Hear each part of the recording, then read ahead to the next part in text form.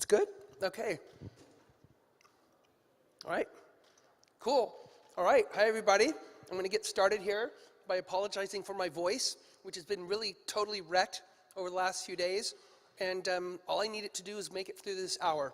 So bear with me. I hope I don't have any like coughing spells or anything.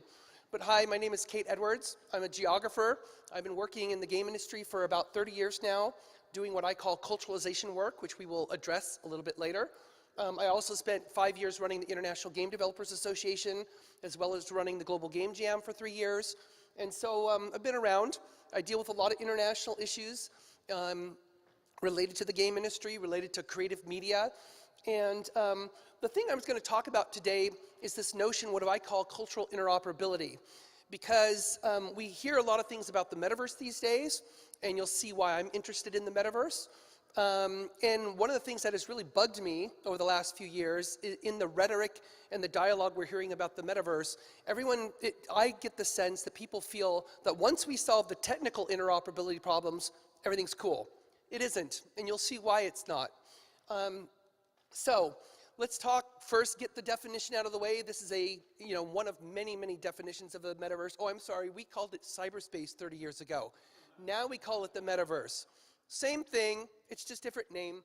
But basically, this is a generic description that pretty much encapsulates a lot of the definitions that you've probably heard, with some of the key words being here: single space, shared space, immersive, persistent, it's always on, so where people from anywhere, any people from anywhere can come together and do things that you normally probably can't do in the physical world yet.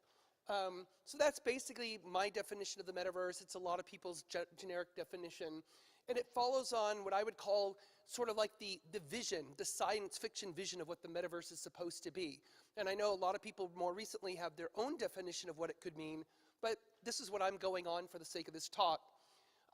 There's a lot of different visions of what the metaverse is. A lot of different diagrams that people have come up with for what a metaverse is. And they're not quite aligned. They're very different, what people perceive. John Radoff here, who's wandering through the conference, this is his model, which has been used by a lot of people. You can see it's not necessarily that everyone's in direct agreement on what the metaverse even means or what it's going to look like.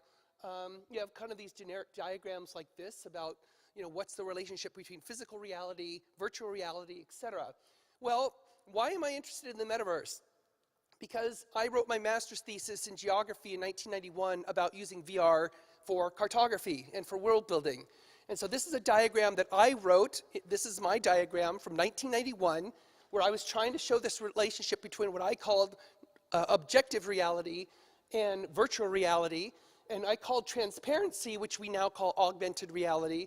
And I know it's kind of a confusing diagram, but the point I was trying to make is that the further you go away from what I called objective reality, you have that increasing level of virtual information and perceptual manipulation, the ability to make people see whatever you want them to see. And so in the midst of my thesis, I went on to talk about use cases like using what I called a virtually integrated geographic information system, where you could take it out on the street and the person can look under the street and see the pipes and all that kind of cool stuff. I even talked about in my thesis about using virtual reality and augmented reality to teach AI what is important to the human brain. So like we could go take our augmented reality out into the real world and tell the AI, basically, this is a mountain, this is a bird, this is a building, to kind of help it teach it and coach it on what we see as significant objects in the environment. And that happened to be a robot called the Odetics robot that was cool back in 30 years ago. It no longer exists. Anyway, so I have a vested interest in VR. I'm a true believer in the technology, but I'm also a tremendous cynic, because all the rhetoric we hear today about the metaverse, it's exactly the same stuff we heard 30 years ago, except they called it cyberspace. The same promise, the same vision, how everyone's going to be united in this huge virtual space. And the only difference today is the tech actually works now. And it actually looks like a consumer product, whereas in the old days, 30 years ago, the stuff we were using looked like something from Doc Brown's lab from Back to the Future. So I've spent my career over the last 30 years doing this culturalization work, essentially exploring this interaction between what is real, so that's the real world geography stuff, what is represented, so how we represent that in our games and in other virtual spaces, And then also how it is perceived, which to me is one of the most important parts. How do people perceive our representations, and what meaning do they take from that? So let me tell you a little story about a company I consulted for a while. You might recognize this phrase. I'm sure you recognize the type font. So in my early days, right after I left Microsoft, I was there for 13 years.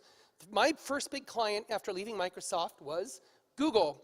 And Google was hiring me, not for anything games related. They were hiring me because of my background as a cartographer. I used to do a lot of cartography back in the old days. So they needed help with their two little projects they had called Google Maps and Google Earth. So they had this goal where we have this beautiful object that we live on, and they want to turn it into this. And so they're like, we got to have this. They already had an early version of Google Maps. They had a version of Google Earth, which they had bought from Keyhole. But the problem they were having is they were getting complaints from a lot of different governments about how these boundaries were being drawn on their map. And so what we're dealing with here is, as we go, if I back up a little bit, as we go from this process, from the real world, this objective reality, whatever you choose to call it, and go to a map, it is a complicated process. So what happens is that geographers, we view the world as layers of information. And we organize these layers into a geographic information system. So we look at the world out there and we say, okay, that's elevation, that's population, that's water, that's all these other phenomenon. So that's how we organize information, and that's how we make maps. So every map you have ever seen throughout history is an intentional recreation of a distinct reality. Whether it's not necessarily ground truth, like most people assume a map shows the ground truth. I'm sorry to break the news, it ain't. So every piece of cartography you have ever seen, it's what I would call a world rebuilding exercise. So in the game industry, we spend a lot of time building worlds. In cartography, we rebuild the world because we take the real world and we try and represent it in a more simplified way for us to understand a lot better. This has been the case ever since the very first map that is known to human people. This is from Babylonia over 2,500 years ago. It's called the Imago Mundi. This is the first map that we believe humans ever made. And what's interesting about this map is it is showing a version of objective reality, but it's not just ground truth, because these little circles here that you see, those are actually manifestations of their mythology and of the kind of spiritual worlds that they believed in Babylonia. So this map is actually combining both the physical world and a version of their mythology. So I find it fascinating that even in the earliest of maps, we were already kind of messing around with what is reality, because that's not actually ground truth. So we have Google Maps, we've got Google Earth. They're getting all these complaints from governments about different boundaries and how they're being shown. Now, 10 years earlier, when my time at Microsoft as a cartographer, that's why I went into Microsoft back in 1992, we had the same problem. Microsoft got complaints from China and India and all these other countries saying, hey, you're not showing our boundaries correctly. So we would get in big trouble with the governments. The governments would threaten us for shutting down our business if we don't show the map a certain way. So Google, because now they were the main map source for a lot of people, they were the ones getting most of the complaints, and they didn't know what to do. So part of the problem is that, as this map shows, every country that's in red is involved in a territorial dispute. Every little yellow dot is some form of dispute, an island, a boundary, or something else. So this is the world we live in today. It's a world in conflict, as we all know. And so it's a very complicated map. And so how does a company like Google try and make a single map that's going to work for everybody? And that was Google's original vision.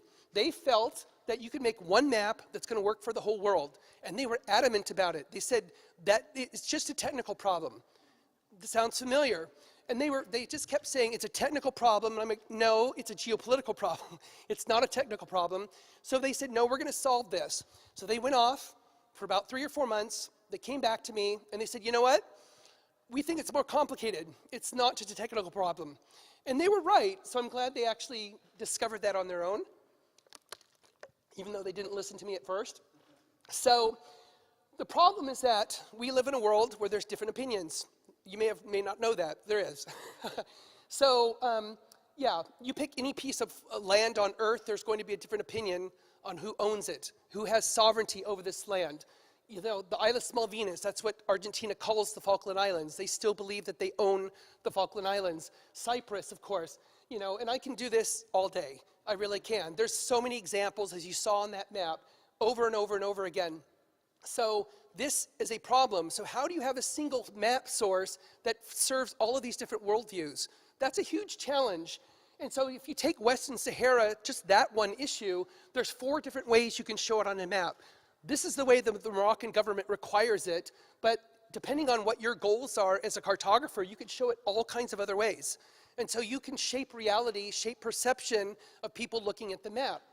So Google, what I told them, I said, rather than trying to force a single map in a single world, which you cannot do with cartography, because I said you should double down on what you're good at, which is technology. So you can do what we call domain tailoring. So you can actually tailor the map to every internet domain so that you can serve the need and the expectation and also the law of certain domains. So like here's the northern area of India, known as Jammu and Kashmir. So this area is disputed between China, India, and Pakistan. This is the way most maps show it. It shows it as a disputed area with all the dashed lines and everything. In India, you must, by law, you must show it as Indian territory. It's non-negotiable. You have to show it this way, and if you don't, then your product's going to be banned. I've had games that were banned because all they had was a simple locator map of the world. The game had nothing to do with India, but they just happened to show India on their little map, and the map did not look like this, so their game was banned in India because of this. So it's like one of those tiny little landmines that exist that a lot of people don't know about. So this is what I pushed Google, let's force, well, not force, but basically design a way to use your skill as technologists to tailor the domain. And so that's what they got very, very good at.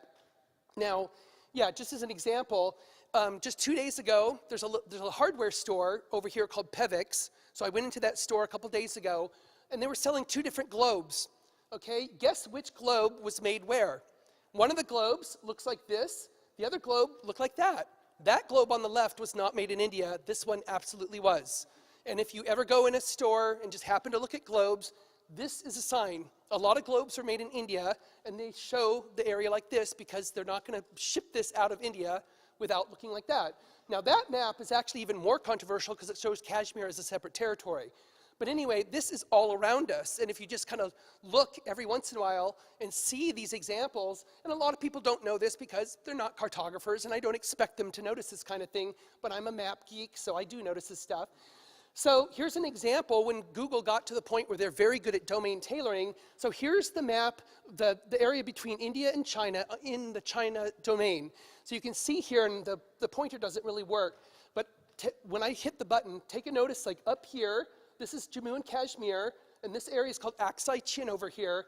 And then also look, well, you can't see it because it's kind of behind me, but down here is the state of Arunachal Pradesh, which is also disputed between China and India. But there's all kinds of disputes along this border. So if I hit the button, you can see the change. So now we're in the Indio domain. So now we see the difference between the boundary. You can see Arunachal Pradesh down here. If I go back, you can kind of take a look again. And so Google actually got really good at this. They got very proficient at this.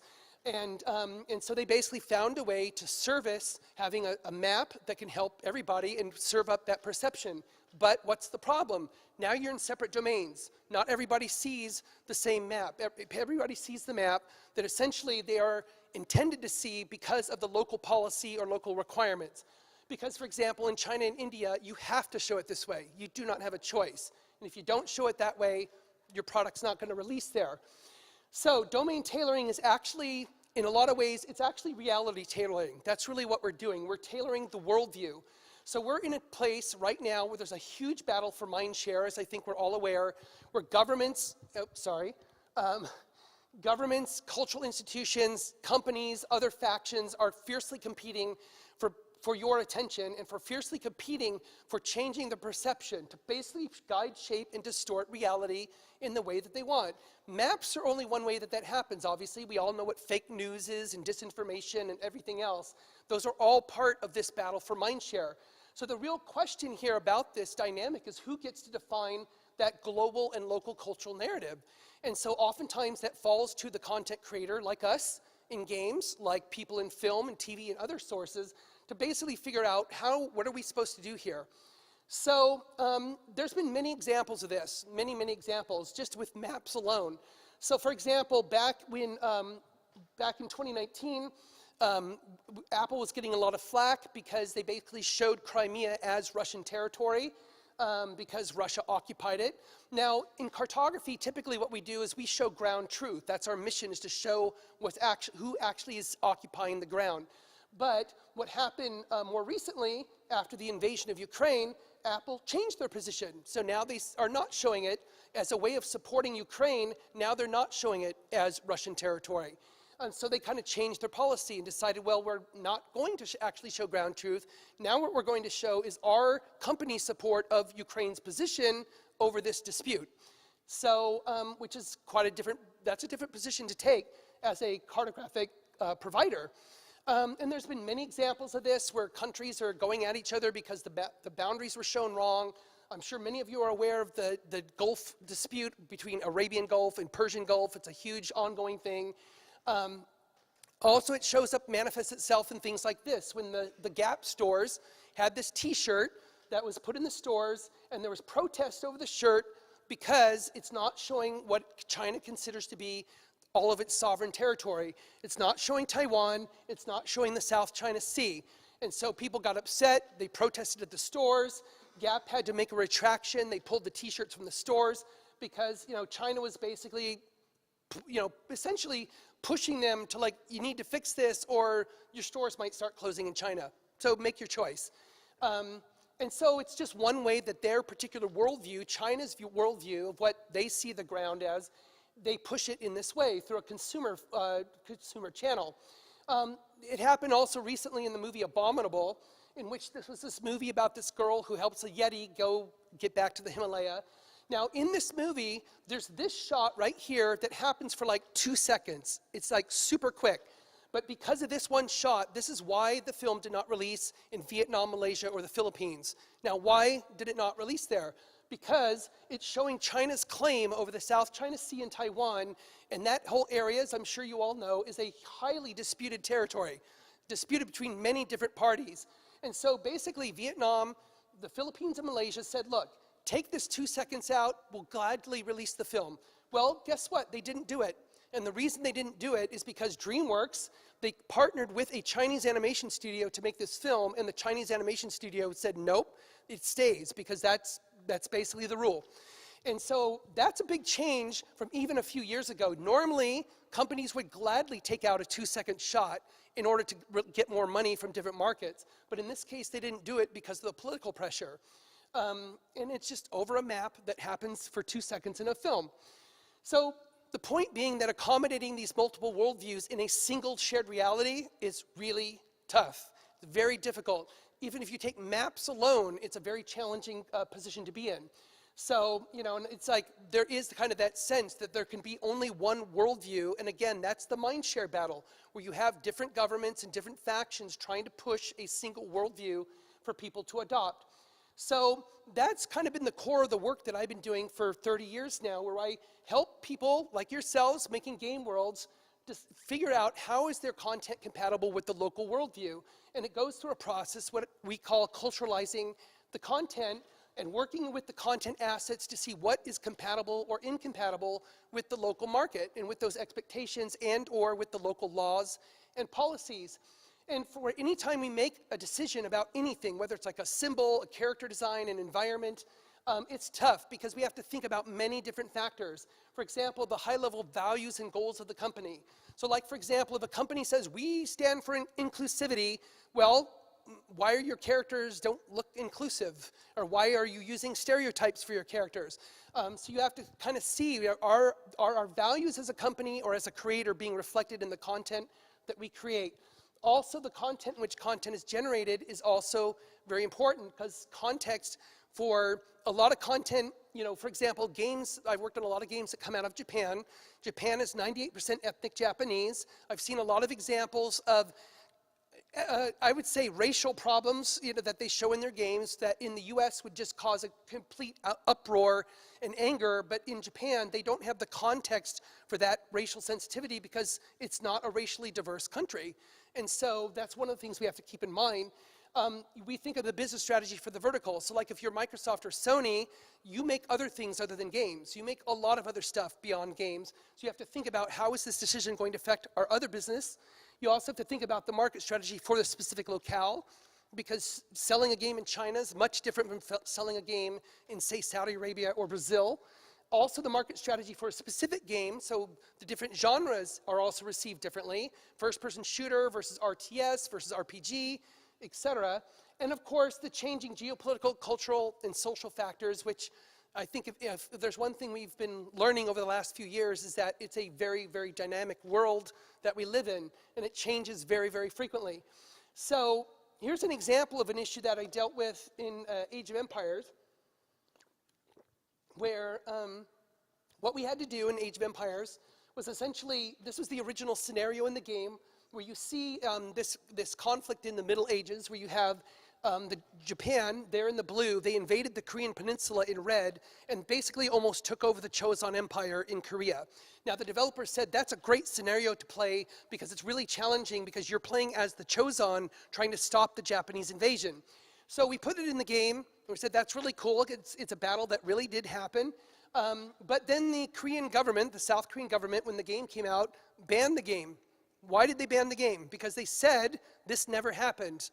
Literally never happened. In their history books, this did not happen. So we had to step back and think about what are the goals of the company. At that time, in this early version of Age of Empires, Microsoft is trying to build its game business. This was pre-Xbox, but build its game business. We also knew from market research that South Korea is an extremely important market for gaming. So basically, we had the decision that we have to release this game in Korea. So now what do we do? Well, we had to make a special patch only for Korean players that shows a change in history. So now instead of Japan invading Korea, Korea is invading Japan. And this, as you can imagine, created a huge debate among the team about the nature of truth and ethics. Is it the right thing for us to do? Because we are essentially serving up government propaganda in order as a gateway to get into that market. But that is reality. That is what a lot of companies, content creators, have had to do for decades now. I mean, years earlier when I worked on Encarta Encyclopedia at Microsoft, the French and Italian versions of the encyclopedia had different heights for Mont Blanc because the two governments disagreed on the height of the mountain. And because the encyclopedia is an educational resource, the educational resource has to conform to local educational standards, which meant the mountain had to be a different height. And I'm talking like a few centimeters. So, but that's an alteration of physical reality. Things like this with Wolfenstein 2, where they had the different versions for Germany, because of Germany.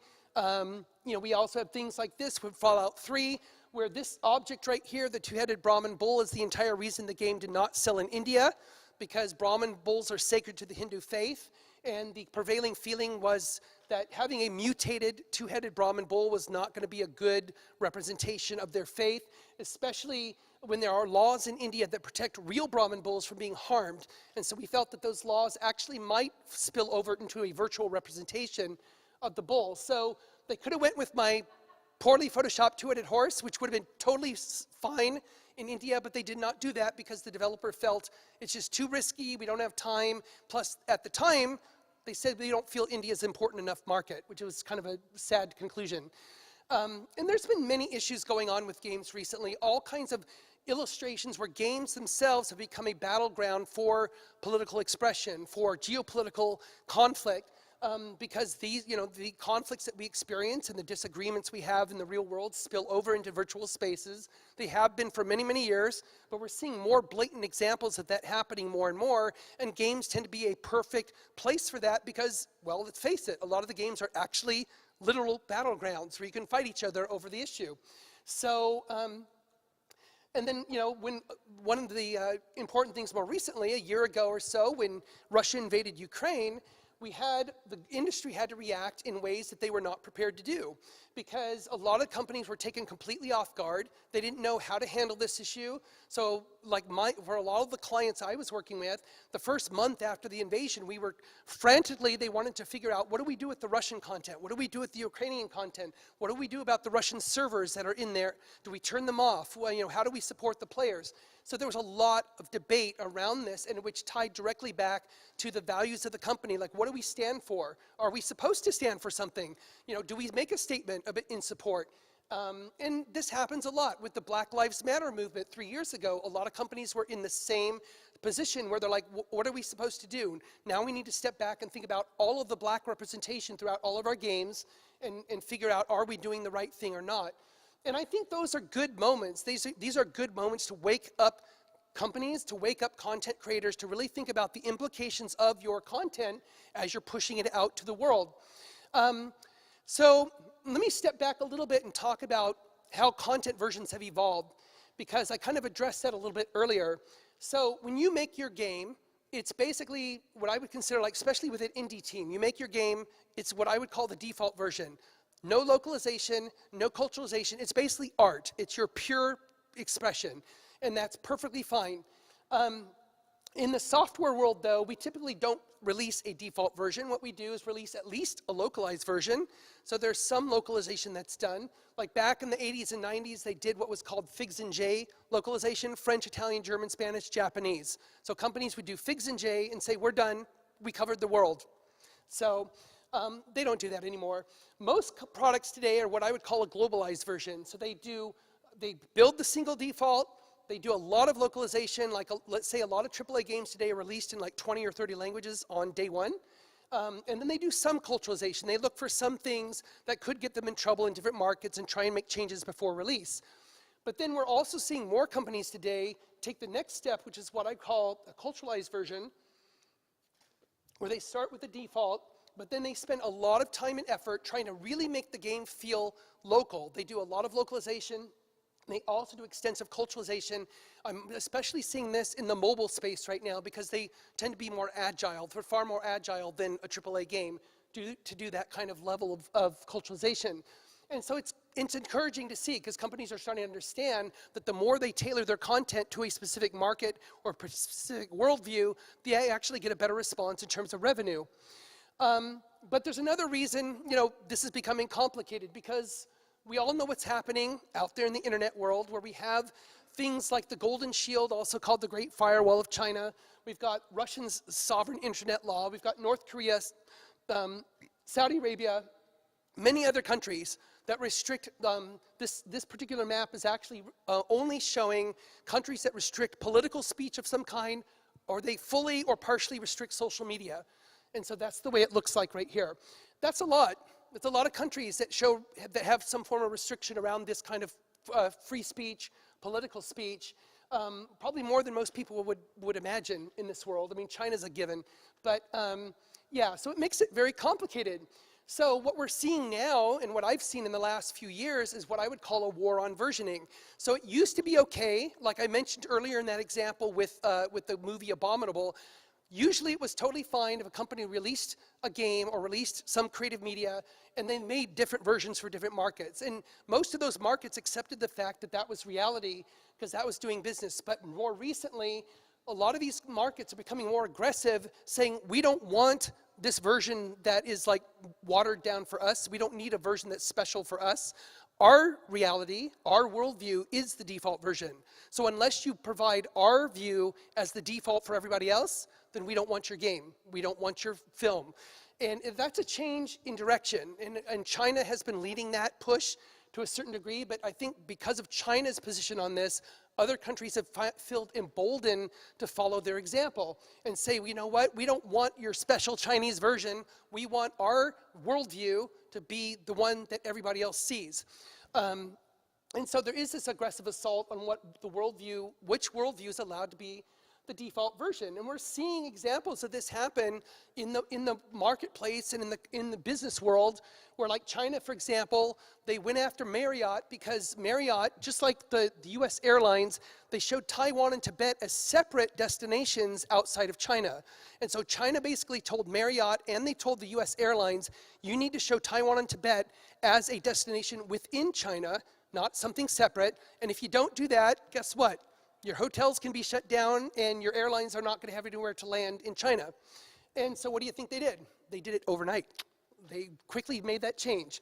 And so this is becoming a trend that is very visible these days, where we're seeing this kind of push of worldview saying, no, our view needs to be the default, not the US view, not Europe, not whoever else. And we see this, we've seen this in games where we have different issues come up where there's banned locally, like Singapore has banned because of, LGBTQ representation. China more recently, became very clear. They were more vocal about that, saying they do not want to see that representation in games, which actually that announcement that China made less than 2 years ago, for a lot of game companies I work with, said that was the deal breaker. Because they said our values is to be inclusive. This just broke that deal. So we are not going to try and sell our products in China anymore. We're done. Because it's like we're going to stick by our values and remain inclusive, and we're not just going to make a special version for China that is going to take, basically violate our values. And film as well. Film has been doing this forever, where they've had different film versions and everything, where they've had to make changes for the different markets. Like Doctor Strange was a famous example, where the Ancient One character in the film was played by Tilda Swinton as a Caucasian woman, whereas in the comic book it was an old Chinese man. Sorry. And but they made that change because they didn't want to upset China when the film came out by having an old Chinese man as the Ancient One. So this is a very famous example that happened more recently, and it shows kind of an interesting change in climate around creative content. So in the original Top Gun film, that jacket is what Maverick wore. I believe it was his father's jacket. So he wore that jacket, and so then when the trailer for Top Gun Maverick came out a couple years ago, came out like a long time ago, because then the film took like 2 years to finally come out. In the original trailer, that shot of the jacket, look at the difference. The Japanese flag is gone and the Taiwan flag is gone. And why are they gone? Because you can't show those in China. And so a lot of people got really upset. They're like, how in the world can you take, this is such an obvious icon of the original film, and you change it into this just because you want to sell distribute the movie in China. So the backlash was so severe over those 2 years before the film came out that when the film actually did come out, they actually fixed it. They went in and fixed it, and they said that in Taiwan, on opening night, when people saw that they fixed it, people erupted in cheers because they saw that the Taiwan flag was on the jacket. And so no, Top Gun Maverick did not release in China because of this, and it also made a ridiculous amount of money as a result. So actually a lot of people in Hollywood, and even in the game industry, are looking at this as an example, saying maybe we don't need to bow over to China and to do everything to appease their worldview. Maybe we can just do what we want and stick by our values and say maybe we can just, China's an option. So this key question, coming back to the metaverse, is really, even if technological interoperability is solved, which I believe someday it will be, is it still a true metaverse if access to and perception of that space is not universal? Now as you can guess, my thesis is that no, it isn't. That's not really a metaverse. And so what I am happy to see when you look at a lot of the literature and commentaries going on right now about the metaverse, there's a lot of great comments going on about socioeconomic access, which is a very important aspect of the metaverse. Demographics, access across how people of different areas, different ages, etc., will be able to access. Accessibility issues, which of course is also very important in the game industry. And of course, linguistic as well. How are we going to communicate if we're coming into a metaverse from different languages? So all of these I've been seeing being addressed quite well so far. I mean, of course, none of it is solved, but the dialogues are happening, which is really important.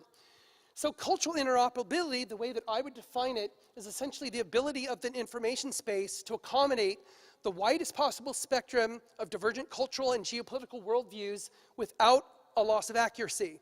So basically, you will be able to see what somebody else thinks. You'll be able to see a different opinion. You'll be just like When you're here in the real world, you can ask somebody, and you might disagree on a political issue or news item or something.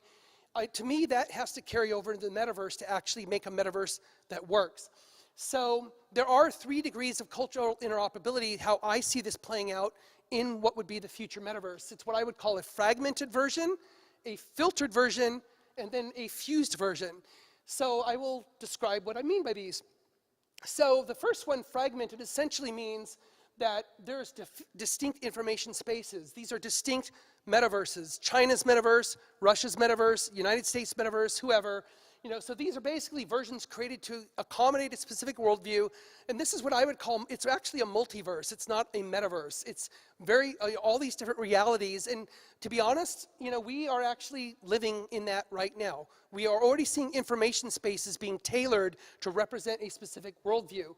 And so the platforms are multiple, the entry is regulated by local jurisdictions, and the timeline, in my opinion, we're in that right now. They're not necessarily actual metaverses, but we are definitely seeing the nascent version of these information realities that we're already seeing on social media, in other information spaces. It just hasn't made that leap into what would be a form of a metaverse. The next stage, which I think we will get to eventually, is what I would call filtered. So this is where all the worldviews are in the same space. So they share a platform, but users will only see what they are allowed to see locally. So there will be local filters. So you'll have the single platform, or maybe it's linked to proprietary platforms. Hopefully they'll be linked by some kind of nascent metaverse standard. Access will be global, but there will be filtering that's regulated locally. So for example, if somebody comes into the metaverse wearing a Taiwan t-shirt, on their avatar, somebody in China is going to see a China t-shirt. They're not going to see Taiwan on that t-shirt. So you will not really even know what somebody actually looks like or what their avatar is supposed to look like, because the filtering will be happening in multiple directions. And I think that's probably realistic. I also think that's really sad, but I think that's a likely interim solution. And I think that's probably 15 to 20 years away to actually see that. I'm not optimistic. Because here we are 30 years after I wrote my thesis on VR, and we're like barely moved forward other than the technology. And then the last model is what I would call fused. So this, to me, is the true metaverse. This is where all the worldviews can share the same space. They're visible to all users. There's a single open source platform. It's based on a universally adopted standard. It's going to be global and open access. And I think this, honestly, I don't see this happening in my lifetime. Because I'm pushing 60, and I think, I don't think I'm going to see it. So I'd love to be surprised. So, but just because of the progress that we have not made over the last 30 years, I'm kind of judging it on that. The technology is progressing extremely fast, but I do not think the cultural interoperability issues will be solved. I really don't. Unless there's like a huge regime change in China or something like that, or in other countries, I just don't see it happening quickly. So there's a lot of challenges that we have ahead. I know there's a lot of naysaying, there's a lot of negativity about what's going to happen with the metaverse, and I think it's valid for us to think about that, because we have to think about the challenges. Obviously AI, I've not even talked about AI, both procedural and generative AI. This is a huge topic, as you know. It is going to influence all of this very severely. The ability to craft worldviews and to modify worldviews in a way that can be, not necessarily a positive way. Also, large language models, which if you don't know about those are pretty interesting in terms of how AI can basically write incredible amounts of data, incredible amounts of information, and you will not know the difference between reality and what this is written. And also a need for standards. I think obviously that is key, and there's already moving in that direction. We have the Metaverse Standards Forum that was just recently formed, which I think is really important. But I think as we move forward as a game industry, because we really, in my view, we are the foundation of the metaverse. We are the technology upon which it's going to be built, and we are the experts at world building. So I think we need to focus. We're not going to solve the geopolitical part. Sorry. We're not. Not like Google, who thought they could. No, you're not going to solve it. We need to just focus on what we do right, which is build these compelling worlds and experiences, which is what we are really good at. And then we also need to build the must-use case, because need-fulfilling worlds and experience are what are going to encourage these diverse worldviews and different policy regimes to actually want to be a part of it. And we've already seen this happen with some games where we've seen China be open to having a game sold. We've seen other markets being open because the game is so compelling or it's such a universal experience. So I believe that if the design of the game and the design of the space is compelling enough for people and they feel like this is like, I have to be there, I have to be a part of this, then I think that's going to be really a big factor in making it more open. We also always have to remember that content carries culture, so we have to integrate culturalization into the process of building these worlds, because we have to be thinking about what are the implications of the access and the visual representation and everything else when we're building these shared inclusive spaces. And honestly, inclusivity has to be the foundation of it. So any true metaverse standard that's going to be written, it has to accommodate how are we going to allow people from different worldviews to join and interact together. And again, that may be sort of a to-be decided point, but it has to be somewhere in the standard, because how are we going to accommodate users from China, users from Russia, if we want, in various other places. So it's a big challenge. It's why I'm a little bit cynical about all this, but at the same time, I'm also very hopeful,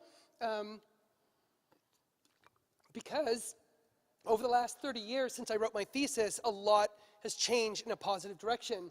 And I love this quote from Albert Einstein, where he basically said, you can't use an old map to explore a new world. So even though Google couldn't figure it out with maps, and we had to do domain tailoring, which is essentially create a internet-based multiverse of map realities, that doesn't mean we can't do it in the metaverse, because the metaverse is not based on the real world. And that's the key. It's like, it's a new world, it's a new space where we have to define how it works, what it looks like. No doubt it will take some cues for how our world works and the different systems here, but that's why I'm hopeful, because I believe there are ways that we can deal with a lot of these complicated cultural and geopolitical issues in the metaverse in a way that you can't do with cartography, the example I used at the beginning. So there you go. There I am, ready to explore the metaverse. So thank you very much.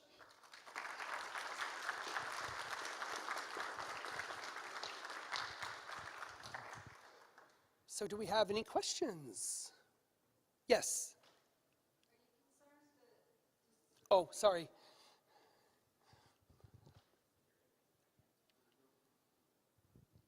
Hello, does it work? Are you concerned with, especially what's going on in politics and the geopolitical issues that are all going on around the world, that they're going to dictate too much towards the industry on what the standard should be? Yes. Yeah, I think that's the problem right now, actually. Because I think the creation of the standards, it's basically, we have the same problem with creating a metaverse standard that is, if you take the UN Security Council as an example. Who's on the UN Security Council? We've got several permanent members, including Russia and China.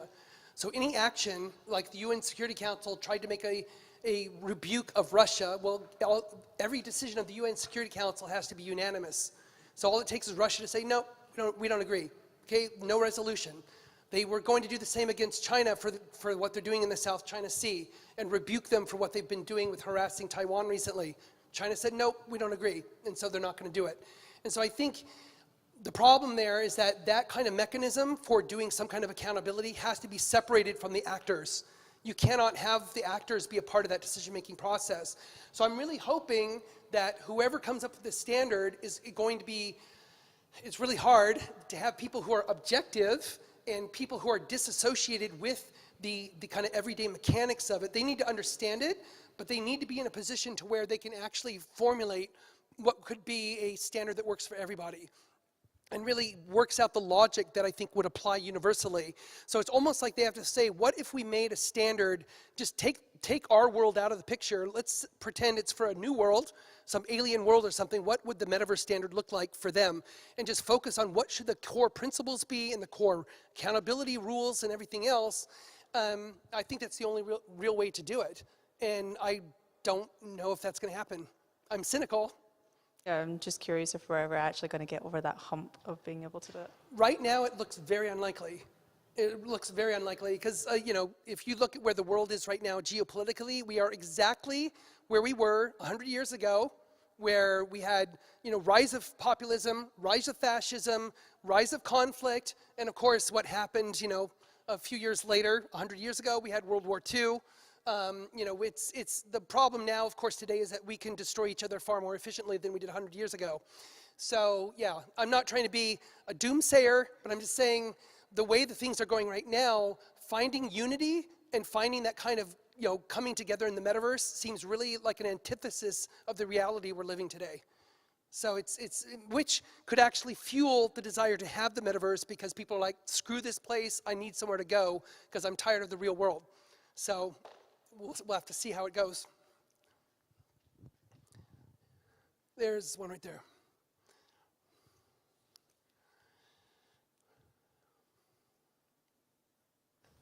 Test.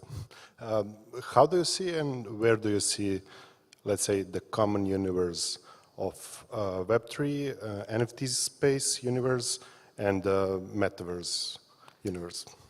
That's a great question. I think, I don't know exactly, I don't have a strong opinion about that. I mean, it's obviously these technologies are all going to be interrelated.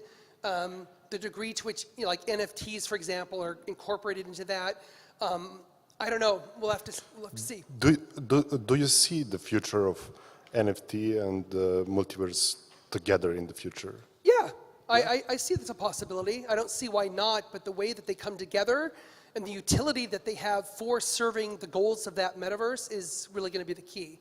And so that's going to be, to be determined. So we'll have to wait and see. Yep. Thank you. Mm-hmm. Any more questions? Going once, going twice. Okay, thank you very much. Appreciate it.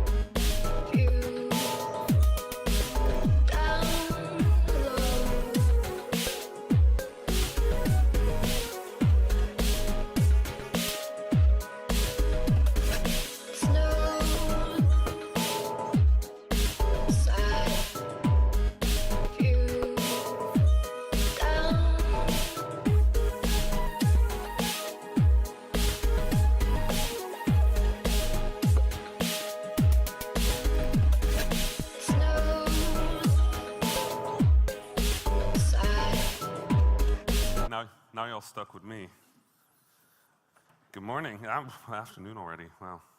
Second day of Reboot. It goes a little fast. I hope you all had a good first day.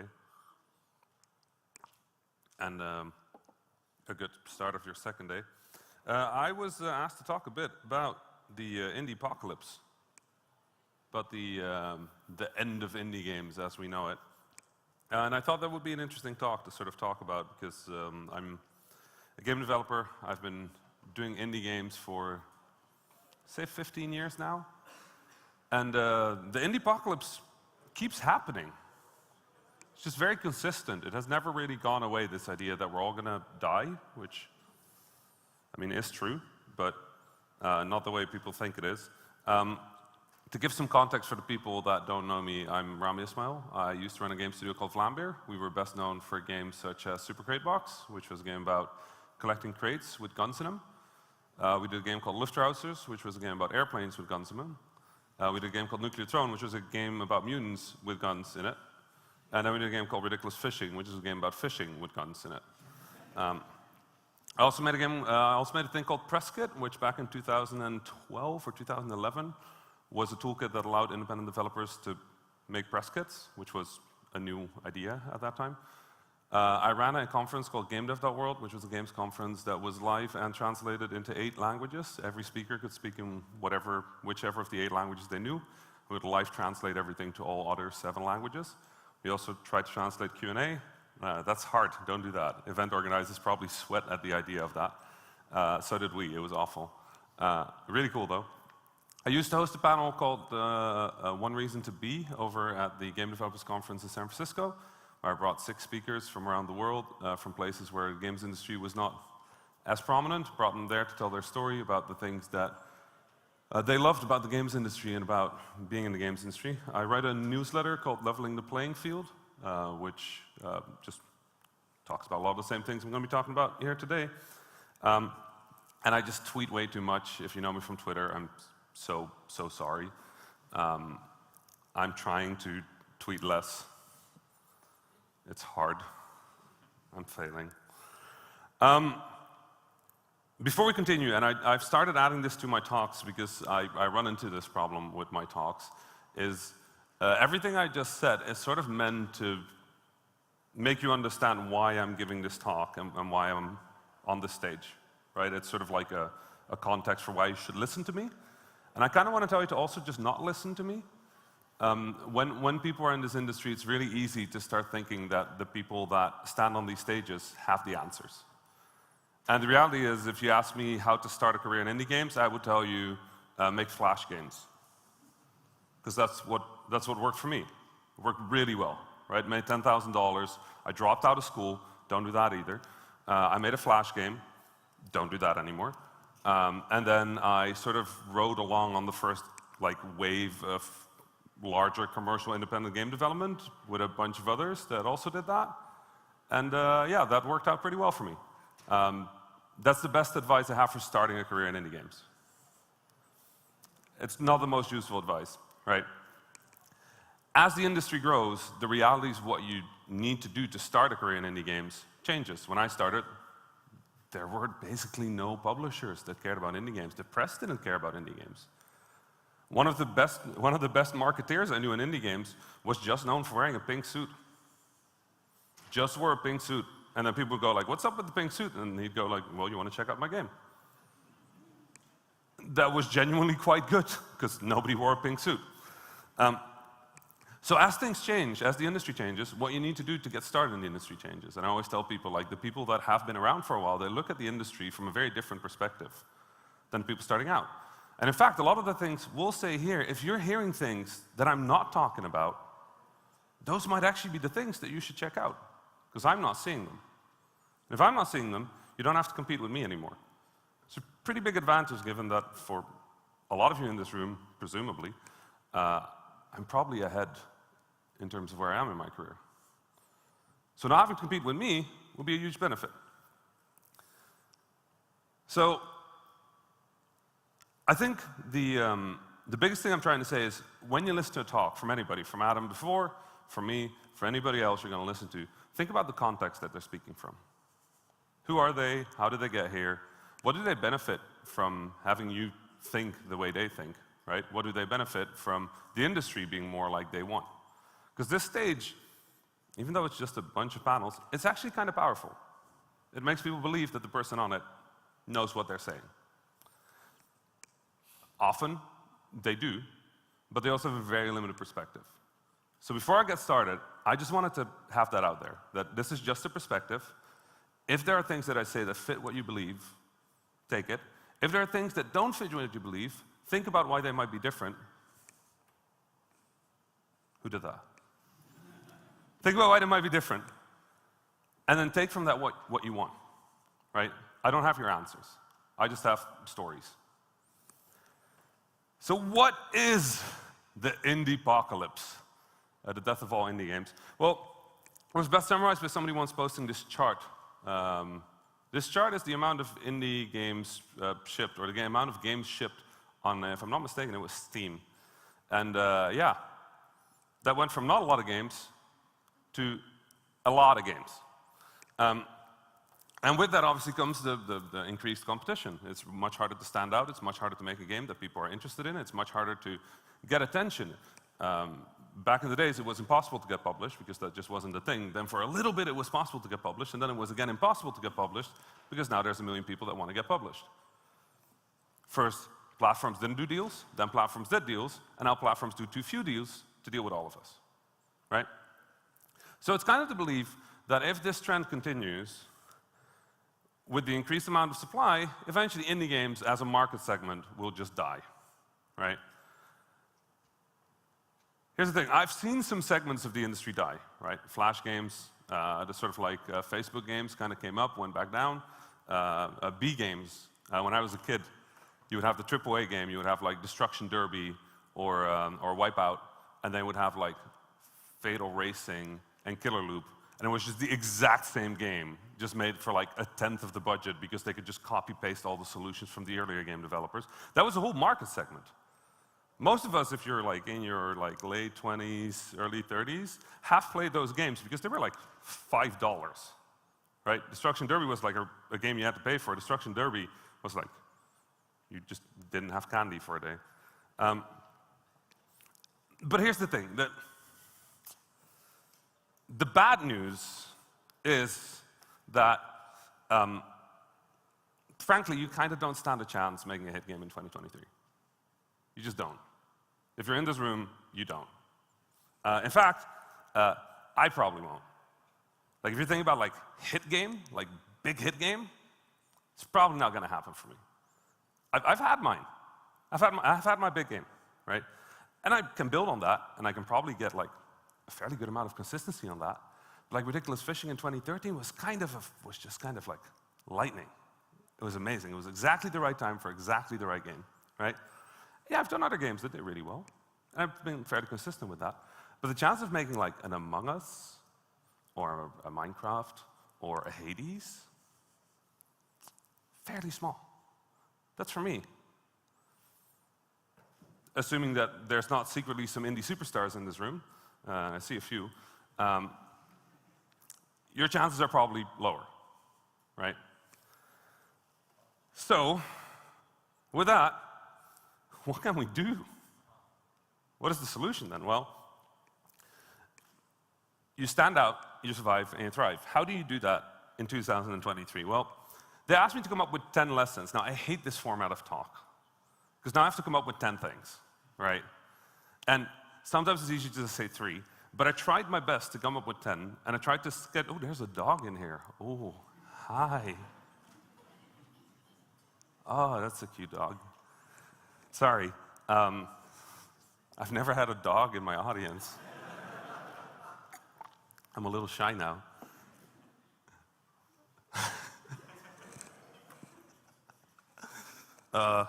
If the dog has any questions, dog gets priority, just for the good. So, I want to talk a bit about risk, and if you've been to my talk last year, you might have seen me talk about a similar subject, but if you were not at Reboot last year, or you haven't seen that, me talk about risk, I just really quickly want to establish a few things about independent game development, specifically about entrepreneurship, not independent game development. Let's forget about the games for a moment. Let's just say you run a company, right? Because you're running a company, you're a game studio, right? Then there's really 2 ways of doing business. You can minimize your risk, or you can maximize your opportunity. Every business strategy in the end, comes down to one of those two things. And yeah, you might sit somewhere in the middle, but it's always going to be one or the other that you're doing more. Right? Either you're trying to make sure you have as little risk as possible, or you're trying to make sure that you're making as much money as possible. And honestly, which one you should take depends on your circumstances. If you have an infinite amount of money, please go for maximizing your opportunities. You can take the risk, right? But if you're just starting out, your biggest obstacle is probably, A, you've not shipped anything, B, you have no money, and C, you have no experience. Those are fairly big obstacles, right? So at that point, you should try and figure out, okay, how can I minimize my risks in that, and how can I fix any of these problems, right? Because the competition is ahead of you in that. So if you're starting out, making games got expensive. Radical fishing, when we did that in 2010, cost us about 30 days of duck noodles, microwave duck noodles, that were $1 each for 2 people, so it was about a $60 development budget. We made it on school computers, and that was it. That was it. It was $60. Nowadays, it's not going to work anymore. If you're looking at indie game budgets right now, if you're starting at like 70,000, that's pretty good. That's pretty affordable for an indie game. But you routinely see budgets that are like several $1 million now. There's entire publishers that refuse to work with you unless you have a $1 million plus budget, right? So this whole thing got really weird. There's a lot of money involved in games. There's a lot of money involved in making the games you want to be making. So if you want to be making games, you want to minimize your risk, honestly, the best way to do it is to just get to the point where you can ship something.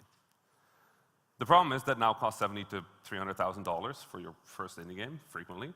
So the only real way to do it is to get somebody else to pay for it, which is why you're seeing so many talks about pitching, about publisher funds, about diversity grants, about basically anything that involves getting money from somebody else. Because the honest reality is, if you're paying for all of that, you're spending 3 years of your life and your money on something that, as we just saw, is probably not going to work, right?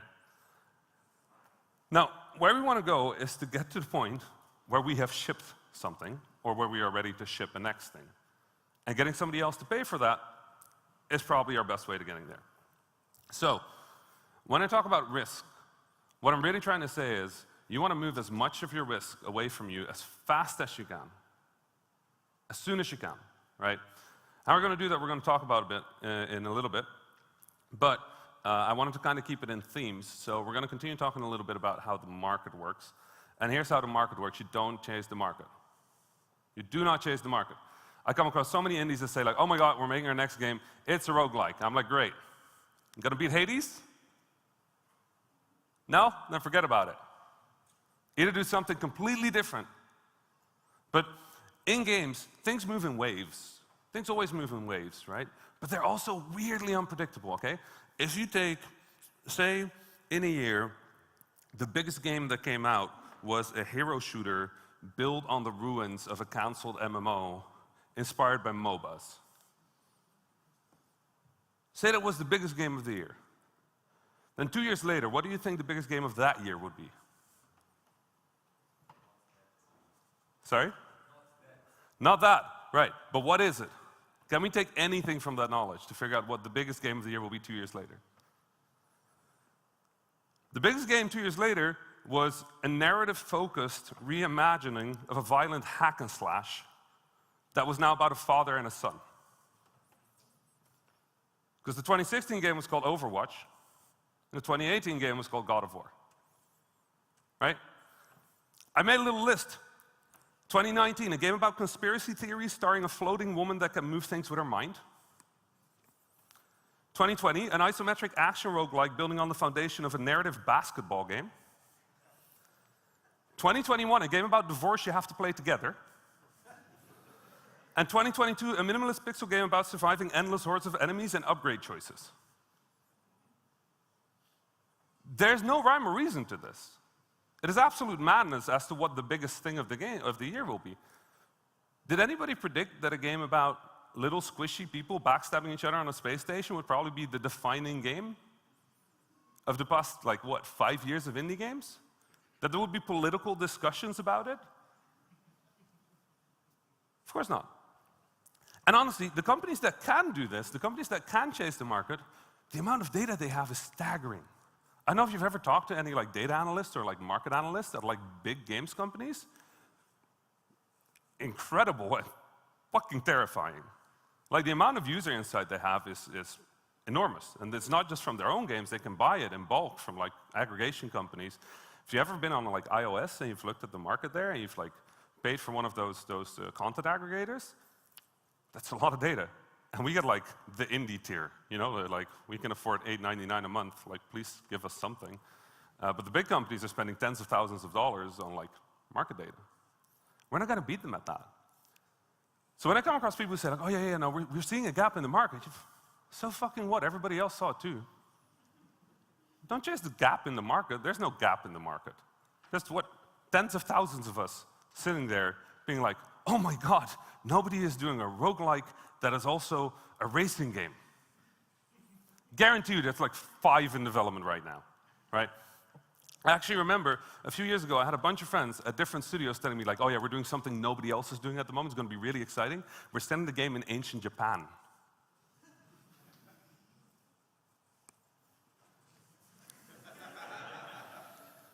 So, if you run a business, right, you wanna look at the market. You wanna look at the market. Please look at the market. Understand what's happening in the market. But you can't let the market lead your creative process. As soon as you do that, you get in this weird situation because you're solving business problems.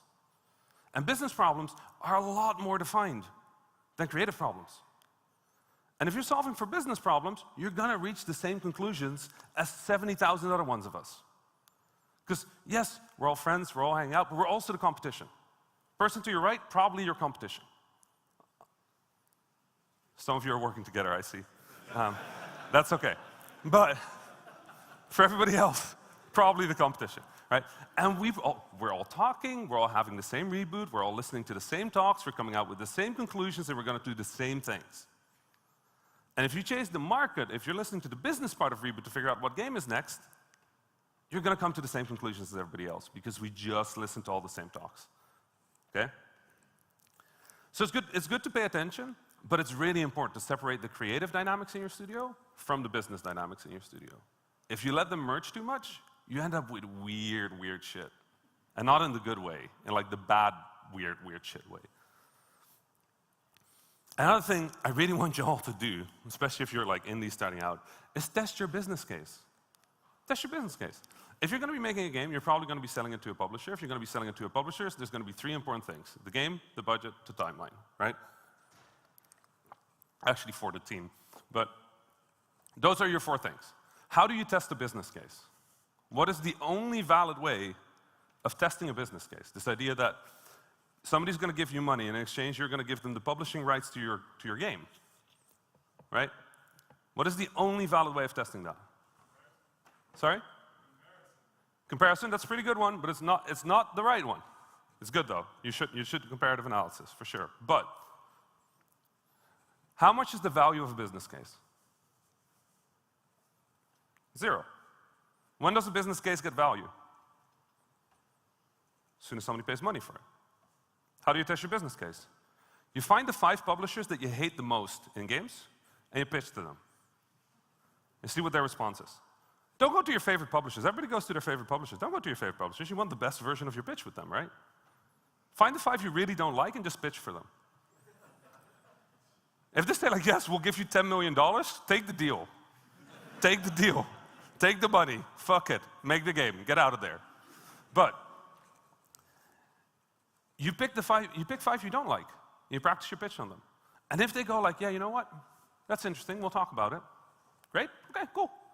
Talk about it. We'll have the negotiation. And then pick the 5 you like slightly more. And pitch with them. So many indies I come across start by pitching to their favorite publishers with the worst version of their pitch. I thought we'd all agreed that iterative development was a good thing. They all just straight up go to like, oh, we really want this. We're going to try it straight out of the gate. First attempt. I don't even know how my pitch goes. Let's go. No. No, start with the worst ones, right?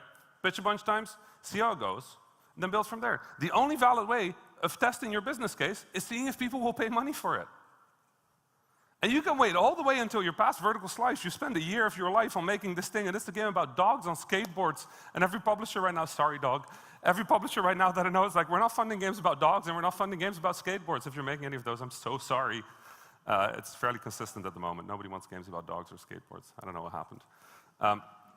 But the only way really is to just pitch. Pitch. And if you want to self-publish, well, I mean, you're in a very different ballgame, but it kind of comes down to the same thing. Put a teaser page out. Start talking about it. Buy some keywords, buy some AdWords. Don't buy Twitter Blue, but that's a separate conversation. But like, you know, like put it out there. Test it. Iteration, right? We've agreed on iteration as a thing. Iterate on your business as well. People continue to try to do the perfect version out of the gate. It never works. Just start testing. Now, if you are going to do a published game, stay away from the public until you fill with everything else. Okay? I always tell people, try to fill in private. Because if you go and you pitch to 100 publishers and all of them say, like, this is the worst shit I've ever seen, and then you go public and the audience likes it, nobody will know that the publishers didn't like it. If you start with a Kickstarter and you don't hit the goal and you go to publishers next, well, good luck with that one. I'm just going to Google your Kickstarter and go like, yeah, you can get $15,000. Sorry, not interested, right? So if you're going to work anything behind the doors, if you're going to do anything publisher, platform, I don't know what, try to stay in private with your failures first. And only when you have no other options, go public. If you want to do a self-funded game, you're going to have to go public as soon as possible because it's the only way for you to test, right? Good.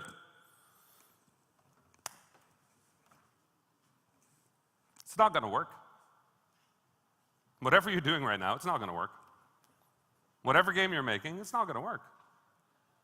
If you do everything right in game development, every single thing, you get your art right, you get your design right, you get your code right, you get your team right, you get your money right, you get your budget right, you get your timeline right, you get one golden coin, and you flip it. That's it. If you do really well, you get one golden coin. If you do poorly, you get a bunch of like weird D20s. And if you roll like a natural 20, sure, it'll work. It's not going to work. Now here's the thing, it might work. It might. Your game might be the one. It might not even be the one to be a hit game. It might be the one to just earn enough money to make another one. That'd be amazing. That'd be amazing. That's the dream. Hell, hit games sound terrifying to me. If you heard the stories that the Among Us team had to go through when their game was a hit, like, holy shit. I'll take the, like, I made enough money to, like, have a comfortable life. I'll take that one. Thank you. Appreciate that. But the only healthy way to run a business is to assume that at the end of all this, your game is going to make exactly $0. Exactly $0. Not one, not -1, 0. You made nothing. That should also inform how you do your business. You're going to do a deal with a publisher. I hear so many NDs tell me, like, how much should I get for the pre-recoup, post-recoup? I'm like, I don't care. Just have enough money that you can make the game, ship it, and have 3 to 6 months to pitch your next thing. If you have that, I'm good. You can get an additional percentage, great. But most publishers right now kind of suck because they have power. It's not their fault, it's just they can. They can say like, well, until we recoup, until we break even, you get 0%. And then after we recoup, we do 50-50. Back in the early days, it was 30-70 and then 70-30. That was like the default deal. But they have too much power now because the budgets went too high. We're competing with them for marketing. We can't compete with them with marketing because they're shipping 6 games a year and we're shipping 1 every 3. So what are we going to do? So they're literally selling our own audience back to us and then getting a higher percentage for us for it in return. It's ridiculous, but it's how it works. So I don't need you to care too much about the post-recoup or pre-recoup or any of that. Just get away with enough money to make your game, and if it absolutely sucks, and it's terrible, and it makes $0, that's their problem. They're earning enough money off of us. You don't have to feel bad about it, right? Like, you just make the best game you can, do your best, you make enough money, you're good. But the point is survival, right? So, target is survive to make the next game. The best way to do it is have enough money to get to the pitch of the next one. I would always argue that that should be about 6 months. Also, in case your game is successful, you don't get the money when it launches. It takes like 3 to 6 months for it to hit your bank account. If you run out of money in that period, also not great. So you want to make sure that you have some runway at the end of your game, right? Not just a little bit, enough to get going on a new thing.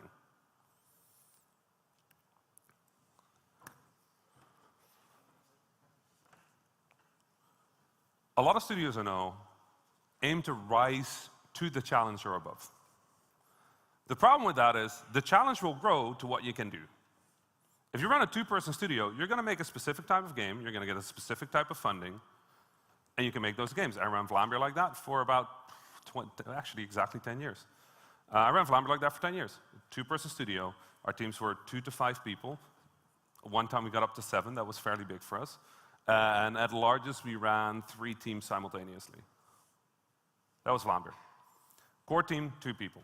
The games we made could be made by 2 people. And we had made a deal when we started that we would never grow. That held up very well, worked just fine. Because the games we were making were consistent with what we could do, and we didn't grow, so we never rose to meet a challenge. But because we didn't, we could continue making the games that we wanted to make. But as soon as you hire an additional artist, you now need to feed that additional artist, which means you need to make slightly bigger games. You need slightly bigger budgets. The game is going to be slightly higher fidelity, which means you probably need better sound design, which means you might want to hire an additional sound designer. And oh shit, now your team is 8 people and your producer is overworked. That's not good. Producer literally keeps the studio going, so let's hire an additional producer. Oh, now we actually have capacity to go to 14 people. Producer can run 7 people. Maybe we should hire an additional artist. It'll go a little faster, and before you know it, your team's 14 people. Studios tend to have these weird little growth points that they grow to, like 2 people, 6 people, 14 people, 14 to 20 kind of range. Then all of a sudden, they go to 50. They don't, yeah, right? They just straight up, just like, oh, we were 20? Yeah, we hired 2 people, now we're 50 people. And that's just how it rolls. Because your studio grows to what you need, but your needs grow beyond your capacity. And they will keep doing that. They will keep doing that for as long as you run your studio until you say, okay, enough. We're good here. No more. If you get the money, if you get the resources, if you get the budget, you can make bigger games every time, but you shouldn't aim to make bigger games. Just make better games. You don't have to grow to do that. Your team is continuously getting better. Hopefully they're getting more experienced. They're getting more capable. They're getting more used to each other. Brainstorms go easier. Ego gets like stomped out, or hopefully like just yeeted out of the door. But like eventually your team starts being better without having to grow it. And some of the weirdest consultancies I come into are teams that are like, yeah, we were 20 people, we grew to 50, now our studio doesn't feel the same anymore. I'm like, no shit, you doubled your company with a bunch of people that have nothing to do with your company culture. And you can't keep the company culture because half of your studio doesn't know what it is, right? And then studios fall apart. They literally fall apart, right? So growth needs to be intentional. Growth needs to be controlled. And if you keep trying to rise to whatever challenge, you're going to lose control of the whole ship. So don't rise to the challenge. What is what you want to make? That's the challenge. Rise to like right about here. Just slightly below it. Stay there. Don't grow your studio past that. Now, if for your next game you want to do something bigger, sure, you might want to grow a little, but keep in mind that any growth might cause additional growth. I hate the word brand. I hate the word brand. But you want to build a brand. I think that the last part of the previous talk, if you were here, actually a really good talk, the last part that I caught of it, was a lot about humans, a lot about people, a lot about connection, about like partnerships, about working together. I actually think there's something very valuable in that even if you look at it from a studio perspective, what you're building is human connection, right? Yes, you're making games, but games are already a human artifact made for humans to interact with, right? Like, it's a very human job. Yes, there's technology, yes, there's art, yes, there's music, but in the end, what we're trying to do is we're trying to make a thing in the most roundabout way that will talk to people about a thing we find important. That's what a game is, right? Or fun, or whatever it is that you want to make. I don't care. But I think one of the strongest things we did at Vlambeer, and one of the strongest things that I see across successful studios, is that they aim to build an identity of sorts. Like, I think people know them for, right? If you're thinking about your studio and you're projecting into the future, or if you're large enough, you're already doing it, When you imagine two friends talking about your games, what did you want them to say? Like, what's sort of like the thing that they should get away from it? So people go like, oh yeah, so we shouldn't make games in one genre. No, hell no. Like I said, I did a game about crates, I did a game about airplanes, I did a game about fishing, I did a game about mutants. You know what the one thing is that all of them had in common? Guns and screen shake. We were literally known as the studio that did screen shake. Wasn't it? It was almost funny, because like, if we just did screen shake. We just had really crunchy screen shake. My co-founder, JW, also did really specific shotguns. The way he did shotguns was just like, that was fucking trademarkable. Like, that was good stuff. But people would play those games and go like, oh, yeah, that's a Vlambeer game. It had a specific type of humor, kind of dark, kind of weird, crunchy screen shake, and our audience identified with that. So when we made a fishing game, or an airplane game, or a crate game, or a mutant game, or a game about running a dinosaur zoo, people knew it was a Vlambeer game. This has gotten harder. And this has gotten harder for a very simple reason, which is those publishers again. Pesky publishers. I love them, don't. Please fund my next games. The pesky publishers, who effectively want you to remember them, but not the developer. Cult of the Lamb. Great game. Raise your hand if you know the name of the developer. 4. Who knows who published Cult of the Lamb? Triple? About triple, right? We're game developers. This is one of the biggest games of last year.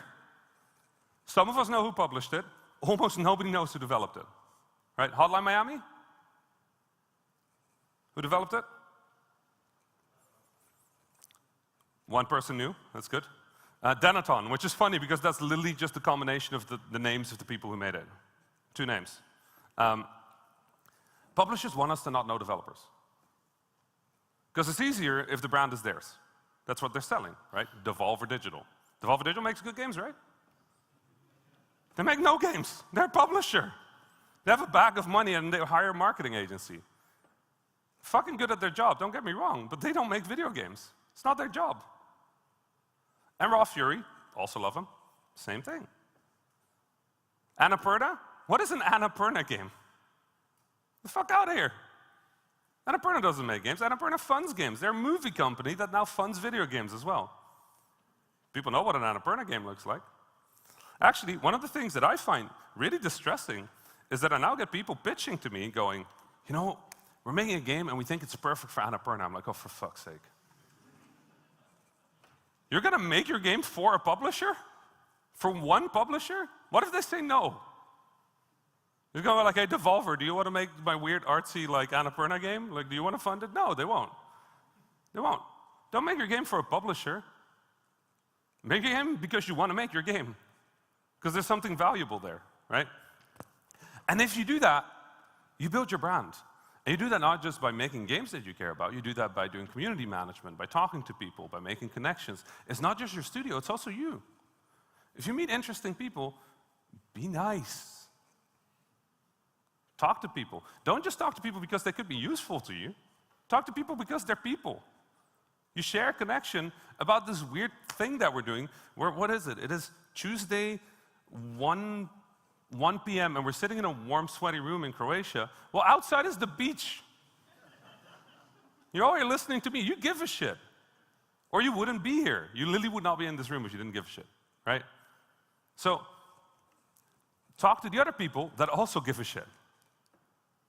Not because they can help you, not because you can help them, but just because they're nice people. And then as you grow in this field, you can help each other out every now and then. Not because you have to, but because they're nice people. And we would like to see nice people succeed at things, right? And if somebody is successful, celebrate that. Shit, you know how hard it is to be successful? You know how hard it is to just survive in the industry? Celebrate people's wins. And when people fail or things don't work out, give them a quick phone call. You know, have a chat with people. Just talk. Now, the biggest thing about your brand is consistency. And actually, if you look at most of these, we're looking at getting rid of risk and finding consistency as rapidly as possible. Now, consistency doesn't mean sameness, but it means that there needs to be something that people can rely on about you about the games you're making, about your brand.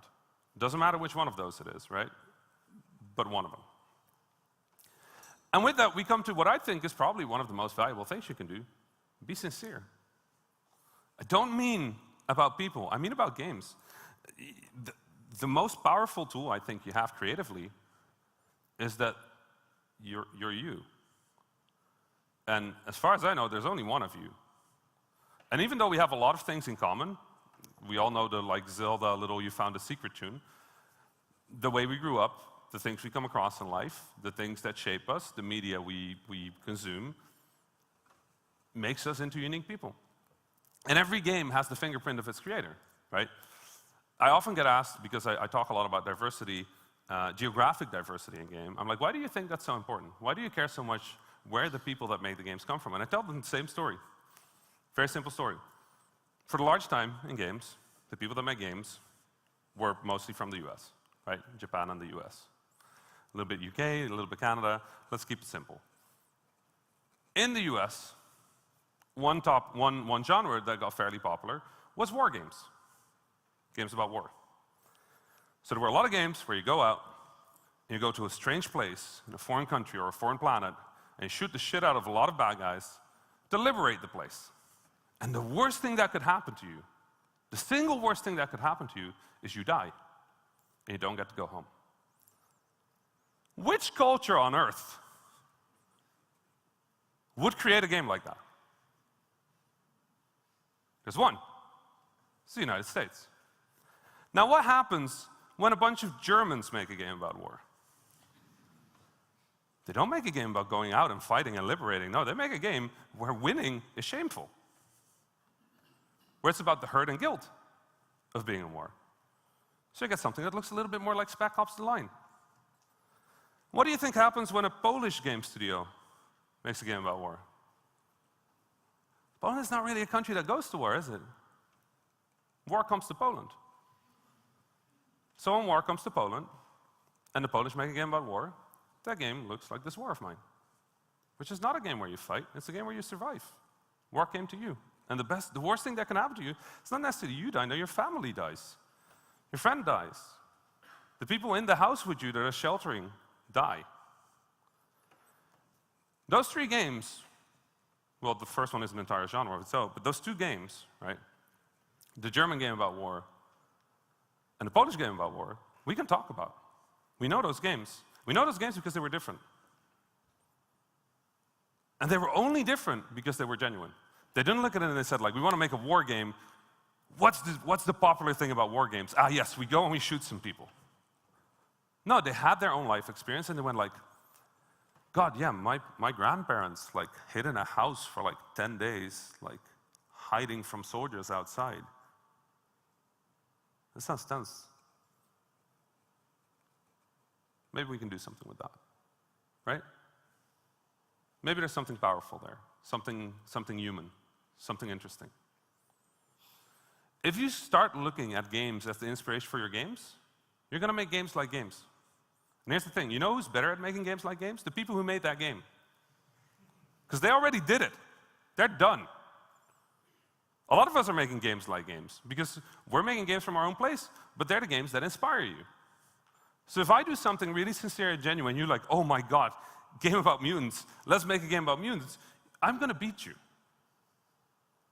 I already did it. I'm already there. I've already shipped the units. Now, yes, you could potentially, if you get really lucky, do a better game. But even then, I'm probably still in a better position to do it.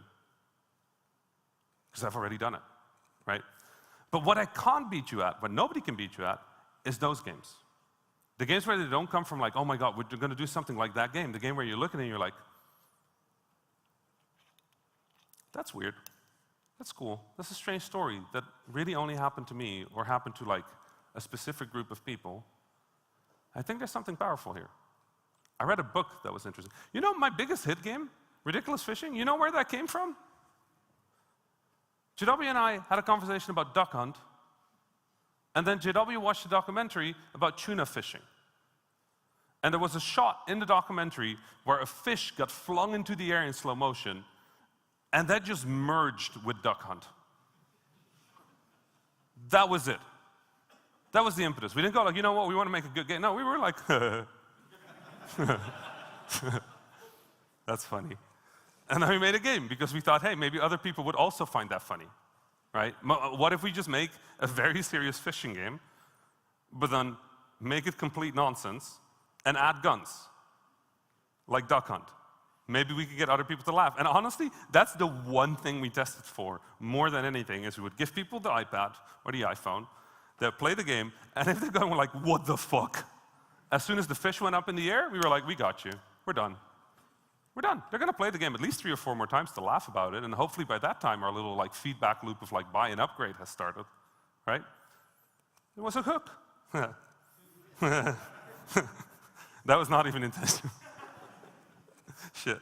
All right. Anyway, creativity is a result of who you are. It's not an intentional effort to distinguish yourself. A lot of people think like, okay, how can I be creative? By being different. Stop that.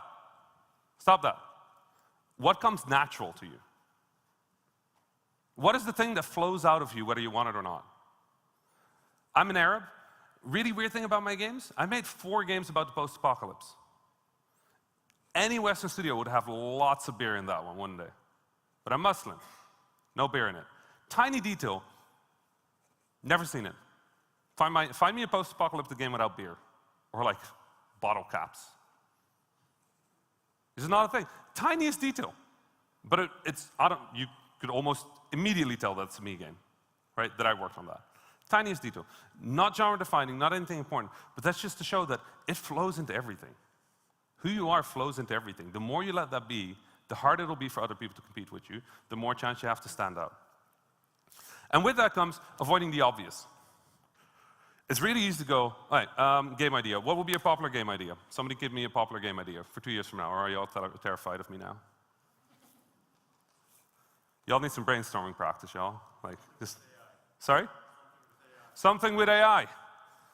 I actually have that written down as probably the most obvious answer. And it's correct.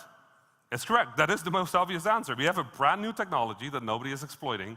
Make a game about AI. Hell, you know what I think is going to happen in 2 years? We're going to get a lot of games that look like Event Zero, which was a really interesting game about talking to AI on a spaceship. In fact, I can tell you, in my consultancy, I've seen 4 or 5 of them already. All pitching right now. Honestly, they might get some money. That would be great for them. Hopefully it's enough money to make the game and then survive for another 6 months and then pitch their next thing, right? Hopefully that's more interesting than this. But the obvious is shared. The way culture works, the way creativity works, is the obvious is shared. We all share the same obvious things.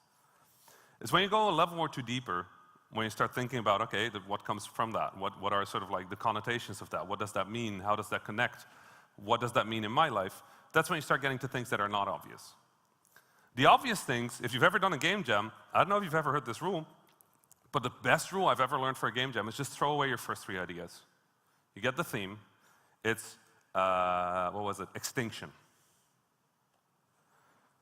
How many dinosaurs do we have in the room right now?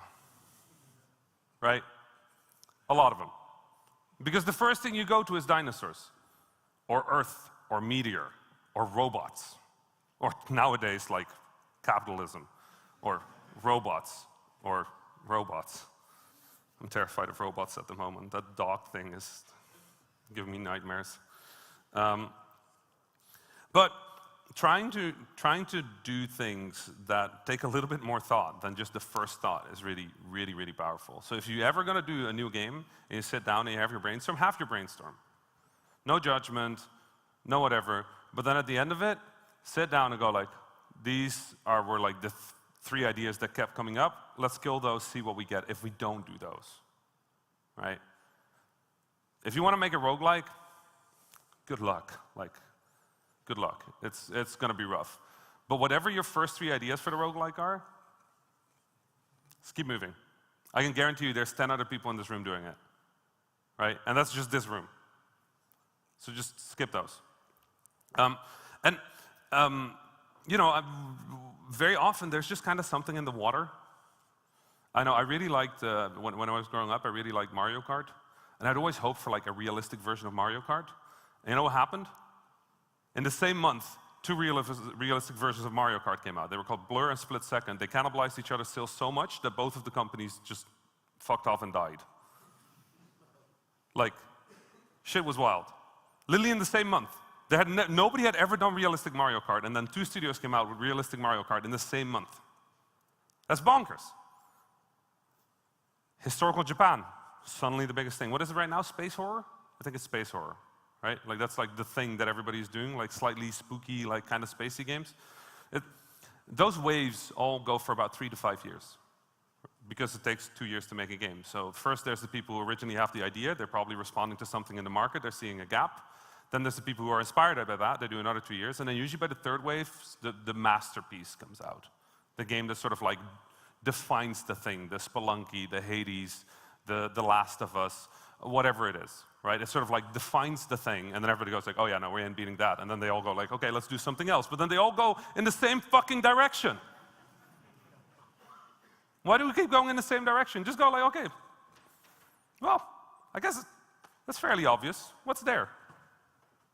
That's how you run your game studio. And then, it might be that everybody's going that way because a bunch of us have realized that there's a pit with spikes that way. And you can take a year and a half to figure out that there's a pit with spikes in that direction, right? Vertical slice, take a year and a half to get there. You know how you should prototype? Because I think we don't agree about the word prototype. I talk to developers and they're like, oh, we have a prototype. And I check it out. And it's like a bunch of sketched papers and like a shitty thing that crashes every 30 seconds. But in the 30 seconds, you can figure out that the buttons are fun. They call that a prototype. But I also get indies that come to me, and they have a prototype, and it looks like a finished fucking video game. It has a main menu. It has save games. Unless the save games are an important part to how your game works, I don't want fucking save games in your prototype. I want a reset button that just restarts the prototype to a state where it isn't crashing. When I say feel faster, I mean that you need to stop being good game developers to prototype. You need to test. You're a designer now. You need to build things in the shittiest way possible. If I ever hear another programmer say like, I don't like how this code looks in a prototype, I swear to God. Swear to God. I do not care how bad. I wish that every programmer had a switch in their mind that could go between this code needs to be good and I want to cry at this code the next time I read it. And I want to be able to flip that switch and just go like, I need you to do the shit, because every discipline does this. If I go to an artist and I go, okay, I need 5 sketches. End of the day. I don't come across any artists that go, but they won't be good. We know. That's why we call it a sketch. Narrative people, I don't want the narrative people going like, okay, can you just give me a draft for like just half a page of sort of like the setting? And they come back and they're like, but I can't think about the backstory. I don't give a shit about the backstory. I don't care where the vampires got their powers. Really do not. Just write, there's vampires. I'm good. Are they the bitey type? Kind of relevant. Like, is it more of a melee thing? Then it's kind of relevant. Otherwise, I don't give a shit. With design and programming, we're way too focused on getting it right. Don't get it right, just get it going. Make it. Make it shit, preferably. Just bad. Real bad. Really fast. Disgusting. Right? I want to be embarrassed by this stuff. JW, my co-founder, the one thing he taught me that has been more valuable than ever is that when he was prototyping, he had reckless disregard for literally everything. I have sent versions of his code to professional programmers who sent the code back and said, this is useless. They asked for that code. They were like, hey, can we get the code so we can base our port on his code? And I'm like, we could, but I don't think it's going to help. I send it over. They literally attached the file back to the email to send it back. They returned the code file to me. They were like, this is useless. And it was. But because he was so fast with it, because he cared so little about the quality of the code, our games felt really good. They felt really good because he was iterating on those values like 10, 20, 30 times every time. No, one hire. You know what? When we started, I'm a programmer by trade. A lot of people think of me as like the business and marketing person. I'm a programmer. That's what I've always been. I'm a programmer. And when I met JW, he would come in and he would do this thing that as a programmer you're taught not to do, which is using magic numbers. Right? Just come up with a number and put it in the code. No, numbers should follow logically from other numbers, right? And JW would go like, this bullet is going to move at 7.5. I'm like, that's not a pixel value. There's no 0.5 pixel. I can't put a thing at 0.5 pixel, he's just round it. I'm like, which way? He's like, I don't care. He's like, probably up. I'm like, why up? He's like, feels better. I'm like, why does that feel better? He's like, I don't know. I think. Try it. And I'm a programmer. So what I would do is the way a programmer would do it. I program a slider. And I would go, and he would say 7.5. Now you have to understand, me and JW never liked each other. A lot of respect for each other. Very smart guy. Never invited him to my birthday party. He never invited me to his, right? Like, just to be clear, like, a lot of mutual respect, but we were never friends. We just started working together because we dropped out of school together and we found that we had complementary skills. So when we started, I had no trust in this human. So he would say 7.5 and I would make a slider and I would go, okay, let's start at 5. Yeah, that's a little slow. Yeah, how about 10? Well, that's quite fast. 6? No. 9? 7? 8? 7.2. Dude was always right. He was always right. Eventually, I just stopped making sliders. Because what he had done over a life of making really shitty prototypes really fast, he had honed that sense of numbers. More than anything, that was JW's skill. Really quickly getting to the right number. And at some point, it was intuitive to him. Yeah, we would still test, but we would not test it by sliding around the value he thought we was right. We would start with the value he thought we was right. And then very often, we just need to get like 0.1 or 0.2 off in one direction. And I learned that, yes, you can actually work with like floating point pixels. It doesn't make a difference, even though I wouldn't believe it. But he's right. Basically, what I'm trying to say is a lot of developers kind of suck at iteration. We all talk about iteration. We kind of suck. We all go and we want to get it right. The fuck does right even mean? What is right? What is right for your game? What is right for your process? What is right for your team? What is right for the market? We don't know. Best thing we can do is have a thing, be sincere about it, and make an honest version of it. How do you make the honest version of it? You test. You test, you try. You have an idea, you test it, you hit a wall, you see if you can get around the wall, you hit the wall 3 times, you just go the other way. It doesn't work. You can't get it funded? Stop. For the love of God, just stop. Make something else. If getting to the pitching point takes so much time that stopping feels like a loss, you spend too much time getting to your pitch. If you've invested 1.5 years of your life before getting to the point where you can ask somebody if it's good, you fucked up. That's it. And it might work out for you, it might not. But where you want to be is you want to be at like what? 3 months, 6 months in, you want to be able to go to somebody and be like, here's the original sketch, here's the shitty prototype, here's 5 mock-ups of how it's going to look, this is the story, this is the budget, this is the timeline, is this interesting? And a lot of publishers will say, like, come back with a vertical slice. You know what that means? Not no. It means not no. I can guarantee you, if you go to them with a game they really don't want, they're just going to say no. Or actually, they will never say no. Publishers don't say no. They say something along the lines like, oh, that's very interesting. Yeah, we love it. Yeah, let me check back with the team if we have budget for it this year. Oh, we don't. It's not you, it's us. And then they say no. Because their job is literally for you to like them. Because your next game might be something they want. That's their job. Don't take it personal. They're just trying to be nice, right? But if they say come back with a vertical slice, that means they're at least interested in it. Like, it would not really help them in any way to piss off a developer that might make the next Among Us, right? That might be you. So they're just going to be nice. So try to get a little better at failing faster, right? And then finally, the biggest tip is just be more lucky. Just have more. Just stop at being unlucky, right? No, but here's the thing. the honest reality of game development, like I said, if you get everything right, it's a coin flip. You want to know what was the defining moment of my career? The actual defining moment of my career. I think the point that you can all trace it back to. In the Netherlands, to go to university, there are 2 letters you need to send. One to accept the invitation from the university, and one to the government that you're registering as a student. I fucked up sending that second letter. And so I couldn't study.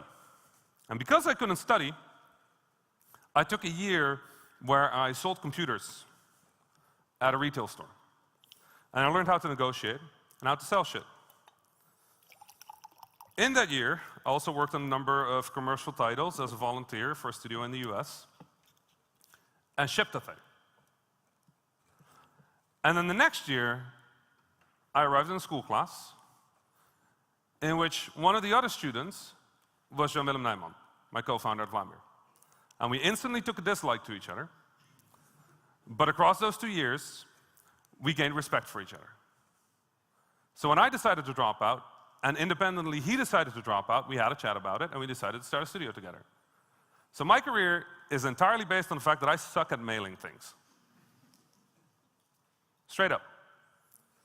And then the other benefits we had, yeah, a lot of them, of course. We were there when the iPhone was just starting to be a thing. So when we were making Flash games, and it turned out that Flash games were probably not going to work anymore, we thought, well, if we take our best Flash game and port it to Apple? Maybe make it a little prettier. Oh, there's this guy, Greg. There's this guy, Greg. He makes really cool art. What if we work with Greg? Well, we had accidentally posted Greg's sales numbers about a year earlier in a public forum by accident, purely accident. And we had actually gone to talk to him after that and apologized to him. So we knew each other, and we were like, Greg, would you want to work on this game? Ridiculous Fishing was best known for its art style. That was because we accidentally leaked some figures from a forum. And that's how we ended up talking, right? A lot of things in games are not about making the hit, about getting it right. A lot of it is luck. And anybody who tells you otherwise is full of shit. There are things you can do to tilt luck in your way. But everybody who says that that is defining is also full of shit. It's tilting, it's nudging, it's a little bit. And there are people who had amazing careers who just run out of luck. It just stops. And there are people who never have luck and suddenly it hits. And there are people who will never have luck. And that might be you. And there are people that are going to be lucky on their first try. And that might also be you. The thing is, you can't control this. The reason this sounds like a ridiculous advice is because it's none of your business. There's nothing you can do to change this. You can do your best. But then I meet some developers and I listen to their story and I'm just like, so you just got lucky? I was like, yeah. Like, cool. You did none of the things that everybody has to do and it just worked out. You just ran. I know a developer that... Never mind. Some people are also really smart in really funny ways. There's a game studio I know, a relatively large studio, that for a large part of their... Sorry, this is just a stupid story that I'm telling. A large part of their early career had 3 computers in their office that would just every week go to Google Trends, look up the 3 keywords that were most popular, download a bunch of public images related to that, and apply that to a Skinner box. Just a game, like a match 3 game. And it would just be, if it was George Bush, then it would be George Bush. And if it was Coldplay, it would be Coldplay. They wouldn't ship that because trademark. But like, they would basically just take those, they would ship them, and every month they would make like $50,000 or something with a bunch of those games. I'm like, this is fucking brilliant. They're like, we feel kind of dirty doing it. But it worked. And all they were doing is they're like, well, we have a thing, it works, we'll just keep doing it. We stumbled into it. Felt good. If everybody started doing it, it wouldn't work anymore, right? But the point is, these top 9 things you control. And all of them are focused on basically 2 main things. Consistency, get to where you can ship. Not just ship once, ship multiple times. Consistency in everything is your key factor. Consistency with people, consistency with games, consistency with platforms, consistency with audience, consistency. That doesn't mean make the same thing, do the same thing. No, it means keep doing it, right? As long as you can. And as long as you can means that you're minimizing your risk. And you minimize your risk until you can take that shot where you don't have to. You keep your day job until you make enough money to quit. The amount of people I come across that still take a mortgage to start their indie game career is terrifying. Because I never hear from them again after 2 years. They do it for 2 years, and now they have to get like double jobs to pay off the loan they took to make games. That's not funding. If you keep the risk, it's not funding. It's just risk. So you minimize your risk and try to be consistent. And then the honest truth is, the whole idea of indie-apocalypse is kind of bullshit. Like, here's the thing. This, who can tell me what's wrong with this graph? With the assumption that all of us have about this graph.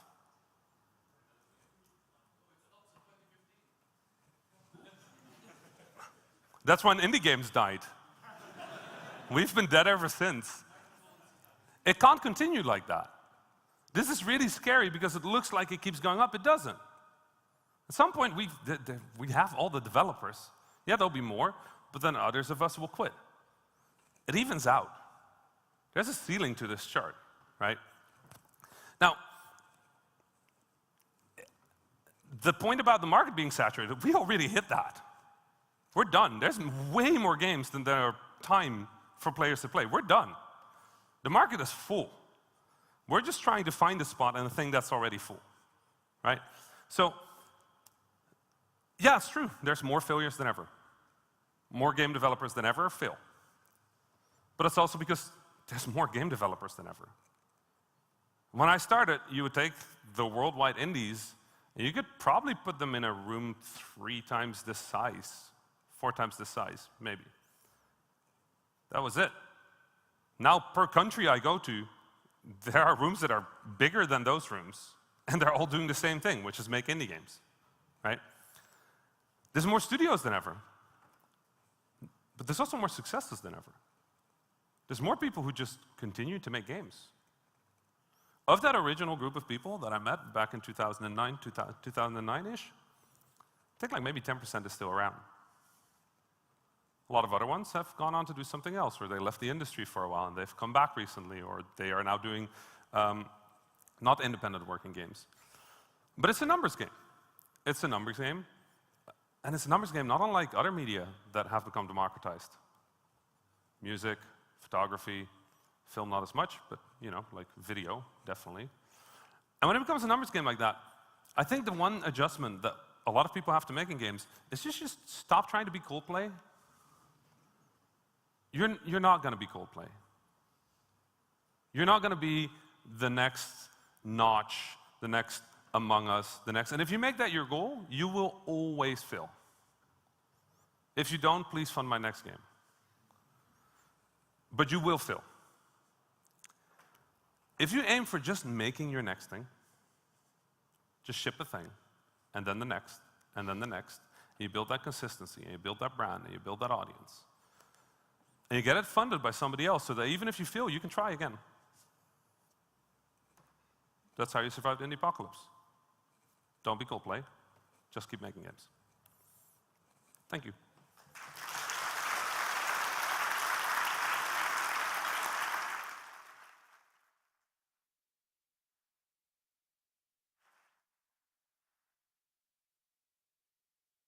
Apparently, if anybody wants, we can still take some questions. So if anybody has questions, fire away. Can be about this talk, can be about anything else.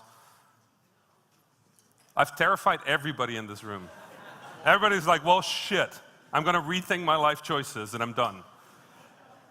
If there's anybody with questions, you can also just come up here. If they're kind of too scary to ask in front of a full room, we can just do it here. If anybody has public questions. Oh, you have a question? I have a question. Amazing. Let's do it. Go for it. You mentioned the indie-apocalypse, but what I was thinking actually about is, would you think that a resurgence would be possible if more funding went into AA studios instead of indie studios, because AA studios can have a bigger ceiling of what they can achieve versus indie studios? Yeah, I think, so the question really is like, do you think there can be sort of a resurgence as the market dynamics shift around? And the honest truth is that is what has been happening, right? Like the reason AA works is because there's fewer.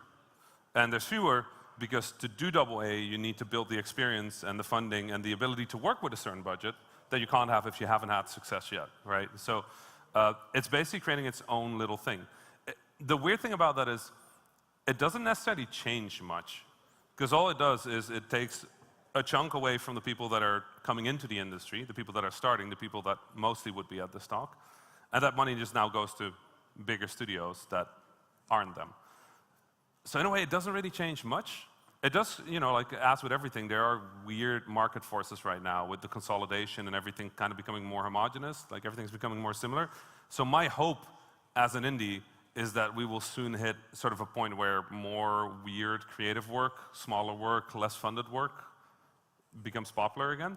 And I honestly would think Vampire Survivors seemed like a fairly good opening shot for like a whole bunch of weird shit. So I'm very excited for that. But if that actually goes there, there's really no way to tell. We're just going to have to wait and see. Good. Cheers. Other questions? I really scared this audience. I'm so sorry. I think we're done then. If anybody has any other questions, find me on Twitter, @THA_Rami, or just, you know, come say hi here. And then thanks so much for your time.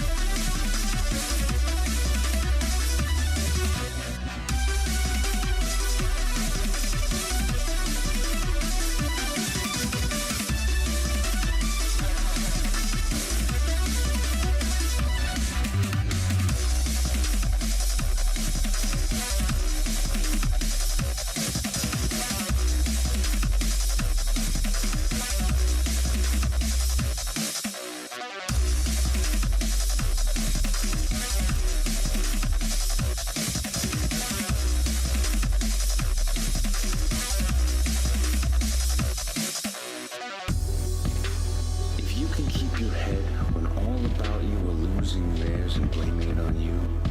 If you can trust yourself when all men doubt you, but make allowance for their doubting too. If you can wait and not be tired by waiting, or being lied about, don't deal lies, or being hated, don't give way to hating.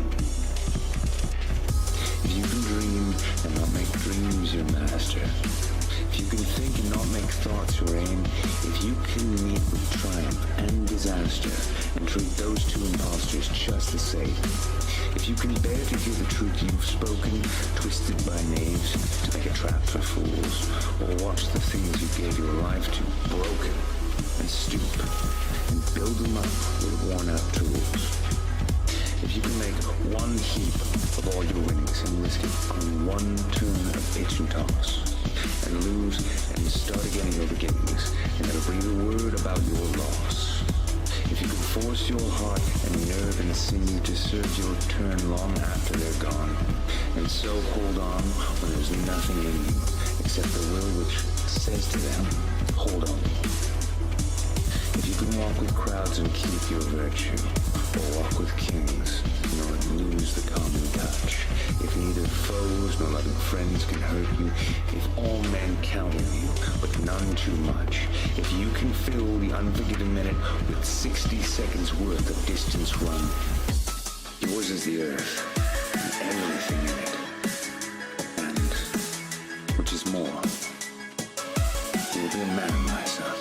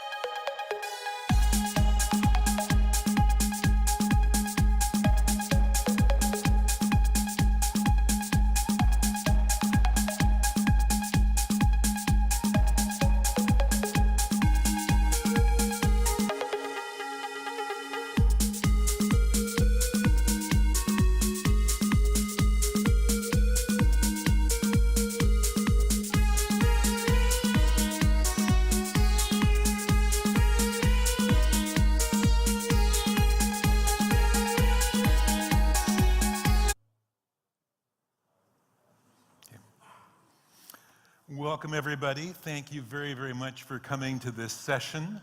And this is going to be 7 years from my 50 lessons. No, I think it'll be 7 lessons from my 50 years in game development.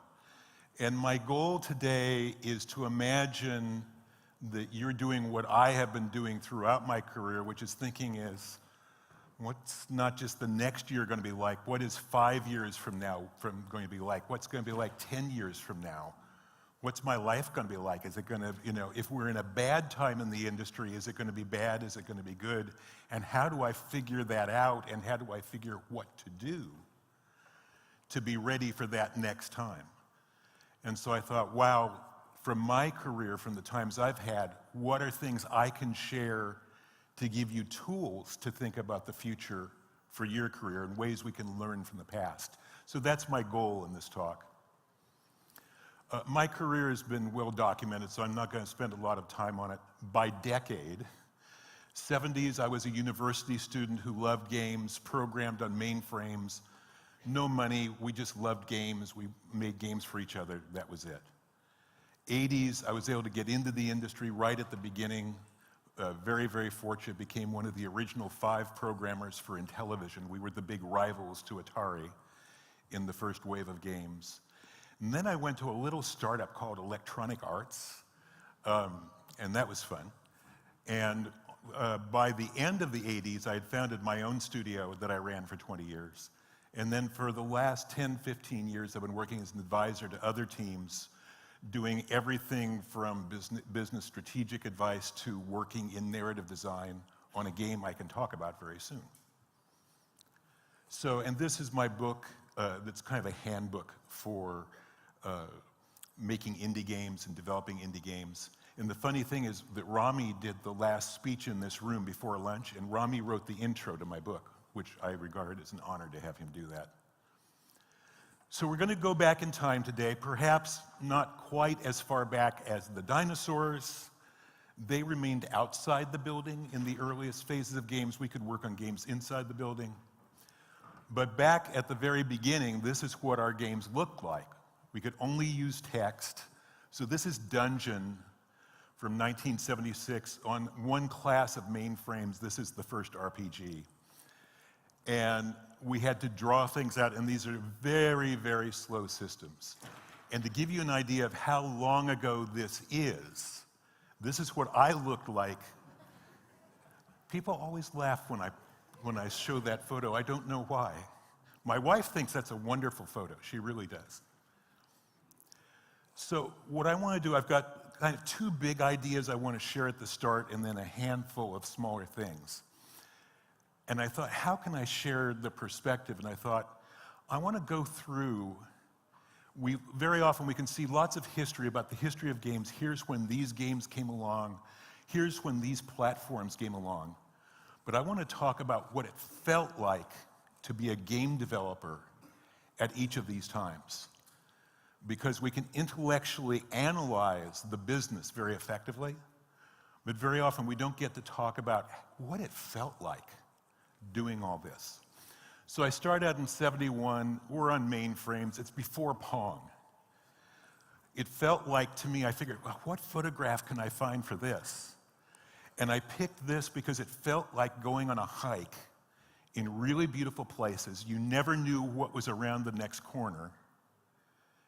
It was a joy to do, your friends loved doing it with you.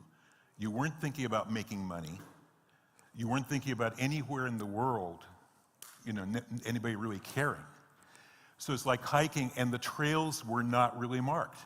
So what would you do? If you're out hiking and the trail's not marked and it might be confusing, you might leave a stack of stones, a cairn, to show people where the trail is. That's what our games were. We were all experimenting things and doing things, and as we played each other's games, they were basically just a pile of rocks saying, hey, I went this way, walk this way, there's something over here. So it was a very, very different time.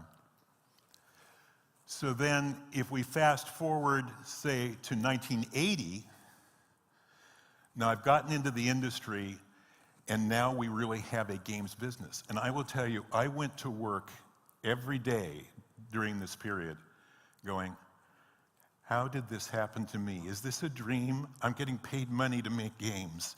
Is this going to stop? Is this all going to fall apart?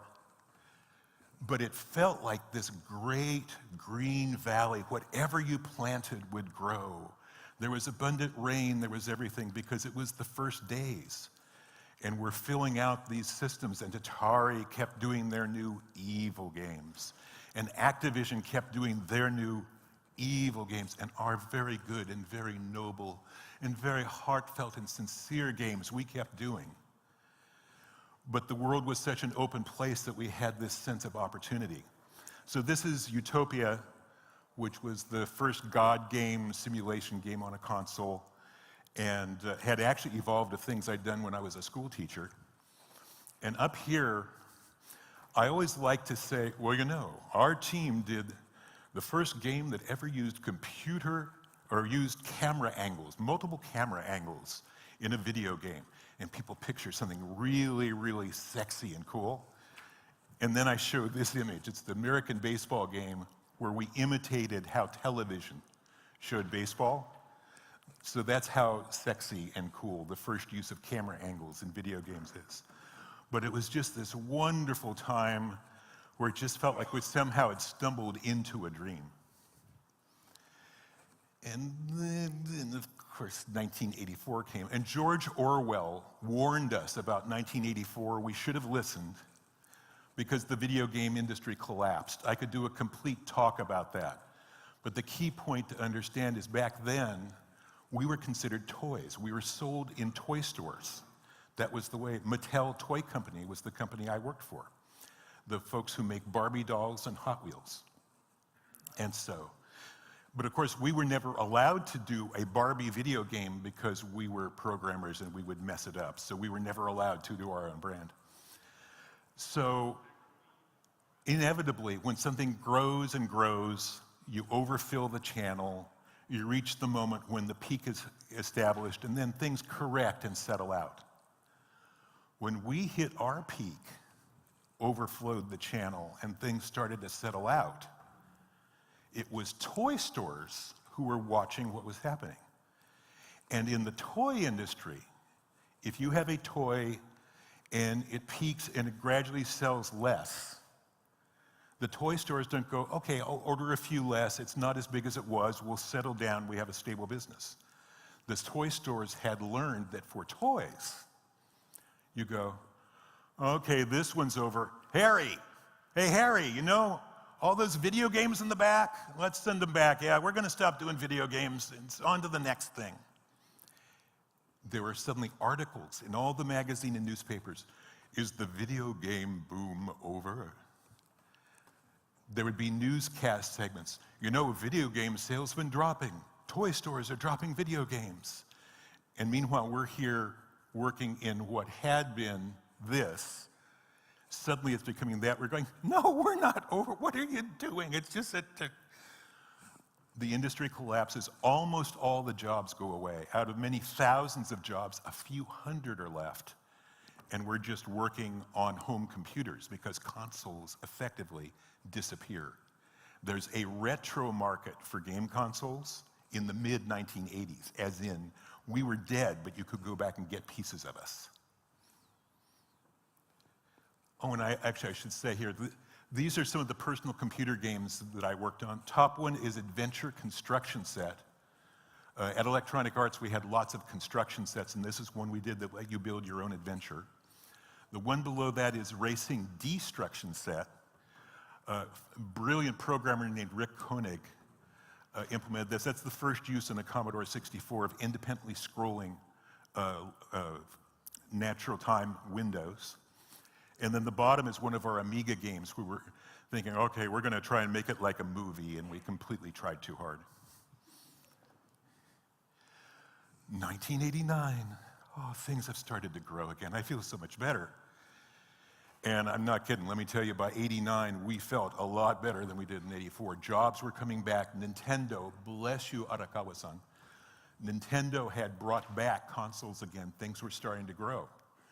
And I chose this photo because on the one hand, we have the waterfall in the distance, the green landscape everywhere, the beautiful handcrafted railing leading off to a wonderful and mysterious future. What adventure shall we go on together? But you'll also notice that as the path goes around the tree and up, we don't know where it leads. There's a waterfall there. Cliffs are known to be associated with waterfalls. Maybe you go around there, we go off a cliff. Things were getting better, the industry was growing, but 1984 still haunted us because it wasn't the naive joy of 1980. We now had seen a rise and a fall. Okay, now it's rising again, but you're never the same once you see that. Once something goes really bad, you never forget that bad thing. It stays with you. So here, the top two screens are from Neverwinter Nights. They could almost as easily, except for the multiplayer party, they could easily be part of the other SSI Dungeons & Dragons games, the Gold Box series, which were big hits at this time. The reason we could do Neverwinter Nights, which was the first MMORPG with graphics, is we were doing games with AOL that were online games, and we were doing Dungeons & Dragons games with SSI. One morning I got up and I thought, oh, wait a second. I know how we could put those together. No, at that point we only had MUDs, text adventures, for multi-users. And I thought, wait, if we take the Dungeons & Dragons code and then we do these things we do for online games with it, we could keep our graphics. And thank God it worked, because I bet the company on it. There's a point where Steve Case, the president of AOL, looked at me and said, well, you guys think you can do this? And you have that moment going up, let's see. I'm about to say yes, and if I'm right, everything will be cool. And if not, I'm probably looking for work. But I said yes, and because we had fabulous people, it worked out. And the bottom screen is that current iteration of baseball that we were working on.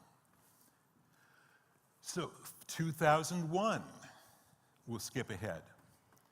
Industry has grown tremendously. In fact, all of the big publishers have gone public. So now they're selling their stock on the stock markets. But there's a problem with that. That brings in a lot of money to pay for developing new games. But the problem is, when you are published on the stock market, when you've gone public, now you have all these investors who are constantly getting up every morning going, I wonder what their stock price is today. And what makes your stock price go up? Growing. You have to get bigger and bigger, more profits, because that's what investors are looking for, is profits. And so once a company goes public, it is not just trying to make great games, not just trying to sell great games. Once a company goes public, they are playing their own game, which is the big company game. And what they get millions and millions of dollars, but what they get in return for the million and million is that the spider web of the big company game starts to envelop them, and the need to have growth, and the need to have profits, and the need to be predictable. Because they can't go,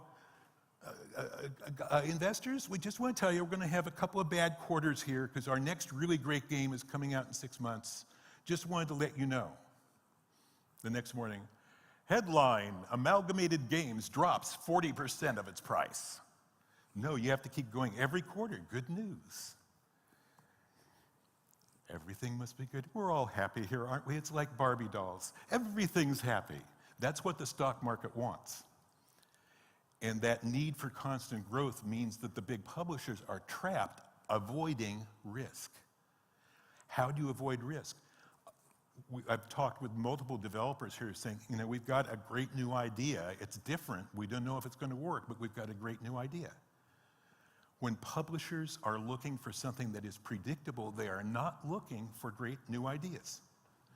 They are looking for sequels. They are looking for copycats. They are looking for licensed games to tie to movies, to tie to famous athletes, to tie to TV shows, because all of those, we already know that people love those products. And so If you go and you're looking for a game and you see, in America, you see Madden NFL football. Yes, I know what that is. If you see The Lord of the Rings, I know what that is. So that's what the publishers go for. So a lot of things have changed, and it's just not just technology, but it's the rules of the game for the guys who have the most money. So the games I picked out, we did the early versions of the PC version of Madden. This is actually, in the middle, is a little game called Stronghold. It's basically SimCity meets Dungeons and Dragons in 3D. It was early enough in the 90s that I put the quote marks on the 3D. What's funny is my entire career in game design, this game was not really a commercial success. The publisher had financial problems. It didn't sell a lot of copies. Game designers give me more praise for that design than anything else I've done in my career, so I always kind of like to show it.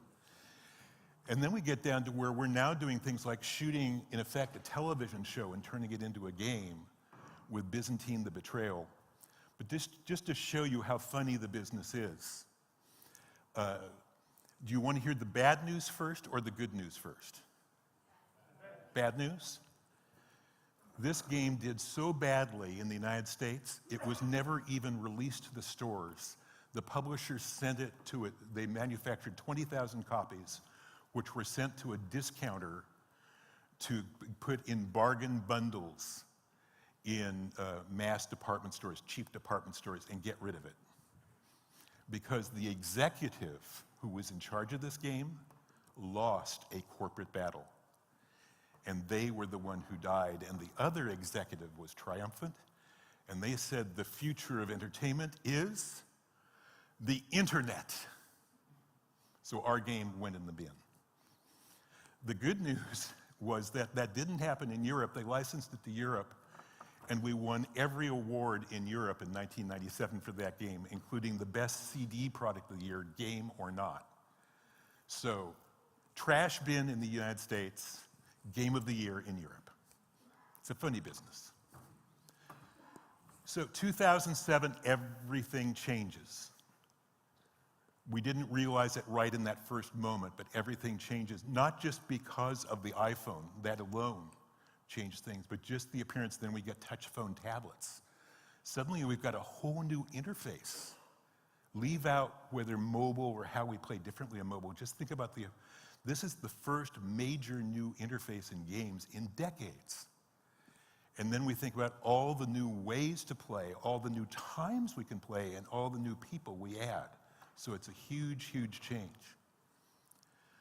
So we come up now, and by 2012, in the wake of mobile phones, in the wake of tablets, in the wake of the return of PC had been crushed by console, it starts to come back.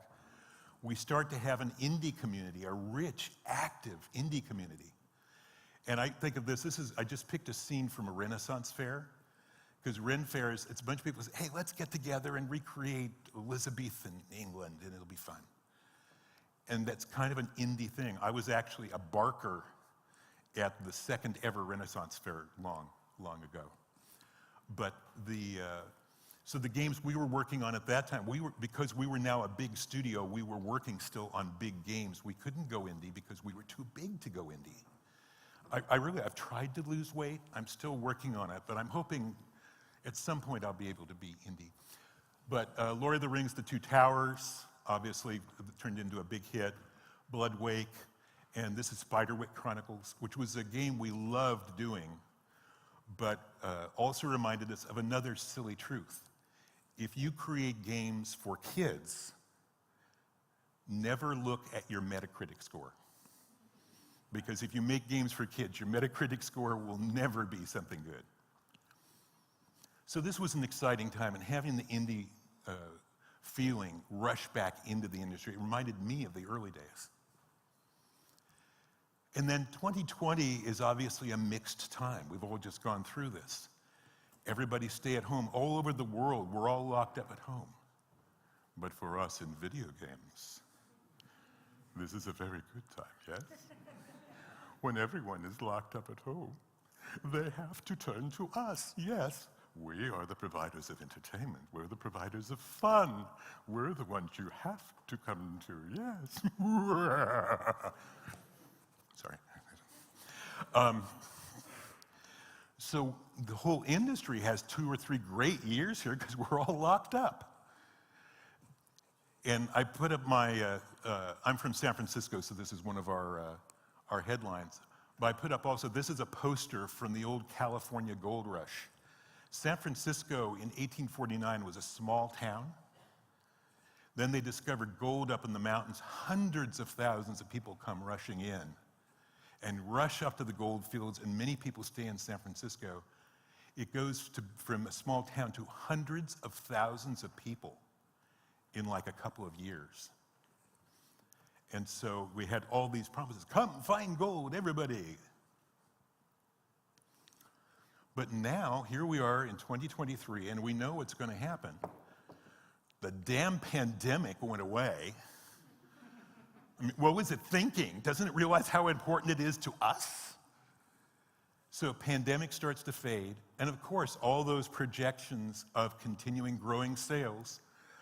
Yes, what's our stock price today? Oh, no, never mind. And of course, the investors lowered the prices in the stocks. The big publishers, trapped in the spider web of public companies, start doing thousands and thousands of layoffs. So now we're in another stormy time. So where I'm going with all this is if we look at games over the long haul, so here I'm looking at it over 50 years, we've had some amazing times. I mean, times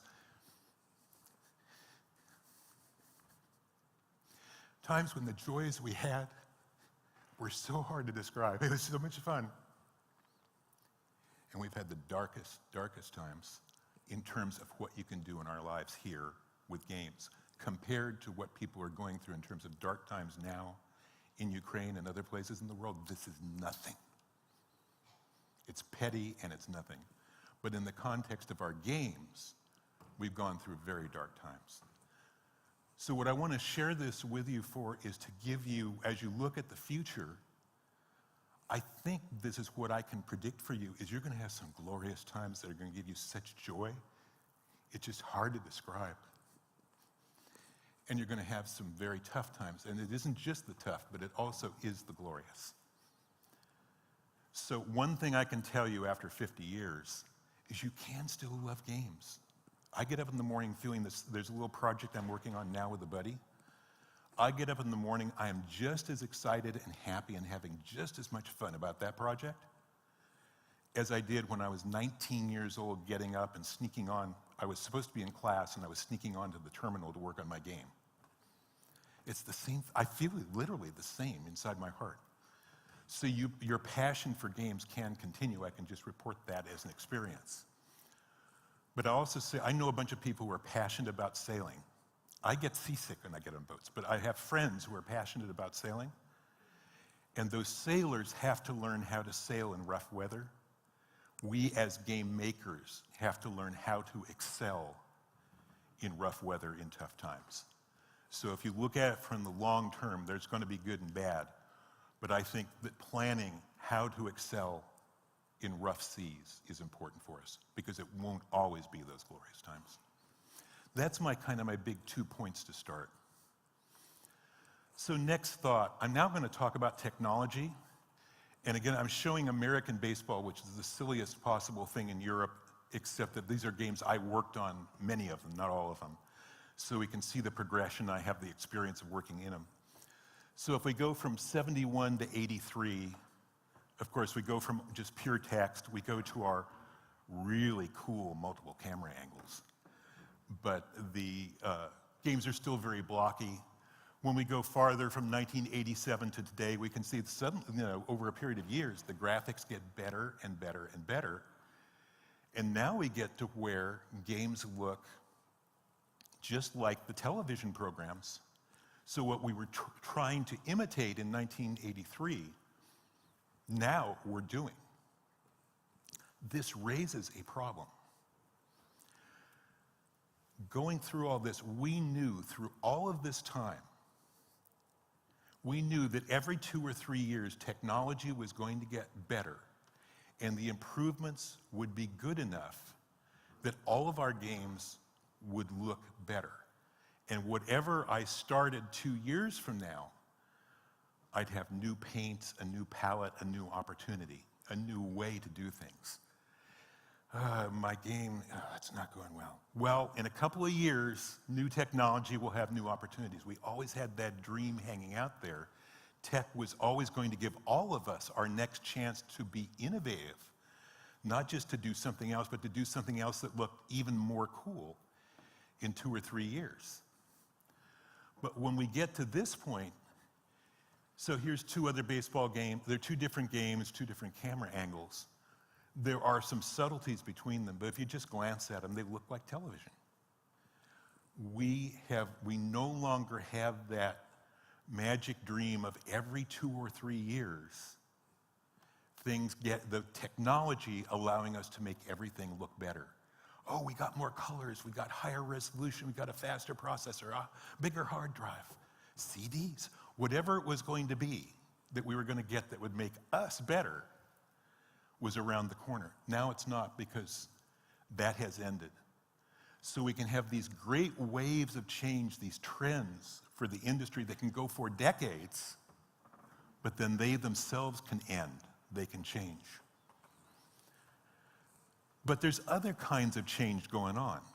So for example, here's a 2007 analysis showing the console business divided up pretty evenly, $18 billion. And the story's saying, oh, but about 1 billion is in PC games. PC had really been trodden down. If we jump up even to 2020, now that 18 on console has jumped up to 45. But look at PC, most of it online. Now PC has gone from 1 billion to $37 billion in growth during that time. And look at mobile, over 77 billion. So we, for many years, had improvements and growth that were based on graphics and audio, and that's what pulled us ahead. That's what made the industry grow. That's what tempted us. That's where the future was for us. That's what we were chasing. But really, for the last 20 years, our growth now comes from new platforms, new ways to build games, new audiences. We've added over 1 billion game players. New kinds of interfaces, new screen sizes, new ways to connect. So instead of the promise of graphical and audio upgrades, the promise of new ways to reach people has been driving us. That is a completely different mindset. And for those of us who made that transition, you had to stop thinking about, well, the next generation of consoles will provide everything that humankind has ever needed. Yes, it will improve medicine. People will sleep better. We had that assurance, well, that's not there anymore. We had to look somewhere else. And you have to, I can joke about it now, but for a lot of us, that was hard to swallow because we were happy. It's kind of like, I didn't say I was unhappy with constant improvement in graphics. I didn't complain. I was happy with my fate. Why did you take this away from us? It's like a biblical story. And for a lot of people, they just, I can't, you hear people go, I can't build that kind of game. That's not who I am. I can't do it. And I'm exaggerating, but I can think of a couple of conversations I had with friends, and I'm not exaggerating very much. There was this very emotional moment talking about that, and there's a certain producer sitting in this room who I know has watched people go through that moment. So we all, in order to keep growing and in order to keep going through the eras of games and keep loving games, we have to be able sometimes to adjust our attitudes and our dreams and our visions in some ways that we didn't necessarily sign up for originally or really plan to do or want to do. So this is important to think about because now you're facing that question about the next 20 years. which I hope will take me up. I would like to be in a condition where 20 years from now I can come back and say, well, here are my notes from my first 70 years in games. We'll see if that works out. But that's something we're all looking at now, and looking at how the changes are going to happen, because we now are reaching the point where we have reached so many players that we do need to look at new ways to see things. So I put it down about what's changing also changes. But it really seamlessly goes into the candidates for answer. VR, blockchain, XR, the metaverse, it's all around you. It will surround you and swallow you. Whatever it might be. Whatever Nintendo does next, which is a good bet, but not a perfect one. But I want to remind you that there may be some hardware makers here, and if you do, please plug your ears. As software makers, we are dependent upon hardware. We make games that are played upon devices. We produce software that runs on hardware. So we have to remember that the promises of new technology, of physical things, of equipment, of electronics, can be like the promises of politicians. May or may not come true. So when we look back to this list, I'll say it is my opinion that several things on this list are not going to turn out to be the big thing that people say. One or more of these things could turn out to be magnificent, and it would not surprise me. What all of us, of course, are trying to do is figure it out. But that's why we want to be careful. So some stories about that. 2010, 3D television is on us. All the big TV makers are making 3D TVs. All of our future lives in having special glasses, sitting in our living rooms and watching 3D TV flow out of the TV screen in front of us. And then 2017, and we've got the headline, 3D TVs are dead. That one didn't work out. I could have shown a lot of slides. When I was testing this talk to get it into the required time, I had a lot more slides about things that didn't work out,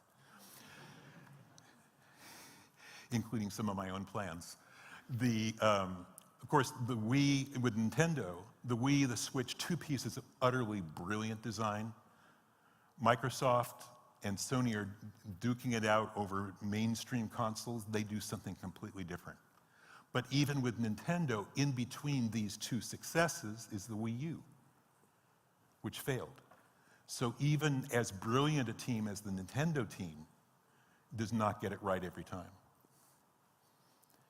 So I want to kind of pound into your head, if you already don't think that way, as a software maker, to protect yourself and your players.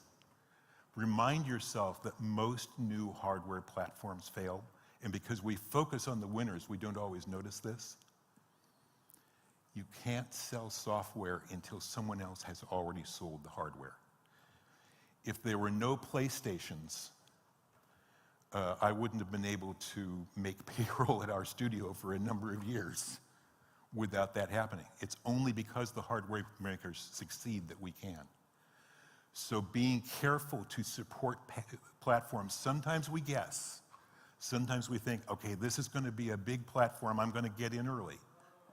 But, see, he agrees with me. Sometimes you're going to make that jump, but you want to do it very carefully. If you do it and you're right, it's very, very good. But if you do it and you're wrong, it's very bad. So I just want to have you remember, hit games require hit hardware. You're suspicious of politicians, I assume. Be suspicious of hardware success as well. Okay. We're accustomed to saying to people early in their careers in games, university students, think about your career, think about a skill that will make you special for your team. So I've got the picture of the Croatian national football team. Here we have some of the very best goalie, very best strikers, midfielders, fullbacks. They play in different roles on the team, but they collaborate very closely. And I really do believe in that model of having teams where people make a wonderful network where we all make each other better. So I continue to give that advice. Think of a way that you can be really valuable to game dev teams, and that's a great way to think, not just for the kids coming out of school. What if I were thinking that the only way I can build a game is the way I built it 35 years ago? I use almost none of the expertise that I had in 1988, other than, be careful, be careful. Other than that, I don't use much of that anymore. Very basic game design. Most of what my knowledge was in 88 or 98 or even 2008 is now useless. I have to throw that away and learn new things.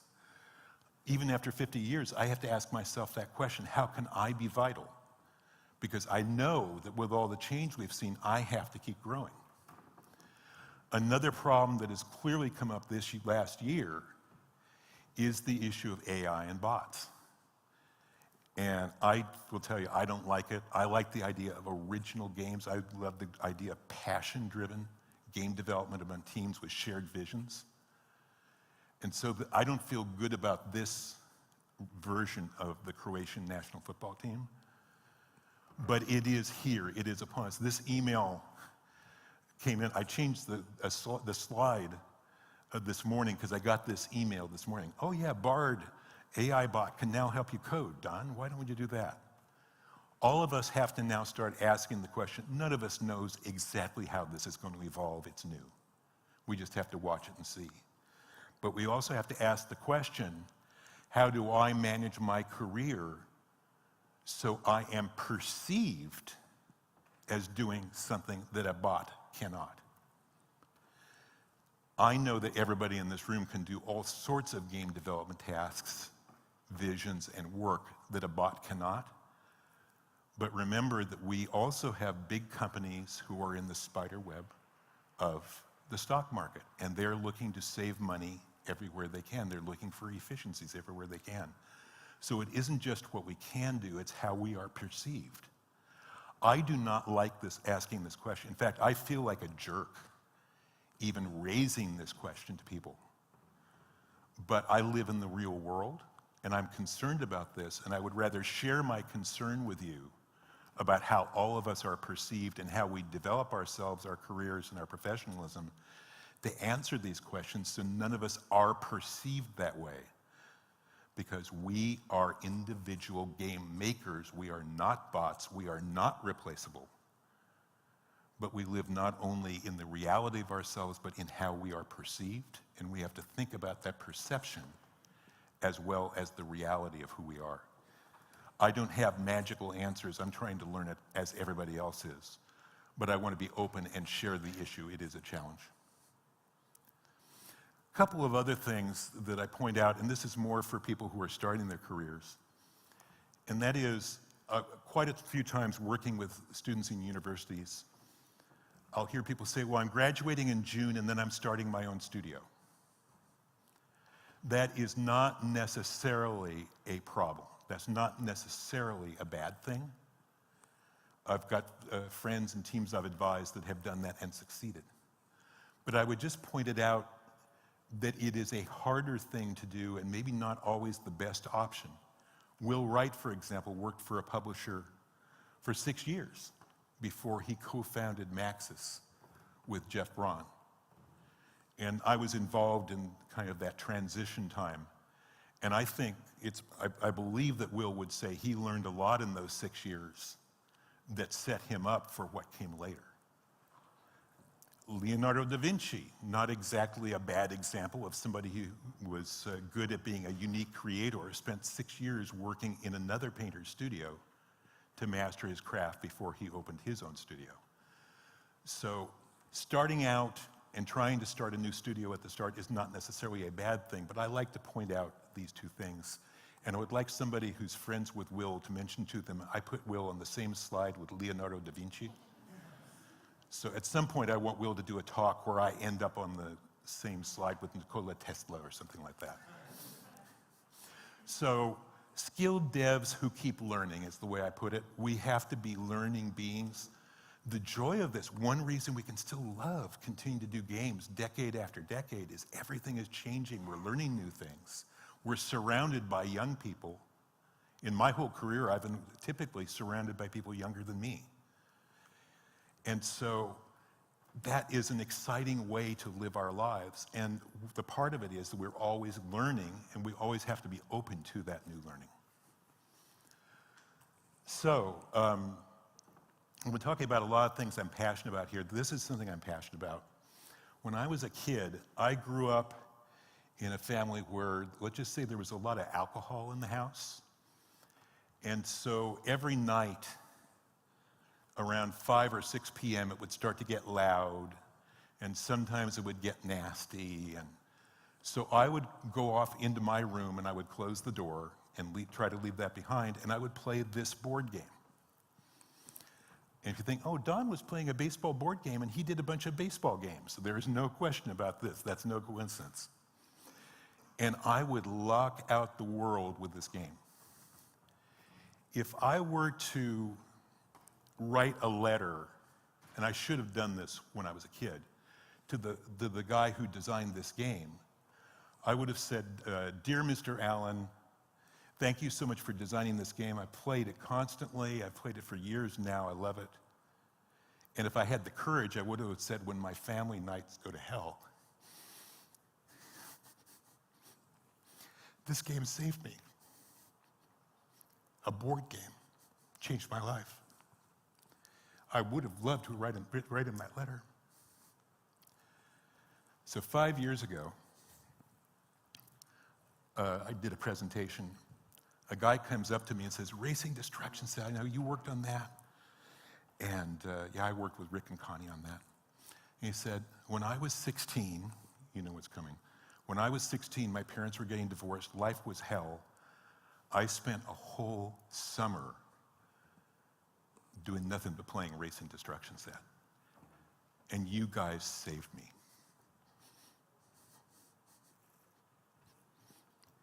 And you can imagine how I felt. So I saved that because as you do this, two things happen. We go to things like GDC, big, huge conference. Here, this is intimate. We get to meet people, talk with people. GDC is so gigantic, and we start to think of the industry as so huge and so impersonal that how are we ever going to make a dent in it? I've had times when I've walked through GDC and felt that way, and I was in Chris Crawford's living room during the first GDC, which was just a bunch of friends going and talking games. It is natural when we get in these environments to feel that way, to feel like we're little and something else is big. That's not what matters. What matters is that as you make games over the years, you have more and more chances for somebody to discover that you worked on a game that they played and that they loved. And they'll come up to you to talk about that game. And just like that person did with me for Racing Destruction Set, and just as I would have with my board game, they'll tell you not, oh, level 5 was really cool, and I love the textures on that level. They will tell you where they were, when it was, who they played with, and why it's so important to them that now they want to come talk to you about your game. And that's when you get to have one of these moments. And that's when you get to feel both their pain and their joy, and to know that you connected. You did something that mattered to somebody's life. That's what art is. That's what you always say, the difference in art. Art is art when you encounter a movie, a book, a play, a painting, a game, and it gets to you. You feel it. You don't just think about it, you feel it in a way that matters to you, not to anybody else. And the only relationship that matters is the relationship of the game player, the person watching the movie, the person reading the book. That is the relationship that matters. And we have this unique and wonderful potential as game makers to be artists and to do things that matter to people. So So one thing I would like you to do sometime today, and we're in a wonderful event. Reboot is a really unique games conference. I will tell you, I get to go to a lot of different places. I'm very lucky. The spirit and the mood here in Reboot is absolutely so fabulous. I absolutely love it here. So I want you to really enjoy this on the days when it's going. But sometime tonight or whatever, I'd like you to think back about what's a game that really made an impact on you? Is there a game that made you want to be a game maker? Is there a game that got you through a tough time? Is there a game that simply was so much fun that it gave you the sense of what games could be, and that becomes something that just carries you along? Whatever it is, think about that feeling you have. And then I want you to do something else, because I want you to build great games that matter. When we're looking at the industry, all the stories I've told about different times in the industry, gosh, what do I do? How do I maneuver over these things? It took me 40 years to figure out what my answer was to that. And a friend who is sitting in this row is somebody who helped teach me. And that is, we want to make things that are great and matter. We are not going to get to do it every single year, because sometimes the industry shoves us into a project that probably doesn't have that potential. But when we can, we want to build great games that matter, because that's what opens the door to those future conversations where somebody walks up to you and has that kind of a moment with you. One more thing. I said I had 7 ideas that I'll put on top of that. So easily we think, well, I can't do that. There's all these people in games. I'm just graduating from school, or I'm 2 years into my career, or I'm this, or I'm that, or I'm stuck in a job in a company where I can't do that. Great, that is the status quo right now, this moment. But that does not define you as a person. All that defines is what you are doing at this moment. And what you do in the future is something that you can influence, not always control, but that you can influence. So, first of all, think about what you're doing right now. Could it matter to somebody else? If it could matter to somebody else, how would you pursue your work on your project to try to increase the chance that it will matter to somebody else? Even if you're doing kind of a brainless project for a company you hate, you might find some piece of joy you can bring through that. It could matter to somebody else. Maybe not this one, maybe it's the next one, whatever it is. You keep growing, you keep going. And if a little voice in your head says, I can never do this, I'm not good enough, somebody else will do it, I won't, I would like you to take the obscene word of your choice and use it to tell that voice in your head to go away, because you can do this. And it doesn't matter whether we're talking in 2023 or 1973, you can. So that's my most important point of all. If anything, this is more important than everything else I've said today. And that is that you can do it. But I think the one thing you have to do out of all this is you have to set out to do something great. And in setting out to do something great, you will not throw away the chance we have all been given as game makers to connect to people. People who are waiting for us to give them an experience that somehow changes their lives and makes their day, their week, their month, or their entire life different in some way, because we are artists. Thank you all very, very much.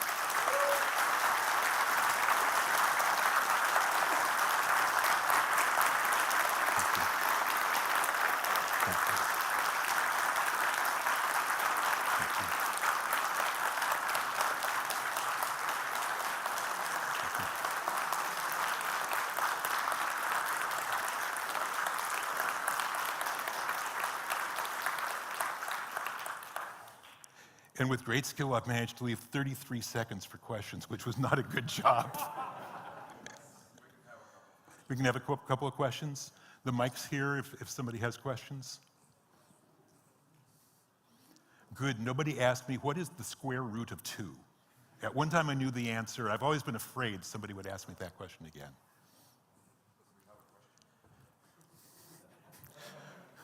Please, not the square root of 2, not the square root of 2, not the square root of 2. Thanks. First, thank you. It was excellent speech. Totally. I'm Kimmo Kari from Finland. I start to be old as well. I'm turned out to be 50 years now, so I can feel you.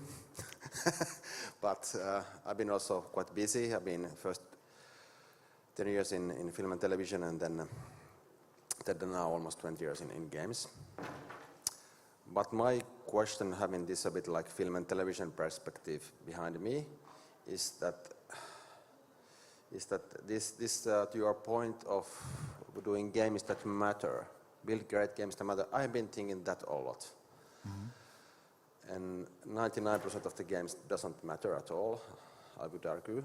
And I would like, but if you think that the game is quite young medium, if you think about poetry, if you think about literature, even movies and films, I think the mediums sort of like grow, mature themselves, and I hope that in the near future, also this game industry, or game as a medium will grow to be more mature, and most of the games would then matter.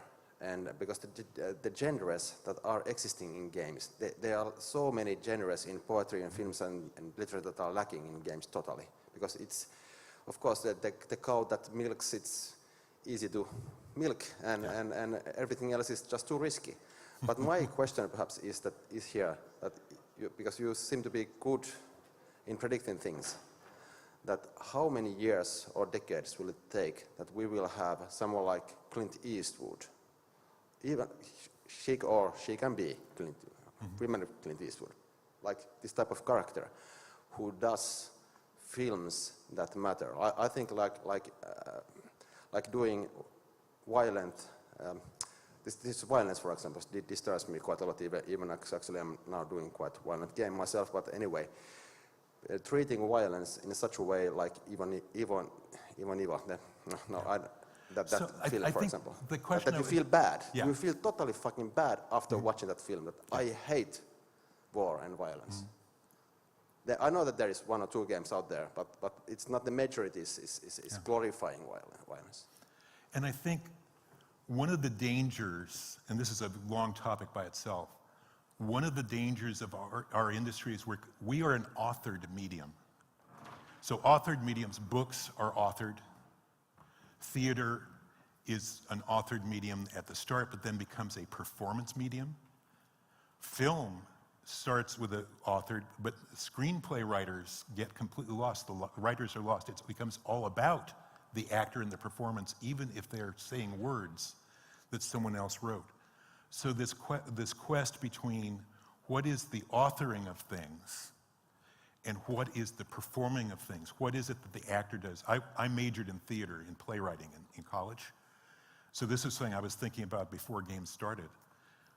I think that what we have to do, and I'm oversimplifying a very important point, is we have to think that we are a unique bridge between authored and performance, and as our graphic quality and our ability to do film type things and television type things has grown, we have more and more opportunities for great performers to leverage what we do to create great experiences.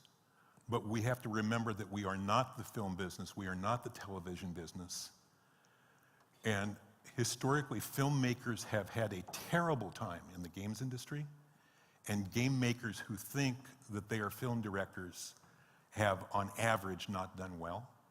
So I think one of the things I keep coming back to is just remember that we have our own unique position. To me, sometimes it's a trap of falling into try to be like another medium, and think about how do I make where I'm standing in games matter without trying to be a great screenplay writer. If I think about an author, can create an environment in which other great actors have a certain effect.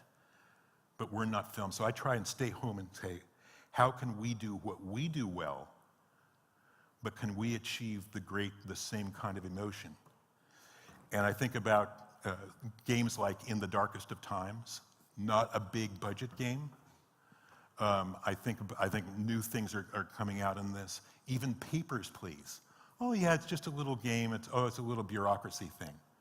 Oh, I played a little longer. It's not so simple. Oh wait, it's becoming more. Wait a second. And so I think there are probably a lot more indie games. The big publishers have a hard time doing this because they have to do big things. But keep watching indie games because I think there's all sorts of inspirations of how we can create powerful feelings and powerful connections, not in big budgets, but in small games with a clear vision. So, thank you again, everybody.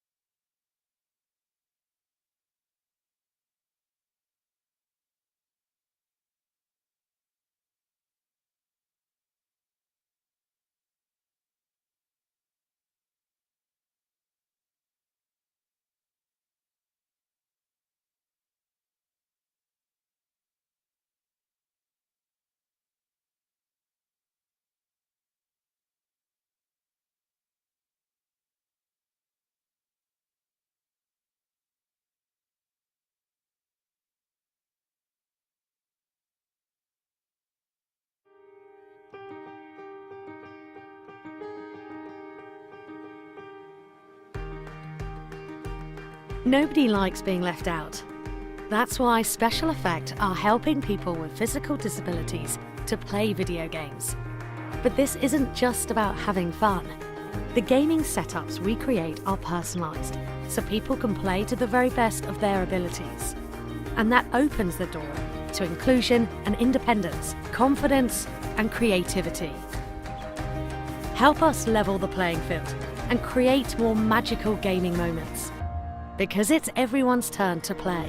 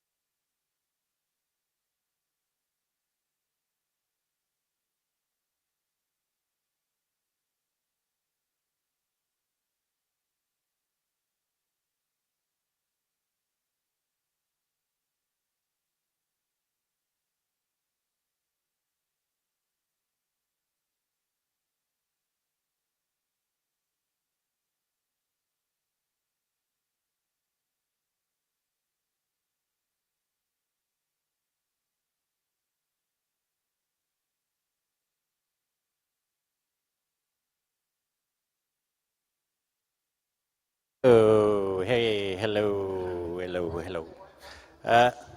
Wow, we got a soundtrack. Okay. Yeah, my name is Dane Takahashi. I'm the lead writer for GamesBeat at VentureBeat. Thanks for coming to our session. I've been covering the game industry for 27 years, and I've been at VentureBeat for 15 years. I help run the GamesBeat Summit events. We got one coming up in May. We do another one in October, and I really enjoy the game industry. I've actually been a tech writer for longer, for about 33 years, and the intersection of tech and games is always very interesting to me. Our panel today is about the challenges of indie publishing, and I'm going to have my panelists introduce themselves because I'm pretty bad at pronouncing some of these names. So let's start with Eve. Hi, I'm Eve. Wait, no. No, I'm Eve. So we're going to sing a song, and then I'm Yves Leamong from Focus Entertainment. I started in the industry, and it shows a bit like in the mid-90s, in MUDs, Multi-User Dungeons, then MMORPG, then 12 years Ubisoft, and then Focus Entertainment. You might have heard Plague Tale, Space Marines, Atlas Fallen, Evil West, Dordogne, etc. Nice to be here. Thank you. Yeah, thanks. Hi, I'm Phil Elliott. I'm CEO of Modern Wolf, which is an indie publisher in the UK. Currently, Zero Siva is the kind of the main game we have right now in early access. Before that, I created and ran for almost 10 years the Square Enix Collective indie label, and probably most famously, Power Wash Simulator was our biggest game there. So I'm very happy to be here, and hopefully I won't embarrass myself horribly. Too late. I'm Steve Escalante. I'm the founder and GM of Versus Evil, as well as Red Service. So Versus Evil is an indie games publisher. It's been around for 10 years. I haven't been as long in the industry as Dean. He's clearly aged better than I have, however. But about 25 years, I started off as an indie game developer. We failed miserably, and then I've kind of grown through that. And before starting Versus Evil, I was at Bethesda Softworks as a director of marketing for about 5 years, and have been in the sales, marketing, and business development for pretty much my entire career. Is the takeaway that if you are not good at doing games, you should become a publisher? It was like, That's true, actually, for me. yes, I'm the imposter in this panel. I'm Andrea Kifu. I'm not a publisher right now. I'm part of the Xbox, ID at Xbox team. I come with experience in publishing, been with Raw Fury for many years, starting their sales and commercial team, previously at Paradox Interactive and other companies as well. I guess it counts as indie, right? ID at Xbox, anyway. It's like, what is Microsoft doing on this panel? Anyway. So I guess, I don't think we have to have every person answer this, but does somebody have a good story about getting into indie publishing? Like why did you leave another part of the industry to get into indie publishing? I wouldn't say I had a good story. I did get yelled at.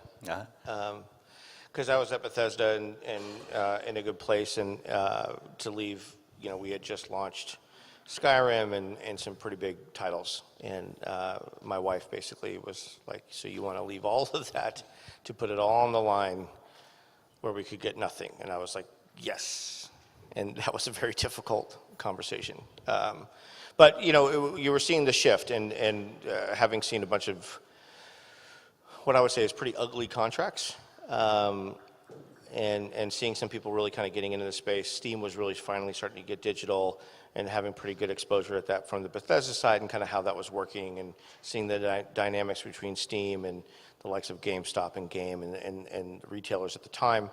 It was just kind of a good time to get in. And in some regards, for those that were in the indie scene at that time, as you all know, it's a very different time. To publish a game in 2013, 2014, there was a lot less products being published at that time versus today. So the transitions that we've all gone through in these last 10 years are not insignificant. So we've kind of started off a little bit in the heyday, so to speak, and then then we're now basically all pretty brutal competitors. Did you feel like you hit your stride at some point in getting into the indie scene here?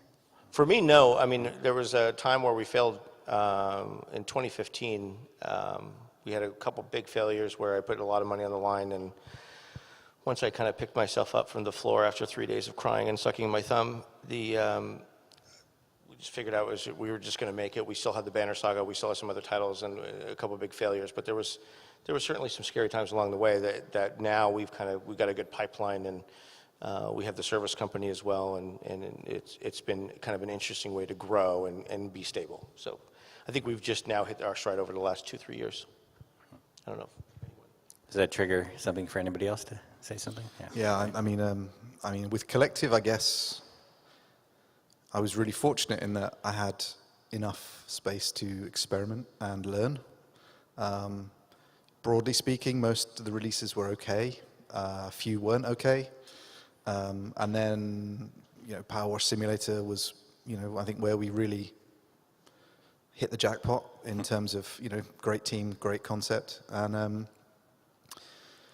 we felt very privileged to be able to sort of take that as far as we could. So just as I was hitting my stride, I then left Square Enix and hit the reset button a bit for me. And so, yeah, who knows when we'll hit our stride at Modern Morph. But what I learned from thinking I'd hit my stride at Collective with Power Wash is that there are always new challenges, always new problems. Doesn't matter how successful a project is, they're just different. And so I think hitting a stride is perhaps nice to feel, but it's only going to ever last for a short period of time. Eve? I was in a big AAA company for 12 years, and having an internal publishing arm there. And some people in the room know a list of games I presented for publishing there, including one I'm wearing a t-shirt right now. It's called Disco Elysium. And after several years of trying to convince corporate people that innovation and the dynamic of the industry and the freedom to be able artistically or on the topic to say stuff, that is way more easy on indie. Not succeeding in convince, then moving to III, AA space gives more freedom for me to give more freedom to developers. So that's the main goal. Not being free myself, but allowing to help freeing others. Yeah. So this is where we get into why you guys exist, right? It's chance for innovation and doing something different, I guess. Yeah. Why we exist. So this kind of came up in the last panel that I was in. Well, when we started, I mean, publisher was a dirty word. I literally flew out to see the Stoic guys for the Banner Saga, and they had just decided to kind of go it alone. They had a successful Kickstarter, all that fun stuff. So literally, I showed up at their offices. They're like, Steve, we just decided to self-publish yesterday. And I'm like, well, that's great. Let's go get some beers, because I'm at least here. And 2 days later, we had signed a full agreement, which to me was probably one of the coolest experiences I have ever had, because I'm just negotiating a contract over the guy's shoulder, and John and I kind of went back and forth. We redlined it, and I left with a kind of an old school kind of contract signed, which was, to me, was an amazing experience, because it would have required probably 5 different meetings with committees and all sorts of different things from the big corporate world. And the reality basically is, I think, as indie publishers, I think the biggest value that we give back to people other than money is time. A lot of guys just straight up just admit that they don't know how to market or publish their game, and the idea is for us to take off the burden of sales, business development, marketing, community, whatever that is, which for every team is different, and just to try to help. And to say that we're perfect is not accurate. We've had failures. I mean, there's been products that haven't done as well as we had hoped they would be, and we're trying to find the right niche depending on the genre. But the hope is at least that we can add our expertise, add marketing, add social, add our team, so that the game devs can at least focus on that and not have to worry about so much as on all the other things. We're not 100% successful. It's a bit of a bummer in that regards, because that hurts, both from the team perspective, but also just seeing an indie just take some hits. I mean, it's a tough market. Andrew, do you want to address anything here? Yeah. Yes, I could, maybe touch a little bit on how we complement what publishers are doing, publishers and developer equally, because we work with both sides of the spectrum. And I'm just going to touch actually only like the tip of it, because my colleague Ben is going to have a talk later, talking more in depth about ID at Xbox. But what I'm going to say is that I would say, we help independent developers to, by empowering them to bring their games to a new audience. Now also like new ways of new ways to reach to a new audience, because now we are not just looking at like traditional console any longer. No, it's a lot of talking about like cloud, which is in itself a new way of reaching a new audience.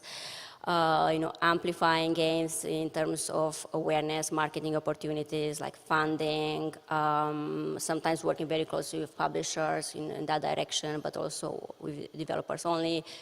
Xbox services have, colleagues here also representing that part of the business, which is not only for games coming to Xbox. So I think like we are just trying to make a difference in the industry and help everyone. So I think it's a real good point though as well. It's like we have a weekly marketing meeting with Xbox, right? So it's just how do we create opportunities, listen to what you guys are doing, to then bring them to the devs. Does this make sense? So we have our titles, we have our things. We're just trying to basically find the slots, which could derail development. Hey, sorry, I know you're working on this demo, but these guys are doing something on this date. And it's just that coordination, that kind of connection that not every developer necessarily has. Like, we're very fortunate to be able to have our weekly meetings with these guys, as an example. And not every developer is given that opportunity. So sometimes publishers are, because they just have more titles, and it's not a waste of your time, because we're able to talk about 10, 15 titles that are in the pipeline, and it makes sense, as opposed to an indie developer with one title. That would be a lot of meetings, I guess. So anyway. I feel like we skipped a little bit over the money aspect, because in the end, that's kind of what we're here for primarily in the first instance, is, to help get games made, to give the devs time and the income to actually get them to release. And then it's our responsibility to make sure they release in the best possible fashion. But I don't think there's any conversations, in terms of pitching, where the pitchers focused on the services they needed versus the money they needed to get to completion. So, I think I think my view is that we're a service provider, and one of the services we provide is funding. You mentioned historically that kind of real negativity about what that meme where, what a developer thinks a publisher is, what my mum thinks I am, what I think I am, and what a publisher really is. Just a stack of banknotes. But I think the responsibility is from the payment through to the release and the income at the end, and it doesn't. The money's the easy part for most of the time. So how many publishers do we have in the audience? And how many developers? Okay. What do you guys want to know about from these folks? Probably the developer crowd. What are you guys most anxious to ask? We can start a Q&A right now if you guys want. Anyway, I'm going to take a guess. What's the best way to pitch you guys for a game? Thank you. Events are generally the best way. Live events like meeting people. Maybe not Reboot, because it's not the main goal of Reboot as an event. But GDC, Gamescom, local event like Nordics, big, you name it. Generally the best way, because that's why we go to events.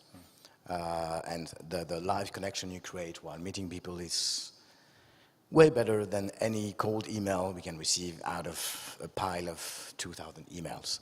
So yeah, human interaction, because it's a human industry and we love meeting people first and then games.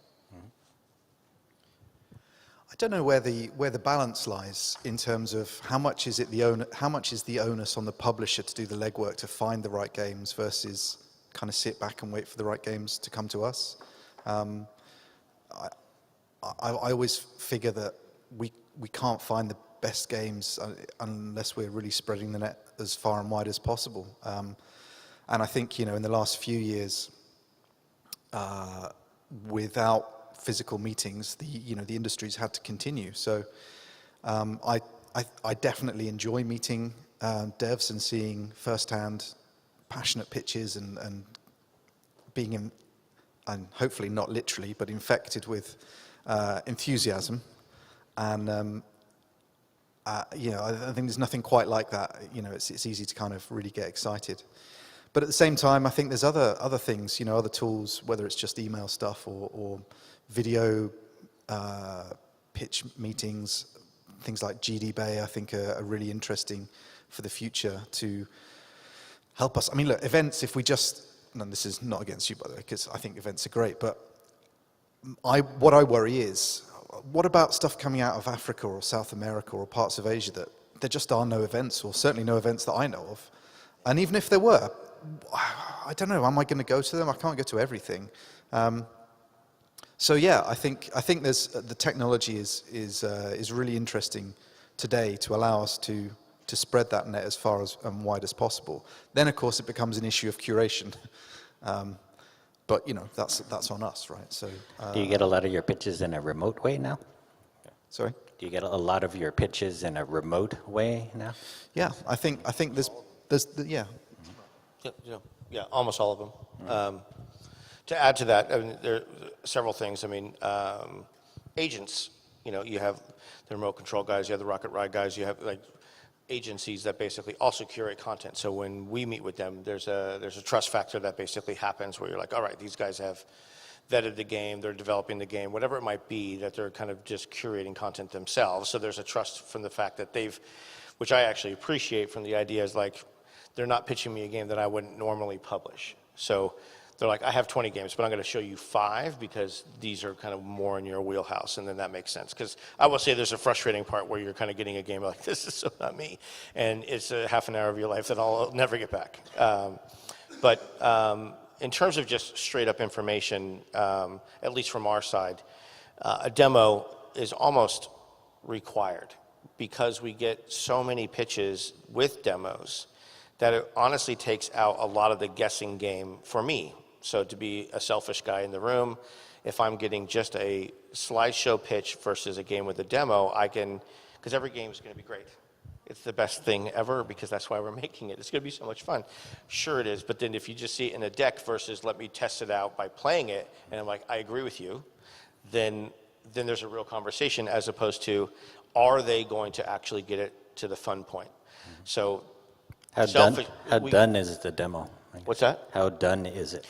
So nothing against our Xbox friends, but I think there are groups that understand demos are a little bit more lenient with a demo earlier on like we are, because you can kind of make that group, whereas I do feel sometimes first party, when you show a demo, they want to see it much more finished than, let's say, what we would. It's more of like, let me just see if you've delivered the core concept. So it could be pretty rough, but at least if it's playable and you can say, yes, they found the fun, that's good. If it's just, if it's really just rough and core, then it's like, yeah, that's not enough for us. Well, come back to us when you're ready type deal. But if you can find that fun, and that it's a selfish thing to say, but it takes away the risk from us. We can go, okay, now I know, what do you need? How do I get to the end? What do you need? What are your risks? And that's the other thing too. So in terms of information, so there's demo, show me good GIFs, show me good videos, show me things that basically is going to get me excited, get a consumer excited. Because if you're getting me excited with that GIF or with that video, then I'm going to be able to promote that to a consumer because I'm a gamer too. So I know now how I'm going to start kind of wrapping my mind around how I'm going to market this game. So you have all that information basically in there. And then, of course, just truly understanding your budgets, your team, your breakdown, what your risks are in terms of people. You know, when you see a production timeline and you look at that and you say, how am I going to get this game done? You need $500,000, $300,000, $1 million, whatever it is. Who in this group do you not have? It's like these 3 people. Do you know who they are? Yes. Okay. So sometimes it's we just need funding and we can sign them, and sometimes it's I don't know who they are. It's like, okay, and that's fine. It's just identifying those risks now so that we can at least go, do you need help with that? And all of that stuff is part of the pitch for me so that we can have a clear picture of they found the fund. I have a good understanding of how they would pitch it to me, how we would market it, and then how do we get it done?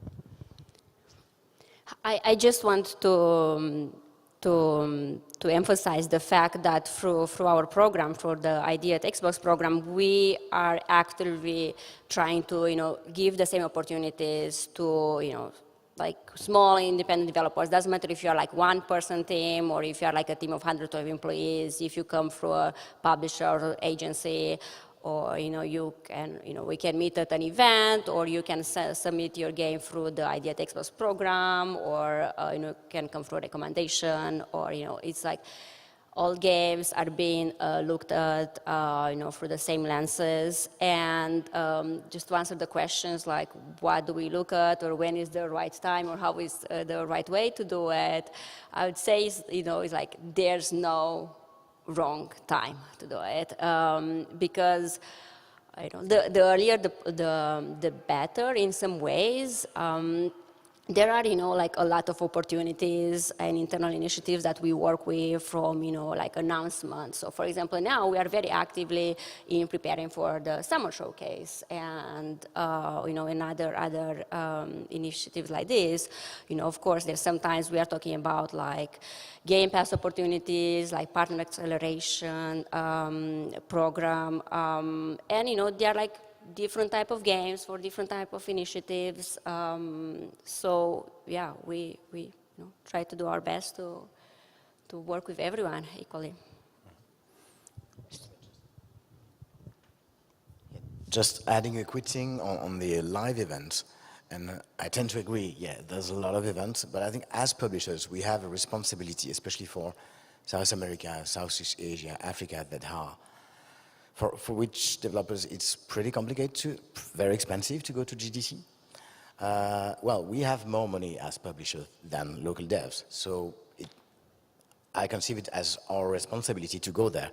There are 3 different live events in Africa, 4 in South America, etc. So, of course, we're gonna do, like, spend our life traveling, but at least getting to know the people, getting some of our attention there, it's really think. It's our responsibility, I would say. Let's see.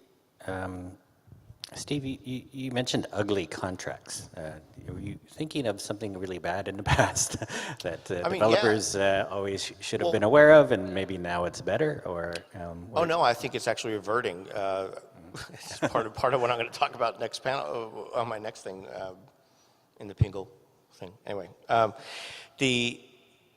no, we're seeing some predatory language in contracts right now that are really pretty scary, and people need to understand, or at least make sure they have a lawyer to look and help them understand the terms that are coming back. And those terms that are coming back that we're seeing in some of our deals that we're competing with are similar to how the indies started breaking out with to begin with. And those are your definitions of net revenue, your definitions of how you're getting money, and you need to know what those definitions are. As an example, if someone gives you a contract that basically says, you need $2 million to make this game, great. Here's $2 million, I'm gonna give this to you as an advance against royalties. That's very different from paying milestones as just a developer advance that gets recouped differently. As an advancement against royalties, that means if, let's say, your royalty rate was 50%, that means that they've paid you in advance for the royalty rate, whatever that is, let's say it's 50%, which means until I make $4 million, you won't get a royalty, which is different from if I give you $2 million as a development advance and I recoup that at 100%, then after $2 million, I get that money back, and then we start splitting royalties after 2. It's a very different timeline. We are seeing things where publishers are recouping their internal expenses. That's Do old school. publishers have some advantage now, or is this a sign of like the downturn times or something, or why is it coming back? I don't. It's a really good question. I actually don't have an answer to that. But it's scary. I mean, that's how the indie scene started. So, like, why? The whole idea was we can do this right without somebody getting screwed. And they're bad contracts. Like, there's times where you could look at the contract, like, that developer is never going to see a royalty. Like, that's a horrible agreement. And we're seeing some of those that we're competing against. Yeah, I mean, on that point about why the advantage perhaps could be swinging back to publishers, I think it's because of the amount of content out there, right? You know, I think if we go back 10 years, 12 years maybe, like, gamers were trying to find original, interesting, creative, different games. And publishers, you know, essentially the AAA publishers in those days were not providing those experiences. You know, people wanted space games and they weren't available. So, you know, Kickstarter became a great kind of de facto platform for people to say, well, actually, we want to make a space game. And people say, yeah, we want a space game. I'm going to, you know, risk my $30 and hopefully get the space game I want. Now, this is pre-Steam Direct, and I'm not casting any shade on Steam because, you know, I mean, many people I think have opinions on curation. But the fact of what happened is that pre-Steam Direct, when there's 40, 50 games a week perhaps releasing, and there's a degree of kind of community curation around Greenlight, post-Steam Direct, 250 projects every week. And yeah, I'm sure the algorithm's improved and everything, but suddenly there is this perception of a flood, and it affects everything. And we're in this situation where we've got three key problems as developers or publishers. The first is that the communication channels are so saturated with noise that it's incredibly hard to get your message through, whether that's to games press, whether it's to YouTubers or streamers. There's so many people asking for airtime and for visibility that it's almost become like a whiteout of noise. The second thing is then, even if somehow we get the message across to the gamer's like in the back of most people's minds now, there's this like, yeah, but my Steam library's got 300 games, 250 of which I've never installed. I don't know, do I need a new game? Even if I kind of like it and I've heard about it. And then, of course, challenge 3, which as an industry we've kind of got ourselves into this mess, is that even if the gamer hears about our game, even if the gamer thinks, yeah, okay, I want this game, why do they buy it day one? Because they know that in 6 months' time it's going to be 50% cheaper. So, you know, there's these key challenges which just weren't around. And I think what happens is, as a developer, you look at the failure rate of you know, all these projects releasing, and I understand, obviously, it's not 250 finished, complete, great indie games that are releasing each week, but still, the numbers are very high. And so a developer will look and think, well, my only chance is to work now with somebody who can provide some kind of competitive advantage, i.e. a publisher who has money, has connections, has first-party relations, and so on. And I think, yeah, you know, there's a lot of projects out there, and that's I think one of the biggest challenges. So, I think it's sad. And It doesn't mean that they make bad contracts. no, agreed. I mean, we actually we give, just at the point where we're looking at making an offer, at Modern Morph, we will actually give every developer that we want to negotiate with $500 to actually go to a lawyer and get the contract checked independently, so that we know there's very little chance of them stumbling into something that's not good for them. And for the sake of $500, which, by the way, we don't recoup against any dev advances, I mean, why not? You know, it's about the industry's health. And my worry is that if we don't consider ourselves guardians of that health, then we are shitting on our own doorstep. I would be a bit more optimistic, because 15 years ago, the contracts were way shittier than now. Because the balance of power between publishers and developers were clearly in favor of publishers, and publishers were dictating the law. And with the success of the first indies, etc., and a bit thanks to Steam as well, developers have become more mature on reading the contract, on what is needed, on the revenue share, etc. So it's a good thing for the industry, including publishers, that developers are more mature and can read, etc. Regarding lawyers, always get a lawyer, whatever. The publisher is your friend, your best friend, your sister, your brother, father-in-law, whatever, get a lawyer. It's not because publishers or investors are bad faith, it's because mainly, maybe in 2 years, I will be somewhere else, and someone else will be at Focus, or Phil will be somewhere else, etc. So something you cannot master. What you can master is having a lawyer reviewing your contract. And maybe it's first draft, it's fine and it's cool, but always have a lawyer. And also it's part of the reason why I guess we are publishing indies is, and maybe it's a cycle coming back again with Unreal 5, is from the 20s to 2010, there was like a weird technology industry. So there was the race for realism, and all the AAA publishers were racing towards ultra realism, taking advantage of technology, etc. And at some point, games like Limbo, Inside, whatever, came around and offered something very different, artistically wise. And we're not only a technological industry, we're also an artist, so we're in between.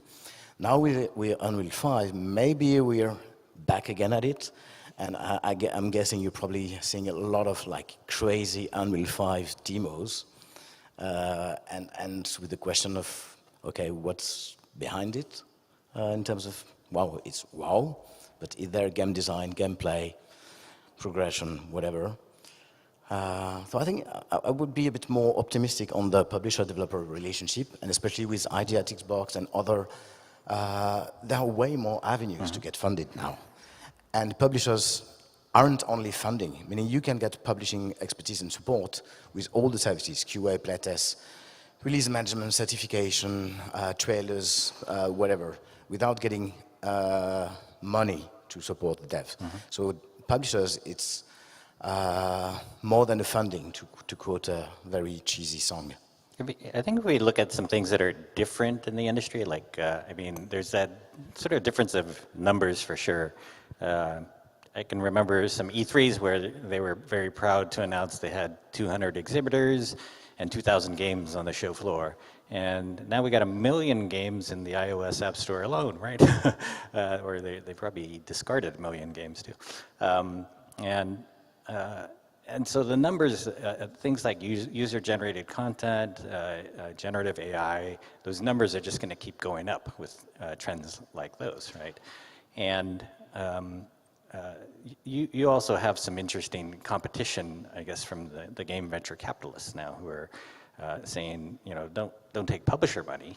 You can be your own boss. We can give you money to fund your own game startup, and you know, you can fund all the titles you wish that way. When you think about some of these things that are different, like what comes to mind as to, you know, like, you know, what the challenges are, I guess, and what the opportunities are? Anybody? I would just gonna touch a little bit on the challenge of visibility. You know, Phil, you mentioned earlier about like Steam and, you know, the number of games, and I just wanna, you know, kind of make sure like developers here are not getting like demotivated about it. You know, of course there are a lot of games out there, but at the same time also, you know, the number of players, right, is increasing. You know, like we are trying to reach like 3 billion like gamers out there, and it is like on all of us to do that. It's not an easy job, but I think, you know, like there are steps towards it, and, you know, with more awareness and topics like, you know, accessibility, which should become like a normality. You know, like every gamer counts. So, if developers, publishers become more aware of that, and, then with new technologies, new solutions, I mentioned earlier cloud, like the industry is growing overall, and, the number of gamers as well. So it's not everything necessarily like, like bad in that regards. Regarding like challenges and like contracts, I would say I come also with a background in law actually, and I'd say that doesn't matter if you work with a lawyer or not, like you are entitled as a developer to ask the questions and for you to understand the contract. You should be able to understand the contract on your own, because you are the one who should be, understanding the business terms and what you're getting yourself into, and ask questions and ask for partners to change contracts if it's not clear enough for you. It's totally fine, and this is what I've been seeing recently. There is way more awareness, there is way more knowledge out there. People are willing to help, take advantage of that. In terms of venture funds and project funding, there are indeed like so many opportunities for funding out there, but there is like space for everyone. Like many of these companies, they work together.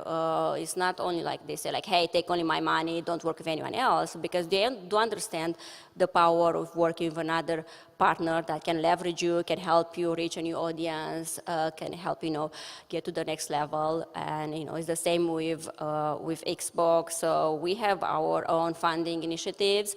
We are going to work equally with developers and publishers. We are not going to tell you like whom to work with, but when we see a partnership that looks like it's made in heaven, and like they just align in many ways, we are very happy for them. So yeah, I think like there is room for everyone, and nobody, like no publishers or investors, ever complain that there are not enough games out there. So I never heard it so far. Are there more challenges developers should know about, the challenges for publishers that developers should know about?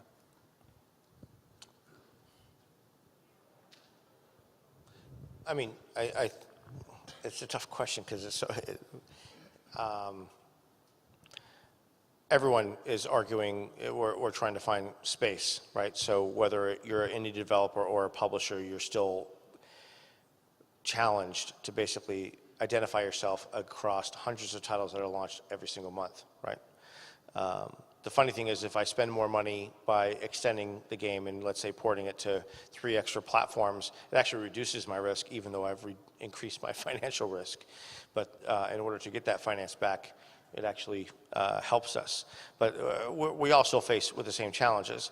Because some of the games that we even publish is just like trying to find that audience, and that audience sometimes is very different. We have a game right now called Stray Souls, and it's very specific. It's horror, and I can go after that audience. I know who the customers are. Whereas I have other games that are much more broad, and they're kind of more story-driven and narrative and design, and they're lovely and they're wonderful graphic and graphically just beautifully, and you're just trying to figure out how to basically just get this but the market is so broad to try to find out how you really kind of hone into that market. So we have that challenge as well, just like anybody else. The hope is that we are dedicated to that space, in which case that's what we spend our revolutions on in terms of just how do we figure that out. But to act like we're smarter than everybody in the room is not true. We work with the development teams to basically build the right strategies and try to position the titles as best as we can in those things, whether it's skewing young and how do we make sure that people understand that this is an actual full-on, let's say, tactics game, or even it's a narrative game. It's just like this.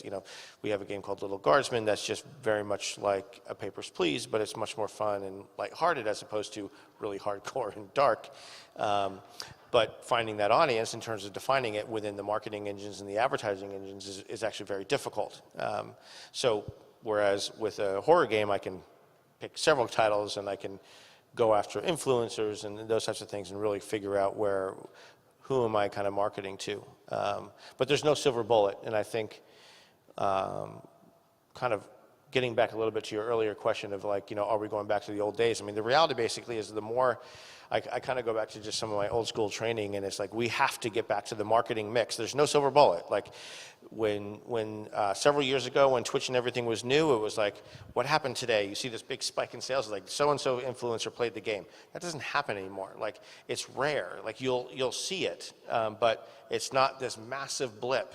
So people are now looking at Twitch, which is what we thought they were going to do years ago, and it's their entertainment. They're just kind of playing it, they're watching it, and it's very different from, I'm going to buy because this is amazing.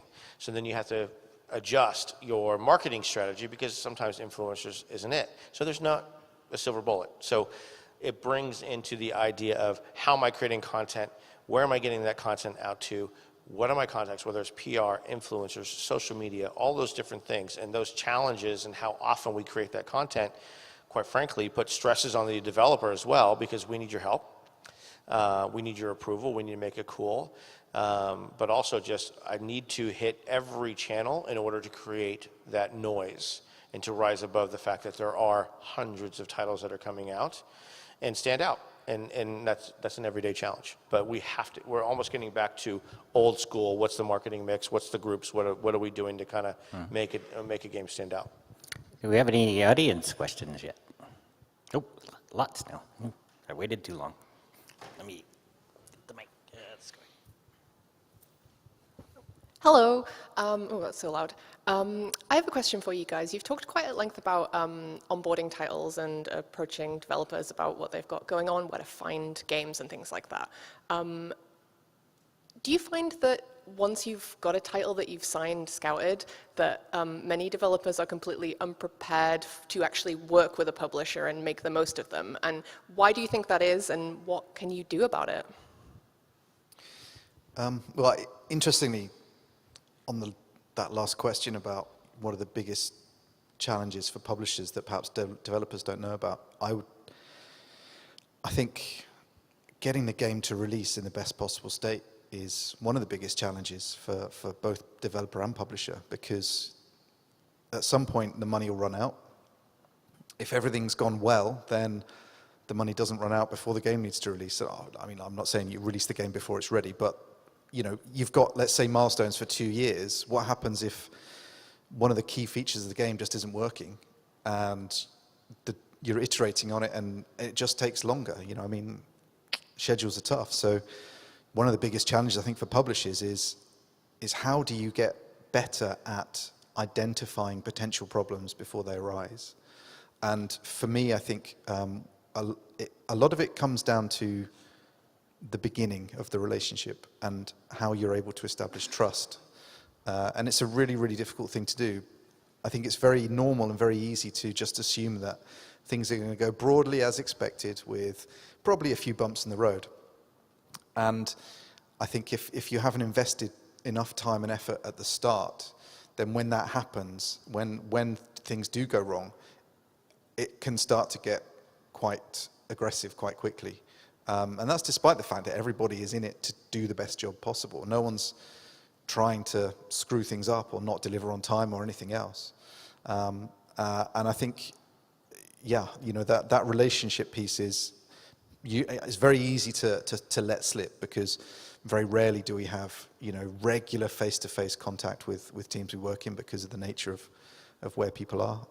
And oftentimes developers have multiple people who are remote from other people in the dev team. So for me, I think taking more time at the start, and whether it's just pre-signing or whether it's just post-signing, working really hard to just get everybody aligned and understanding how we work, what do we expect, how are we going to deal if with this situation if it arises, what are our backup plans if X, Y, Z.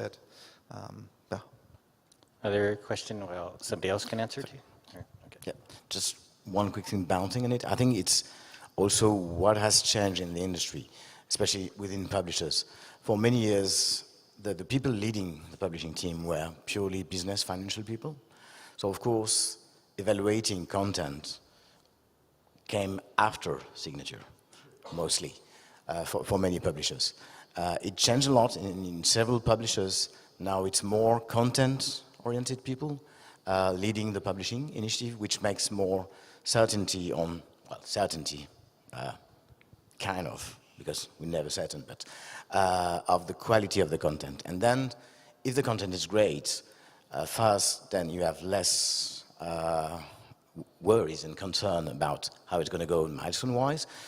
But also, if you have a great game and that doesn't work in the end, it helps you as a publisher shining a light on maybe we did something not working as a publisher, because the game is great. We knew it from the start, the press review, the players review, etc. Everything says it's great. So maybe it's our marketing strategy. And if you don't have that content and quality first, maybe you might miss something not working within your company and structure as a publisher. Second thing is, I would say for developers, the first question is, do you need a publisher? Some developers and some studios don't need a publisher, and that's totally fine. And then which kind of publishers? As we were saying, there are funding, there are services, there are publishers doing both. Sometimes you just need funding, then you can go to VC.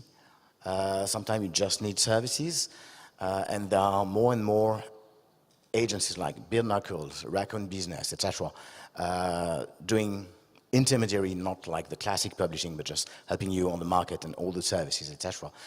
So that's also something new. And I would say the first question that we're going to check with you is your maturity on why do you need a publisher, and do you need a publisher? Hey.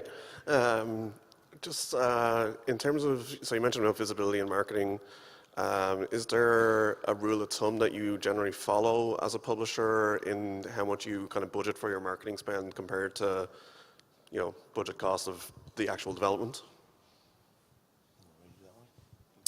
I mean, I don't think there's it's always a good idea to use a template. So I think you would look at the game, you would try and figure out what you need to achieve, and then try to put a number on that.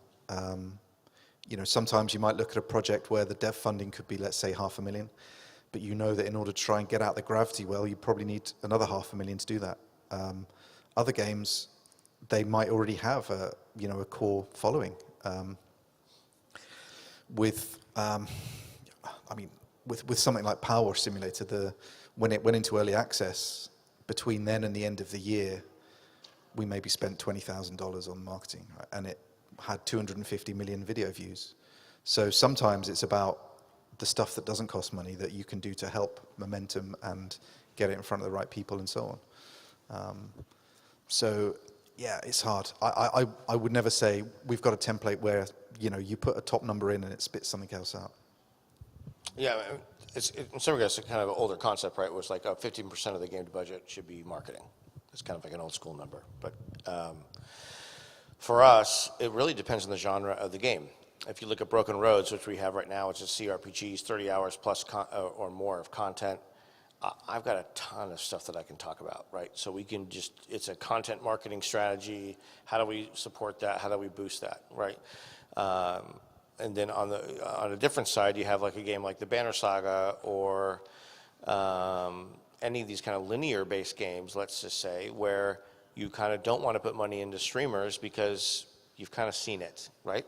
It's like, really cool, that was amazing, but spoiler, spoiler, spoiler, I'm done. Like, and then, you know, so you strategically have to figure that out. So that's the challenge. So then you have to figure out where your marketing is going in a different bucket, if you will.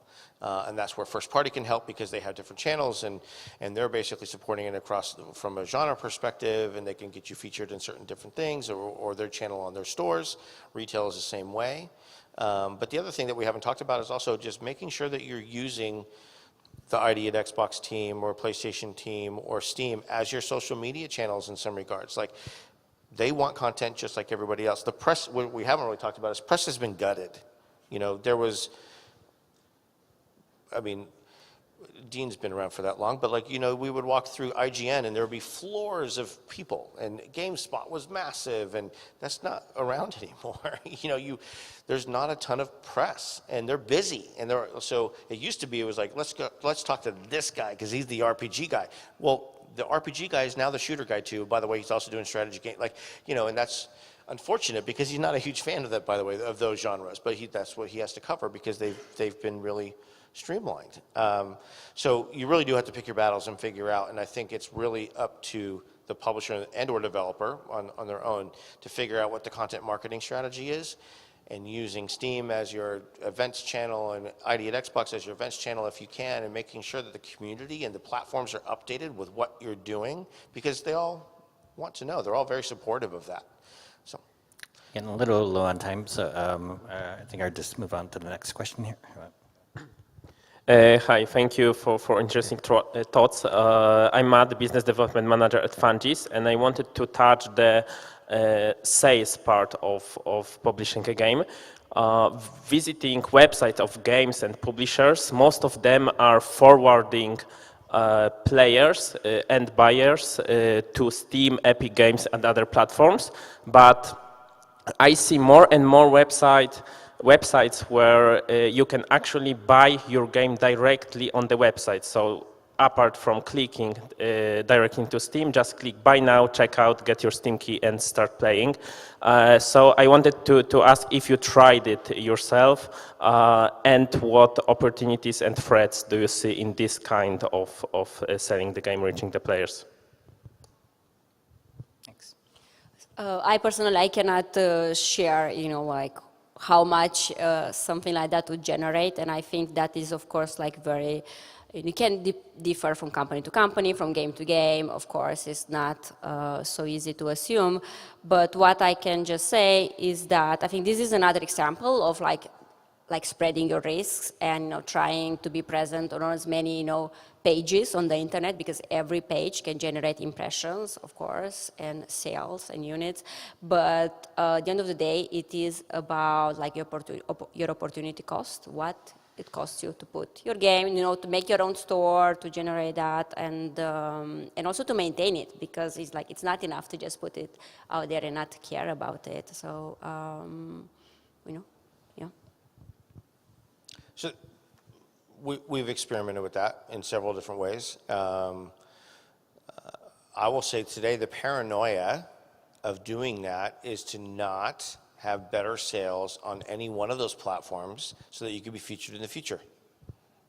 To be featured by Xbox, PlayStation, Steam, what have you, is more powerful than for me to save that platform fee, generally. There are times that we've been able to break out of that with certain things, with some of our bigger RPGs, that we've been able to do direct sales and that type of thing. And there's the other benefit that I can embed codes, and I can, because part of the Steam algorithm breaks, right? When you start, even if you're using the UTMs, you're basically, once people kind of go to the website, then they hit the client, it's broken. So I don't know what the efficacy of my ads are when I'm driving people to the end, and I can see it. Like, there's no way I got 53% direct traffic because I just announced the game. So you're like, that's not happening. So that's from this marketing and these initiatives. So you know that that's working, but I'm not getting direct data. Whereas if I was driving to my website, I would know exactly what that is. But at the end of the day, what we're trying to do is obviously make sure that we are doing as much as we can for the platforms so that we can then be part of sales, be part of daily deals, or whatever that might be, because those features for that first year drives a tremendous amount of sales. And then and it'll be part of my presentation in a little bit, but what is surprising is that long tail is our publisher sales and our ability of basically then having platform sales directly, because it's versus evil and it's a catalog of product, actually in that long tail drives a tremendous amount of revenue for most of our games. So, and that's not necessarily direct on our website. So there's some benefits by having it, and you kind of do get that, you get enticed to kind of use it, but for me it's more of like making sure, because the partners still have as many millions of people as they do, and you want to get that if you can. I think we got room for one more question. Okay.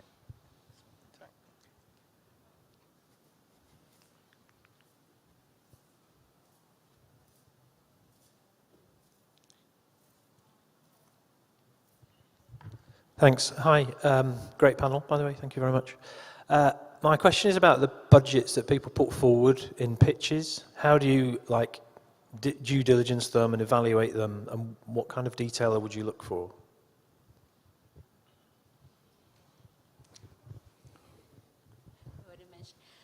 I'm going to mention something funny. I heard about this, that sometimes budgets are adapted based on like whom they're talking with. It's like, oh, we're talking to a platform, they have a lot of money. Let's put like an extra zero at the end, while when we're talking to... Yes, exactly. So, and I think like, I guess, you know, you do your own strategy, but if you cannot justify that, I think, you know, you are not like starting a collaboration from, you know, from a point of trust. You know, like usually publishers, partners, you know, they've been around for a little bit. They have a lot of you know, comparables. You know, sometimes it's easy to also look like, hey, where are you based? Like, what is the average salary for the team? Make the math a little bit and see if it adds up, even with you know, markup of. So it's, yeah. Yeah, and you're absolutely right. It gets easy to spot the outliers because you get used to seeing, you know, certain genres, certain size games, certain size teams. You know, patterns are just ingrained, and so sometimes you'll see something, and you think, "Wow, that's a number. How?" So I think what I see a lot of developers doing when they're pitching is actually, you know, just outlining the team, who's going to come on when, you know, what's the kind of headcount cost or whatever, and the specific numbers within that, you know, they could be plus or minus whatever percent, right? But I think it's reassuring for us to know that they've done the work and they've tried to at least come up with a number that's based in what they think they'll need. We might look at it and say plus 50% because whatever, or, you know, we might think that's ambitious. But yeah, I mean, essentially, I wouldn't say that. A lot will then depend on actually how much do I love this game idea, and do I think that they can really deliver what they're going to do. That comes before necessarily just trying to break down what that ask is. All right, and okay, go ahead. Basically, the secret sauce of what we're reviewing is, can this game be delivered by this team under this budget, under this timeline, and is there a market for it? That's basically what we're checking. The main pitfalls that we're seeing in pitch from studios is self-censorship, meaning, oh, we're going to lower the budget because they're going to be afraid of. No, don't do that. Do your own budget for the game's ambition. Second, you worked for free for a year, 2 years, whatever, etc. Please count it as your own, something you're bringing to the game's budget, because if you don't, you're going to lose twice, not having paid yourself, but not counting on the rev share discussions. So it's very important, if it's like sweat work, to include that into the game's budget and the discussion with the publisher. Yeah. Interesting. So does anybody have any sort of burning thing that you actually wanted to get across as well for our last comment here? Any? Don't start with a lore slide on your pitch deck, please. Good. All right. Good. Thank you, everybody.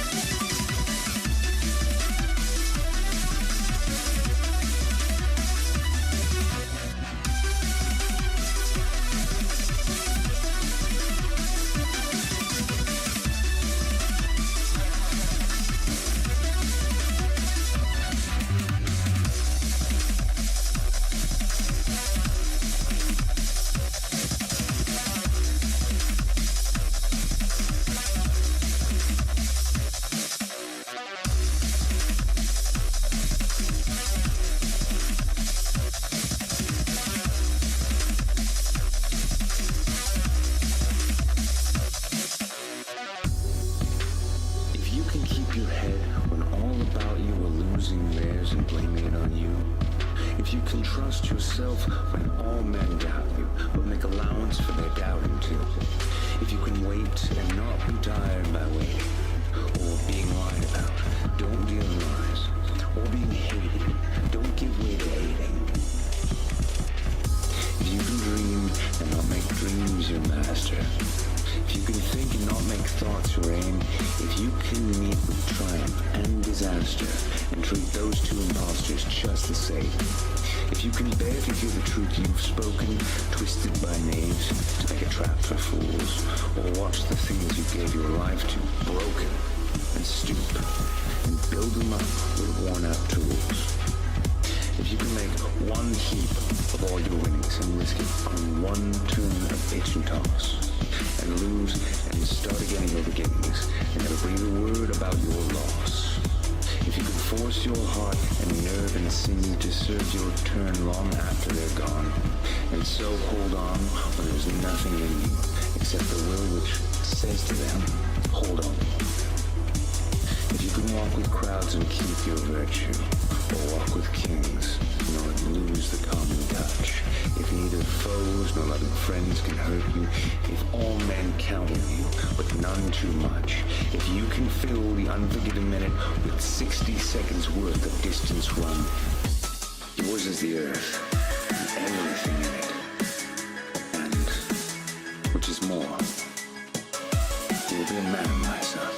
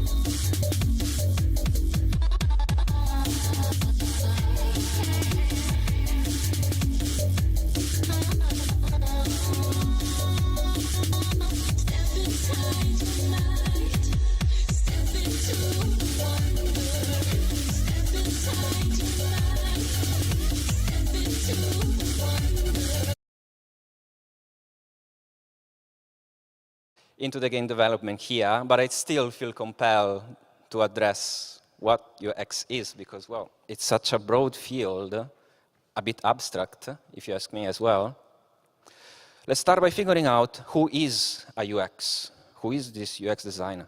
Let's divide a production group into the three main food groups, okay? You have the artists, they like to wear hats, usually.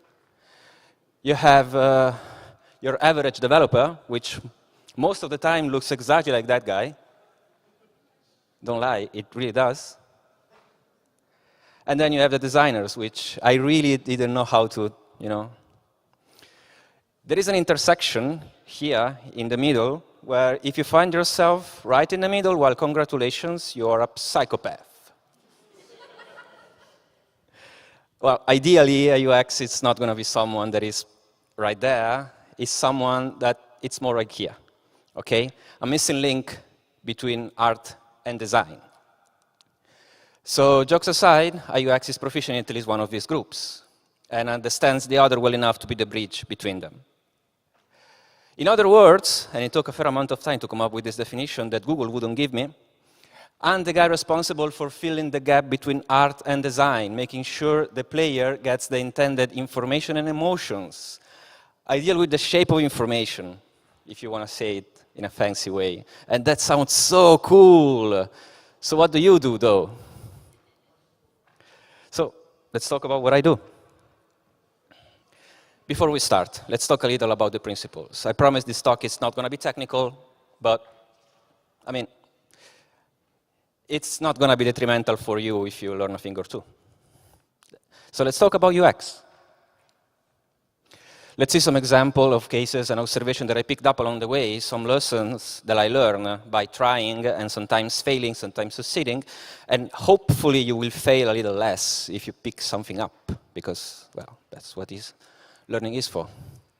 Some of them are strictly related, some of them are not, and yeah, there is certainly more than one person here who's into game development, so hopefully there's going to be something to improve your process here as well. So, something technical first. Everything starts by asking the right questions. The right question, when you start a user experience process, regardless of your role, regardless of what you do, is, who is my user? A player, a viewer, a listener? Because depending on who's your user, in this case, in this room, it's going to be mostly a gamer, helps me to understand how should I talk to him, how should I communicate with him. Because games are a package of information as much as a story. So I need to know what does the other person expect me to tell him and how. Then comes what information I'm trying to put through. Because let's say my package of information is a fantasy RPG game. The information I expect to deliver, well, it's lore, it's a story. How do I want to deliver? Well, it could be in a good old-fashioned way with cinematics and NPCs talking to you. Yes, it could be that way. And then you have a Skyrim. Or I could tell you nothing and let you suffer, and then you have Dark Souls. And then, well, the most important part, which sometimes gets, I wouldn't say dismissed, but, well, it's kind of complicated, feedback. In the end, is the user satisfied? What was the experience fulfilling? Sometimes you find out about it too late. And by the time you make your second game, you're 40 and you're giving up. But yeah, if you're lucky, well, you're able to gather feedback and then go back to the beginning so that you can try again. Making games is an iterative process. Let's talk about complaining, the title of this talk, because, well, my very process starts by complaining about stuff. I do complain a lot. Complaining is fun, complaining is useful. Always observe. Well, it sounds trivial saying always observe. Like we have eyes, but not a lot of people tend to put themselves in a position where they can observe and try different things and make different experiences and therefore improve. As trivial as always observe sounds as a tip, well, it is not. Here I am telling you. Because even better than observing is to compare how we react to things and how we actually react. When you like something, ask yourself, why did you like it? Especially if it's compelling to your experience, to what do you do? If you like a design that much, ask yourself, why do I like it? What is my design missing? Or how is my design similar to this? What can I learn from this? How can I improve it? And this is true in almost every field. My process, again, starts by complaining. So I complain when there is a discrepancy between expected behavior, what you want me to do, and the effective behavior, what I want and will do. And, well, gamers are no different because, well, gamers are people. And making games, it's a complex art.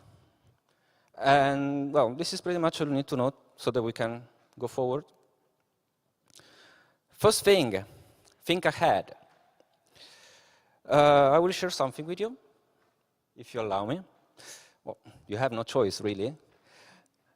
In my spare time, I make cartoons, and, well, complaining can also become a form of art, okay? So I prepare a little something, just enjoy it. I will try to make a point, but for the moment, just enjoy the content. How do I play it? Finally, it's about to begin. What's the name of the movie again? It's called...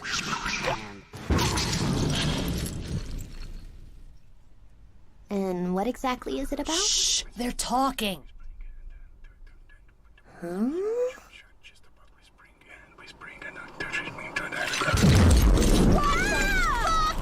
It's too loud. Turn it down, turn it down. Oh, okay, chill. Damn, now it's too low again. God damn it.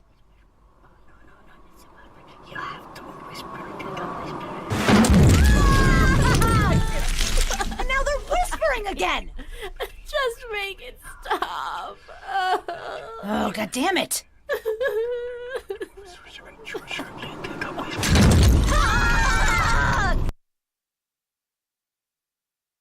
Laughing? I guess you enjoyed it. Well, it was funny, but I guess you can understand the point I'm trying to make here. Okay? The point I'm trying to make, well, yeah, I don't know. Can I make the point? Yes. Keeping the design human center also means foreseeing the circumstances where our media will be consumed.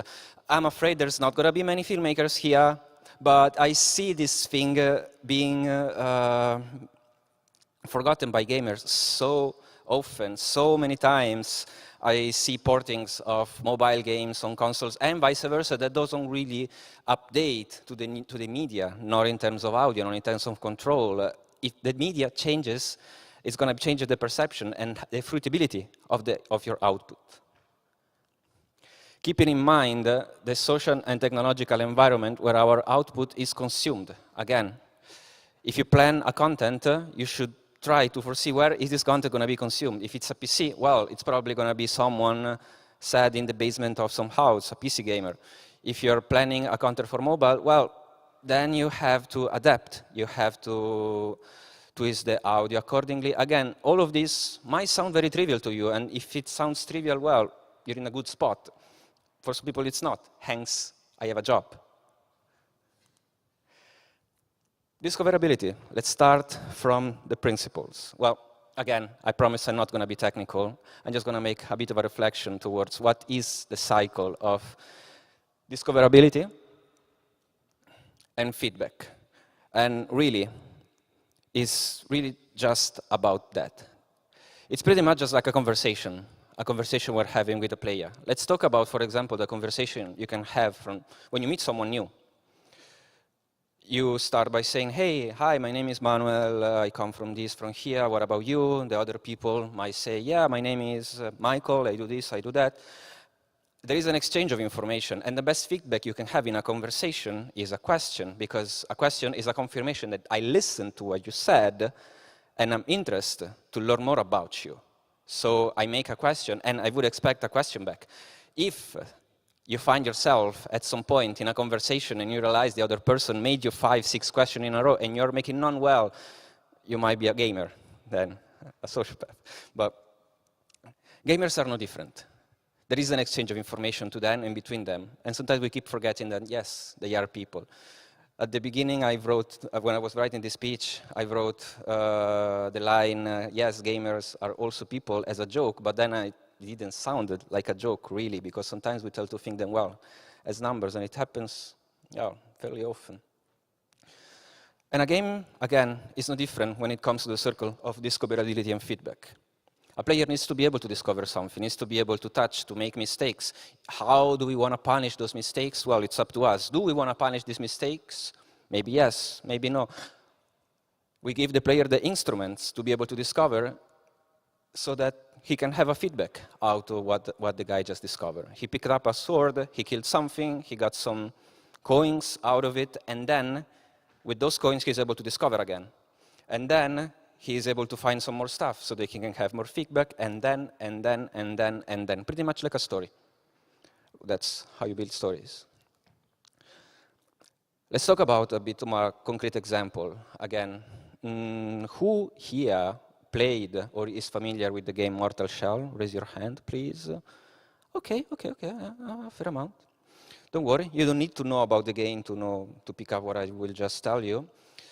There is just one specific dynamic that was very useful for me, and is useful also for you to pick up the concept of discoverability and feedback, and the conscious denying of user experience to deliver an experience. in this Souls-like game, you are in this, well, of course, a Souls-like world. You just slay that guy over there, and the guy gave you a roasted rat. Great. What does the roasted rat do? A game would tell you, this game doesn't. You pick up a rat, and it's like, I don't know, should I eat it, should I not? I don't know, find out. Maybe it's going to give you poison, maybe it's give you an HP, maybe it's going to give you nothing. I don't know. That's one way to do it. You are denying consciously, on purpose, discoverability with the purpose of delivering you an experience of a merciless world that it's telling you nothing. And only after you consume the object, then it's telling you what it does, which is very effective when you're punishing the player for minus thing, like, okay, I ate a roasted rat, I got a little poisoned, no biggie, I'm not gonna eat that rat again. Why is the game giving me something that gives me poison? I don't know. But go forward in the game and you find objects, and well, as a Souls game, there are limited objects. What if I use this, I don't know, this unfindable item and there are only 5 in the entire game on something, on a character that I don't want to do? Well, that's a risk. How do you avoid the risk? You just go online. Because that's what everyone did. That's what I did as well. And suddenly, you are not keeping in mind the first point that I tried to make with that funny video. Because it's not really keeping in mind this feature, our society. Because a lot of gamers, most of them, actually call this feature something that was penalizing the player for not being online. And I was picking up an object, and then I was watching what it was, and suddenly I wasn't punished anymore. Am I don't know, surpassing or going forward, breaking the rules, cheating the rules of the game? I don't think so. I don't think so, because it is expected for someone to have a phone, and it is expected someone, when he doesn't know something, to go online and look for it. Good game, though. I mean, it's a really good game. Just this very specific feature, that, well, fits very well the team and fits very well the game. Everything, you know. I think it was a good lesson. I hope you guys learned something. Now, good discoverability, which is a tendency that I'm finding this day. Designs tend to consolidate through time. And they tend to evolve through time, and then reconsolidate and evolve again. A tendency that I'm finding in games that I'm playing recently over and over and over again, because, well, of course, I play a lot of games, is that respec is starting to become cool. This is more of a tip rather than a UX lesson, is that more and more games are giving the player the ability to test, to respec a skill tree, rather than forcing them to another playthrough to try another skill tree, so that they can adapt, they can overcome. Respec means that I can have a more varied and complete experience, therefore, in a single playthrough, and this is starting to become something a little bit more accepted. In this screen, there is Atomic Heart. In this screen, there is Forspoken. Both games didn't make the 8 on EGN, but those are just 2 examples. There are a lot of others. Let's go forward. Another example, Dark Souls. I'm picking this example, well, because I assume it's a game that most of you know and most of you played. What happens between Dark Souls and between Elden Ring? Well, in Dark Souls, to be able to craft a thunder weapon, I have to defeat 10 bosses to obtain one of the 3 only thunder things to infuse my weapon, and then I am able to maybe discover a weapon that can or cannot perform better or not. And if it does not, your weapon is to be thrown away, whatever. Fits the theme, because again, it's a merciless game, you're expected to have some pain, so you are denying the playing discoverability with a purpose. But then you have Elden Ring. They shifted away from this design. And, well, the first time I played Elden Ring, I did 1/3 of the game, not mixing anything, because I just couldn't believe it that they did it. Like, what? I can try something without pain? What? And then, well, then I faced the bosses and the pain came. But the point I'm trying to make here, what is the lesson? This lesson is pretty important. Guessing, it's good. But finding out is great. Especially when put in a situation where I can find out free of risks. This is the whole point I tried to make in the latest, I think, 5 minutes? Yeah, finished taking the photo? Okay, great. Oh, yeah. Do you really need it? I'm gonna come up with a little story that happened to me not so long ago. I was working on an FPS, okay? So you have your player, pew pew, and well, you want your player to shoot stuff. And then you have the bad guys, okay? The bad guys, they have guns, they have a health bar. Then you have the even better guy, the boss, and who, well, he's the boss. And then you have vehicles, and well, those vehicles, well, have health bar as well. And I was said, yeah, Manuel, you need to come up with some health bars design. And I'm like, yeah, okay, let's do that. How do I approach this situation? Well, I started to think, well, first, I want to make a health bar equal for everyone because I want to give a unified experience to the player. But then I thought, wait, you know, the boss maybe should have a different health bar because, well, that he's the boss. Maybe the vehicles also should have a different type of health bar as well. So suddenly you have 5 health bars, 3 types of health bars, and honestly, I just wanted to go home and play Elden Ring. So how me, a UX designer, can go home and play Elden Ring after doing the health bar is saying, okay, how do I do them? Should I do them in the first place? Like, I don't know. Let's talk, for example, about the car. You start shooting a car, the car smokes, okay? And, well, then the health bar is depleted. And then you have a reinforcement of the feedback. The car is on fire, is smoking, the health bar is depleting, and then you have the health bar to reinforce the message. And then the question is, do I really need that health bar if the car is on fire? A vehicle, by definition, offers much more chances of feedback rather than a human. I mean, you can shoot a human, okay, he can be bloody and everything, but it will never be as big and effective as a vehicle and delivering the damage feedback. So let's take that away. And we did. And then you have a more clear experience. You can focus on the human enemies. And then, I don't know, I started to play more and more, and I'm like, I don't know, these guys, I am one-shotting them, and it's just 2 shots. They're just grunts. Yeah, they're meant to be killed easily. And I'm like, then why do they need health bars? I don't know.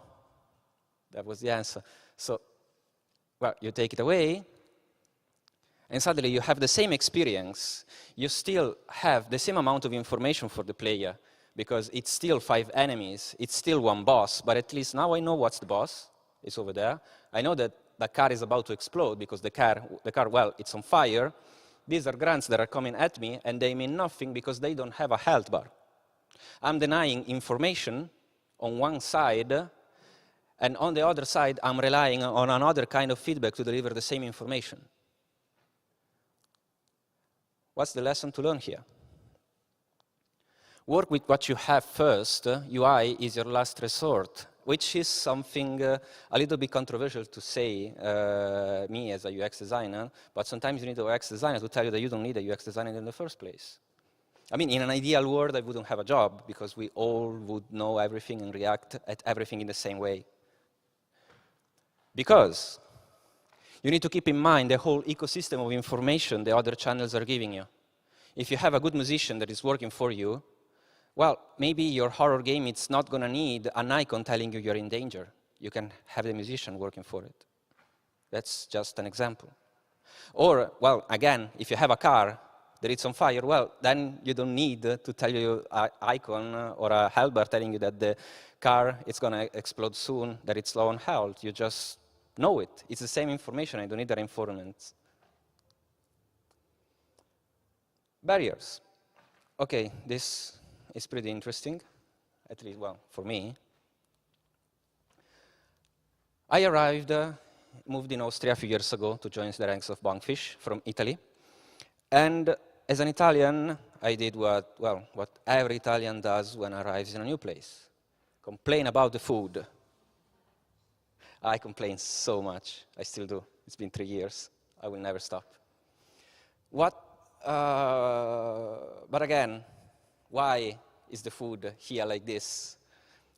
I started to ask me questions, again, as a UX, as is this my nature. What I was impressed is looking at some data, and I found out that Italy is actually the place that consumes the less meat in Europe.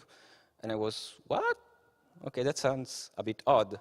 But then I found more data that it's telling me that Austria has the highest number of vegetarian and vegan restaurants in Europe, double, triple than Italy. And I'm like, wait, what? Because that was my main complaint, the scale of meat consumption and the lack of variety. And I was, okay, wait, so one side has more, I don't know, offer for vegetarian people, but the other that doesn't have it is actually consuming less meat. There is something fishy here.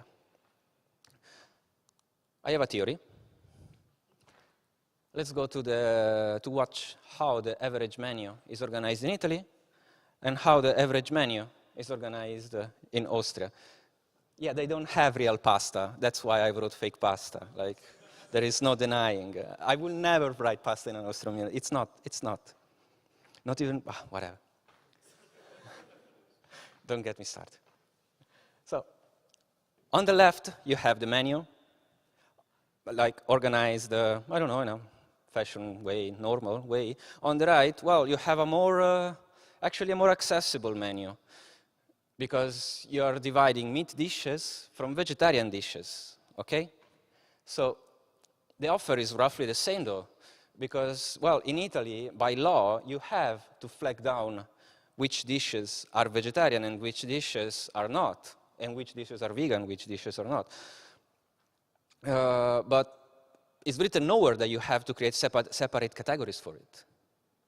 But a German, Austrian approach, well, which is more effective, if you ask me, it's true, it's more effective, creates a division that could be not necessary. Because on the left side, you have only someone that wants to enjoy some food, and if I want to enjoy, for example, a pasta all'arrabbiata, okay, I just want to enjoy that. I don't want to choose if I'm eating meat or if I'm eating vegetables. I just want to eat something good, which also happens to be vegetarian, to be vegan. While on the right, well, I either have to choose from the manly meat option or something sad, which leads to more meat consumption in a culture that probably does not offer as much food variety rather than an Italian one. Again, I didn't solve global warming with one menu, but this, with more factors, definitely, in my opinion, contributes. That's all very cool. I mean, I think it is. That's all very cool, but how does this relate to gaming? Well, it does. It absolutely does. Overwatch, 2016. I was there in 2016, and it was a beautiful mess. It was beautiful. Let's take a look at the selection screen of Overwatch in 2016. What's happening here? What's happening is that you have the DPS split in two categories. That's how they were. If you're playing Overwatch right now, you only have one category, the DPSs, and that's it. In 2016, back in my days, we used to have attack heroes and defense heroes. Suddenly there was a division between the same category of heroes. And let's say I want to play Widowmaker on attack. Suddenly it was an irrational choice. And this irrational choice was creating division when there was a more inexperienced player telling you to pick a real attack hero in attack. But playing a sniper is a reasonable choice. A reasonable choice that suddenly was made irrational by choosing to create a division that it was not necessary. Which is why, well, they took it out. This is Overwatch 2019. I was there to witness that as well. Suddenly, you have all the DPSs in one single category, a big category, which also made them realize, okay, maybe we are putting too much DPSs into the game. Maybe that's why people only want to play DPS and suddenly nobody wants to play the same 5 tanks. Could be. Still, though, the choice making became more effective. What are the lessons to learn here? There is a lot to learn here. Don't create divisions unless necessary, and avoid stacking the decisions. This explains itself. Humans will first see the barrier and limits we impose, but they will eventually make their own path. Think about the first picture, the one with the roundabout and the garden. That's how eventually it is. Players will always find a way to do what they want to do anyways, unless, of course, the code blocks them, or they mod their way through it. And this is crucial. This, I wish more people knew, and now you do it, and now you're a better person. Learn from the iterations of other developers. Making games is an iterative process, but it's an iteration process that not a lot of people had the luck to go through. Meaning, because, well, making a game takes several years, and if you have a developer that is probably working on something that, I don't know, the second or third installment, learn from how they improved. Play the first one, then play the second one, then play the third one. What changed? What did improve? How can I learn from this? Because, well, probably you won't have the time to release or to work on 3 installments of your title. So learn from everything that you can learn that was already done before you. And probably the most important one, just don't pick hands if you're in gold. Because there is a reason you're in gold. There is a reason, and the reason you're in gold is that you just keep picking hands.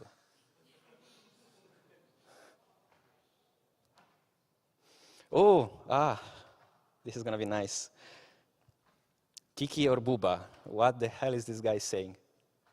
So, I will make you a question, and you need to bear with me, and you need to promise to answer sincerely. Okay? So, is the taste of a lemon, is it fast or is it slow? Raise your hand if you think the taste of a lemon is fast. Beautiful. Beautiful. This is beautiful. Thank you.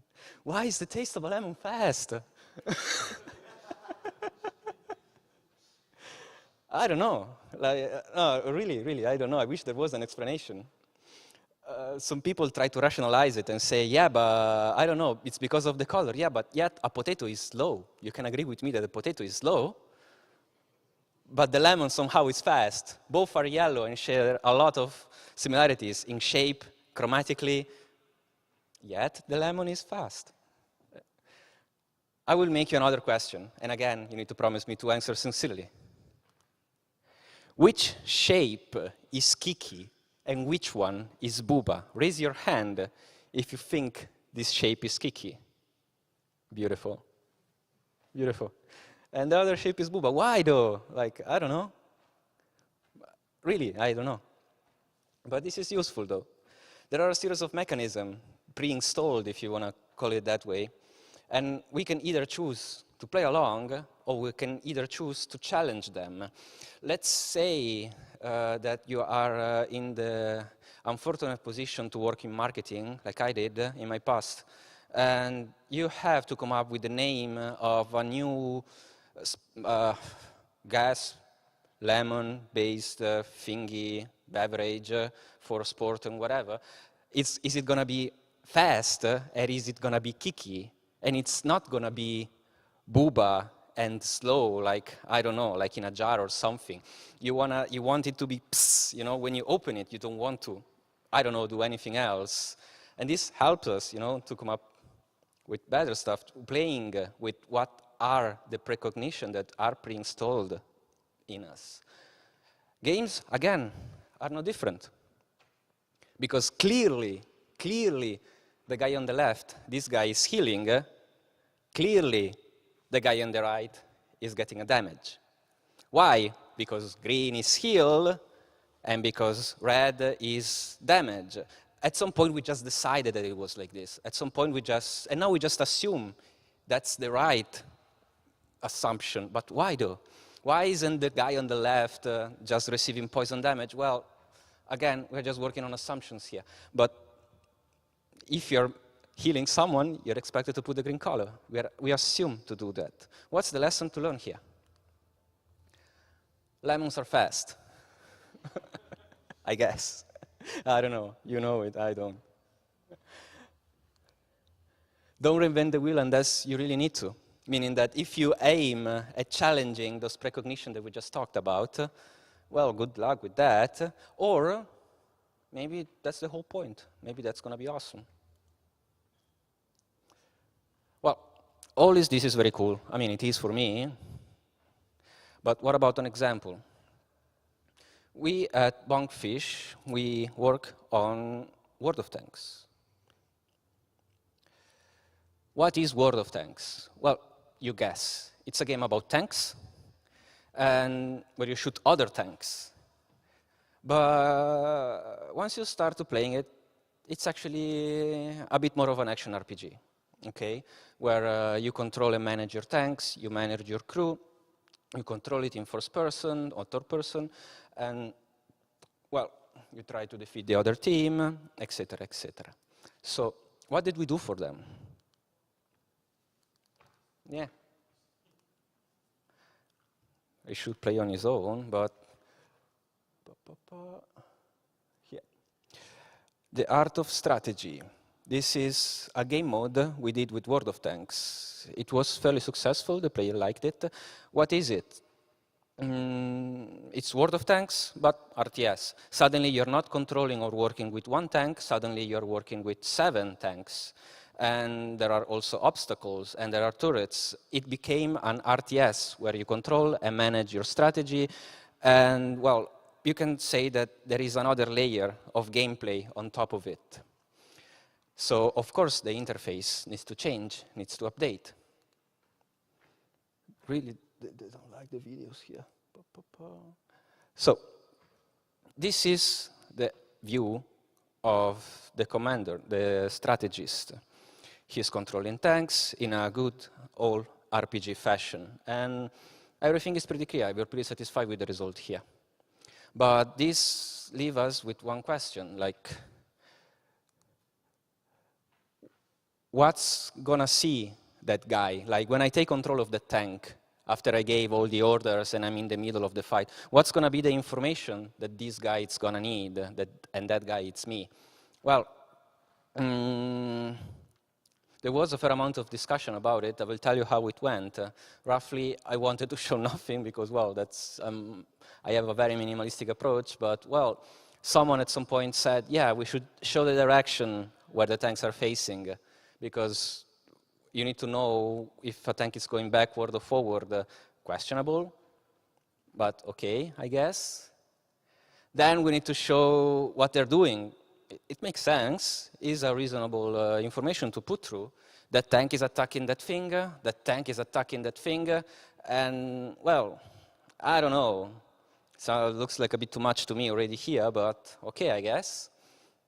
But then we need to show what that they're gonna do for it, because if this tank wants to attack that thing, needs to go all over there, and the yellow is telling you that that's AI movement, so it's not something you said. And I'm like, okay. That sounds starting to be a bit too much, but we can try. And then it's not over. Then you have the green lines where, well, is the order you actually gave to a unit. And suddenly, the guy that is over there has to deal with all this information while he's driving. So, well, you can see how this is going. I mean, I could see where this was going. It didn't quite work. It didn't quite work. It was amazing. It was beautiful. To me, it was, because, well, I spent that day saying, well, guess what? I told you so. I mean, not only we spent a week doing that, you gave me a reason to make fun of you for the rest of this month. And you can be certain I absolutely did. I still do. They didn't even know I saved these images. Like, always save the stuff for later. You never know when it's going to be useful. Of course, we fixed it. Of course, we fixed it. Of course, the players liked it, especially this guy. Well, you can see that there are less colors. Like, I know that someone is going there, but that's all I need to know. If I want to read the information, I am able to. If I don't want to read it, it's okay. It's just eye corner visibility. I don't need to know anything more than that. There is less chromatic charge. There is less cognitive overload. And the information was filtered and prioritized, keeping in mind, again, let's go back to the lesson about the health bars. The ecosystem of information we already have. Because at some point, if a tank is on fire, it will tell you it's on fire, and you see the tank being on fire, you don't need the reinforcements of an icon to tell you that a tank off screen is on fire. It's a battle from tanks. Of course, one tank at some point is going to be on fire. Whatever. That's pretty much the end, guys. But no final thoughts. In the end, it's really about what you want to say and how you want to say it. Because let's say I want to deliver an experience for a shooter where I'm shooting demons, let's say, for example, Doom, okay? They did such a good work on Doom 3, some of you might be old enough to remember it. It was kind of a more horror experience where you're finding a gun and it was full of demons, it was scary and whatever, and then you find the plasma gun and you start blasting. Doom 2016, suddenly you don't have that anymore. Doom 2016, I assume either you played it or at least heard about it. Well, you wake up, the first thing you see, it's a gun. The second thing you see, it's a demon. The third thing, that's all you need to know. The third thing, you shoot demons. Because, I mean, there is a panel with written demon invasion evacuate. That's all you need to know. I know it's demon, you know it's demon, just want to shoot them, let's go with it. And that's all you need to know. But if you're delivering an experience for example, again, an RPG, you're expected to deliver more information suddenly. Or to deny it, again, in a Souls-like way. But it's important to keep in mind the first points. First, always observe and react. Improve, if you can, if something is driving you crazy, you particularly like something, don't like something, ask yourself why. Be curious about it. Learn about it. And then repeat again and again and again and again and again and again and again and again. And that's pretty much the end of my material, guys. Like, do you have any questions, any comment? Who's going to ask me about AI first? Come on. No one? Any?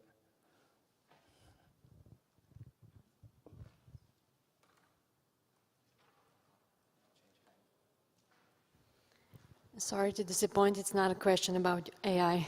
No. Second, what's it about designers that like to be petty? What, sorry? Why do designers like to be petty about other people's mistakes? To be petty? Petty, like you saved the pictures of somebody else's mistake. Oh, well, that's because I'm a dick. Yeah.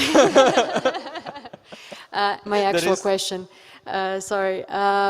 When you receive feedback, how early do you start with it, and do you prefer the feedback of fresh, new faces in terms of like, or seasoned gamers? Which do you prefer, and where do you? All of it, all the feedback you can get, you should get it, regardless of where it comes from. If you have a prototype, well. The first observer and the first tester is going to be yourself, of course, but your opinion is going to be biased because you did that. You probably tried that. You are iterating. You know what you're going for and what you're missing. The thing is, we are complex creatures as humans, and especially if you work on small projects and you don't have someone gathering data for you. All the feedback you can get, as early as you can get it, it's always useful, regardless of where you are from. If it's a friend, or and I don't know, it can be dangerous to get feedback from non-gamers because, well, that's going to be tricky. So if you're working on a game, at least get the feedback from someone who is familiar with games. Otherwise, you're going to have an over-engineering solution. Because let's say, for example, I make a game, a tutorial for an FPS, and I have it tried to my mom. I suddenly have to explain her how to even hold the controller. And then you start questioning yourself, okay, maybe I need to put that explanation. Suddenly you have a 2-hour tutorial. You don't want to do that. So on one side, yes, be mindful about the audience. On the other side, if you're working on a game, let them at least be gamers. And thank you. That's pretty much it.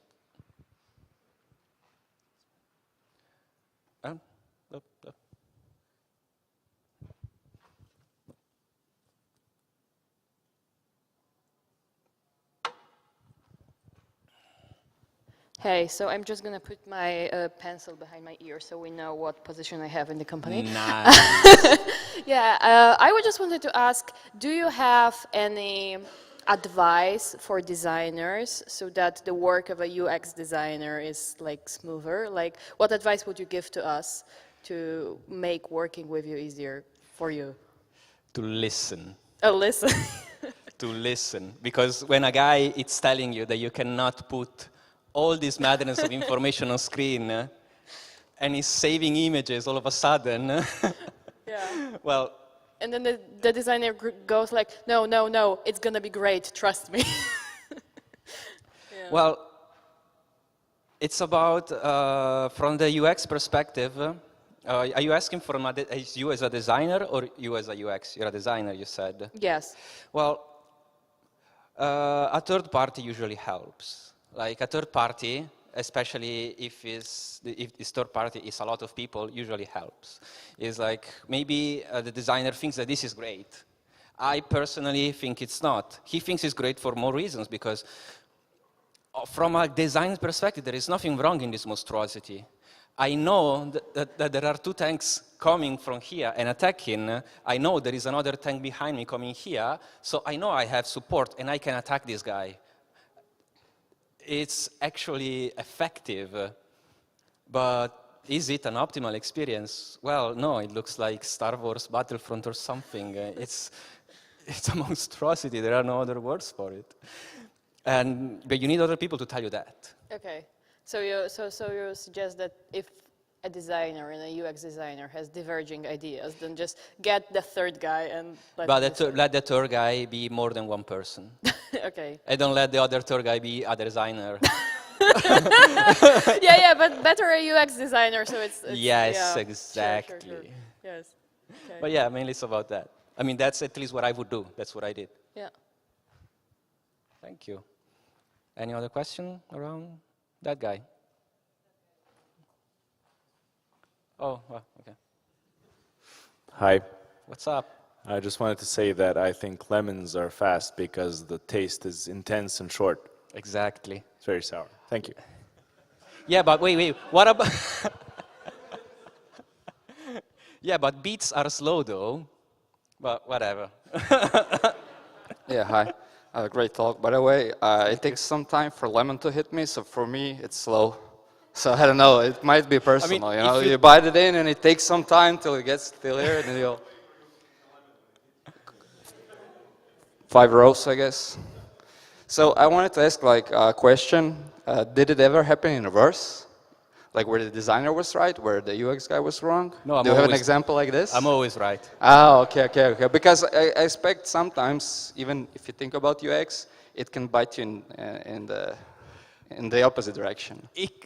I mean, it is human to make mistakes. Not for me, though. But yeah, it is human to make mistakes. And inevitably, it's also a little bit about the taste, because everyone's taste is, I don't know, subjective. And also when it comes to experience, everyone might have a different expectation towards what an experience might be or will be. But yeah, sometimes it could be that when you work on something too much, you'd start to lose track on it. Also happens when you're painting or drawing something. I don't know if any of you draws. You suddenly lose perception, lose perspective, and you lose the focus of the whole thing. So taking a step back and maybe gathering an external or opinion of the team can help, especially if it's external. Was this the question? I got lost in my mumbling. I was just asking if there's anybody in your team that has screenshots of your mistakes. No. Okay. No one.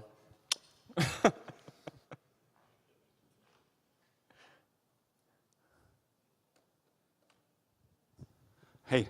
What's up? So the image that you showed with the damage numbers green and red, Yep. it reminded me of an argument that we constantly have in our company, and maybe you can answer the question. Oh, yes. What color is poison? See, that's the point I was trying to make. Do you have the problem where you have, with a damage number, indicate also heal and also poison, isn't it? Yeah. Oh, oh yeah. You know, when I put the slide in, I also started to think about it. And what I thought is like, God damn, I don't want to be that guy. But it's not just numbers, it's also VFX, like bubbling or whatever, like showing that a user In your unit is case, poisoned. specific case, then the damage numbers might not be the vehicle you want to use. Because again, keeping in mind the whole ecosystem of information, if damage numbers are one of them, it makes sense, that's the right track for you to want to use them. But then you have a same color meaning two different things. And that's not ideal. And if it's going to be something persistent and something constant in your game, then that's going to make suddenly the design is wrong. And suddenly you have to use something else. Suddenly it can either be an icon, or it can be, again, a VFX. But if you have poison and heal and damage numbers in an RPG, I'm sorry, it's not going to be the damage numbers telling you something is poisoned. That's, I mean, maybe there is a solution. But there are so many colors. Like, I want to use purple, but other people want to use green, but we want to heal. Ah, well, purple. Yeah. There is also purple, that's also true. Again, you need to try it. There's no way around. If you're still prototyping, you're still in a phase where you can, reiterate and go forward and try. Try with someone completely external, possibly a gamer, new to it, and just ask him. Because on the other hand, if purple really works as poison and green is really perceived as heal, as long as you manage to create that division, meaning that in the tutorial or in the gameplay, you put heal green first, and only after a while you realize that poison is green because poison is accessible only in the later phases of the game. Suddenly you create a division. Suddenly you're not compromising the design just to have one minimum advantage. So if I were you, in your shoes, I would either work on icons of VFX or do what I just said, like put the heal first, see how it goes. After a while, add the purple. Maybe the purple works, could be. But it's not going to be you or someone else telling you that because your opinion is biased now. That's right, yeah. Yeah. God, I'm curious now how it's going to be.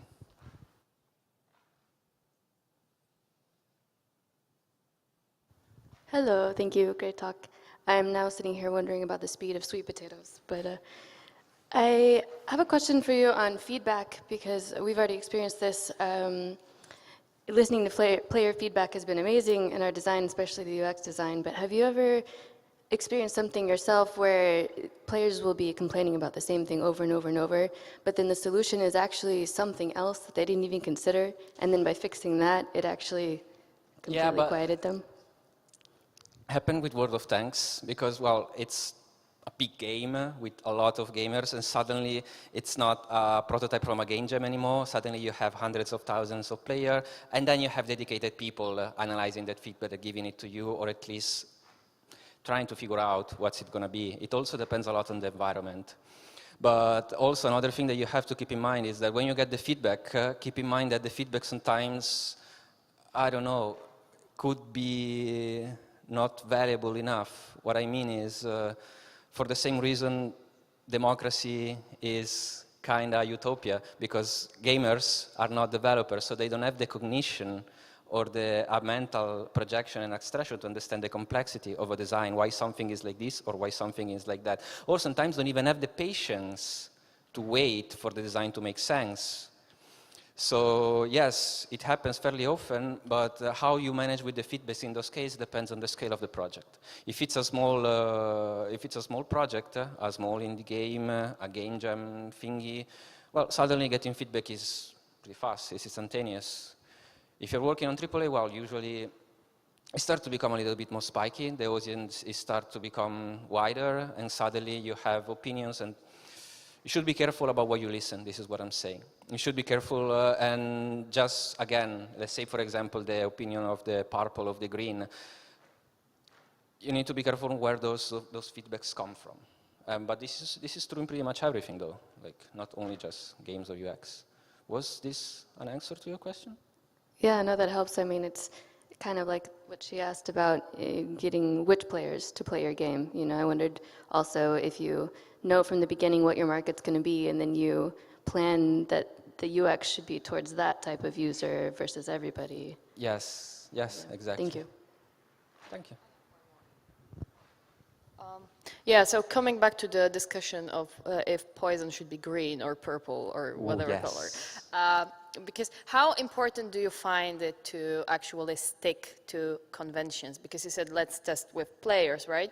And players have some sort of gaming literacy. They've seen those things over and over in different games, so they develop kind of an understanding of what is what, right? But in the end, if we decide arbitrarily that poison in our game is orange and we make poison items and poison arrows orange and it's consistent from the game, we can teach the player anything, right?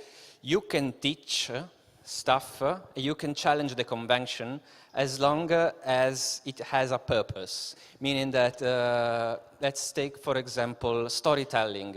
In an RPG, I am expected to have a cinematic telling you that you are the good guy and that's the bad guy because of this and this and this, and you have these people helping you because of this and this and this. That's the convention in an RPG story.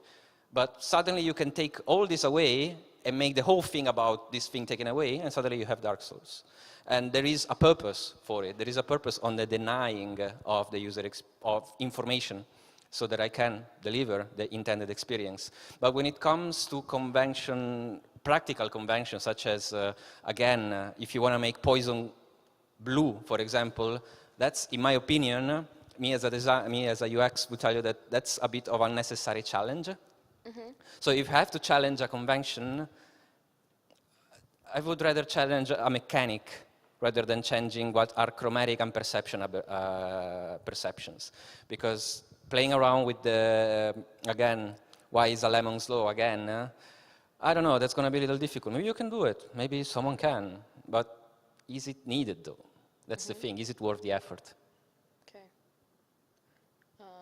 Okay. Coming back to lemon question then, does the lemon question work the same way across all cultures? So does it work the same from people from China or from India or from Europe? Or wow, that's an interesting question. I can tell you that it works exactly like this for everyone I met so far. Okay.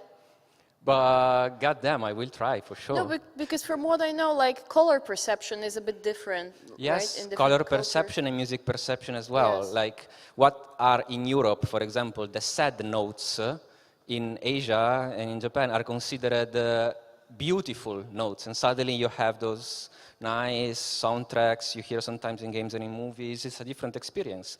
And there is a different perception of it. Yes, it's absolutely true. At some point, I think someone in China tried to teach that red was actually good, and they inverted the street lights. I don't know if it's a urban legend because a bunch of people died.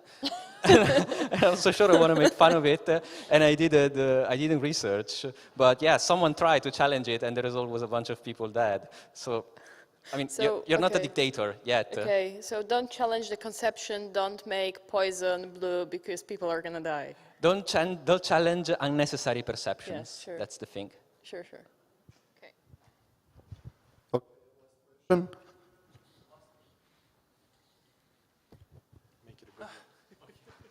So we just talked about conventions, but I think what we actually want to talk about is not that much of a convention. It's more about the mental model of the players, which are things that they may not even understand about themselves, but adhere to. And I just wanted to ask if you have an example where you expected some of this knowledge that players are bringing into your game. Like, did you think they expected something and were wrong about it? An example from your work. Like, if I was expecting them, to be, let's say, for example, an FBI, and expect them to be good at this because they come from an FPS environment and suddenly they're not? Well, theoretically, if you do your job right, when you come to the point when you're working on something, you did this already, theoretically. And if you find yourself in a situation where all the testing that you're doing is telling you that, well, they're not reacting as they expect, well, I guess that you need to, to make another cycle and rework maybe on the whole concept of the thing. On this talk itself, like it was completely different a few days ago when I tried with my coworkers. They were yawning, they were sad. It was pitiful. I tried it on them, and then I made it better. And nobody's yawning here, nobody's looking at the phone for now, so... So yeah, that. I understand that it's not a complete answer, the one I'm giving to you. But that's simply because if I find myself in a position where something that we did is not reacting as we expect, it means that there's something wrong at the beginning, not exactly on my output. That's it. Cool, thanks.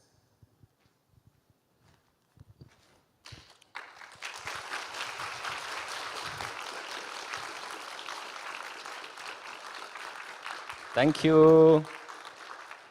Let's get smashed.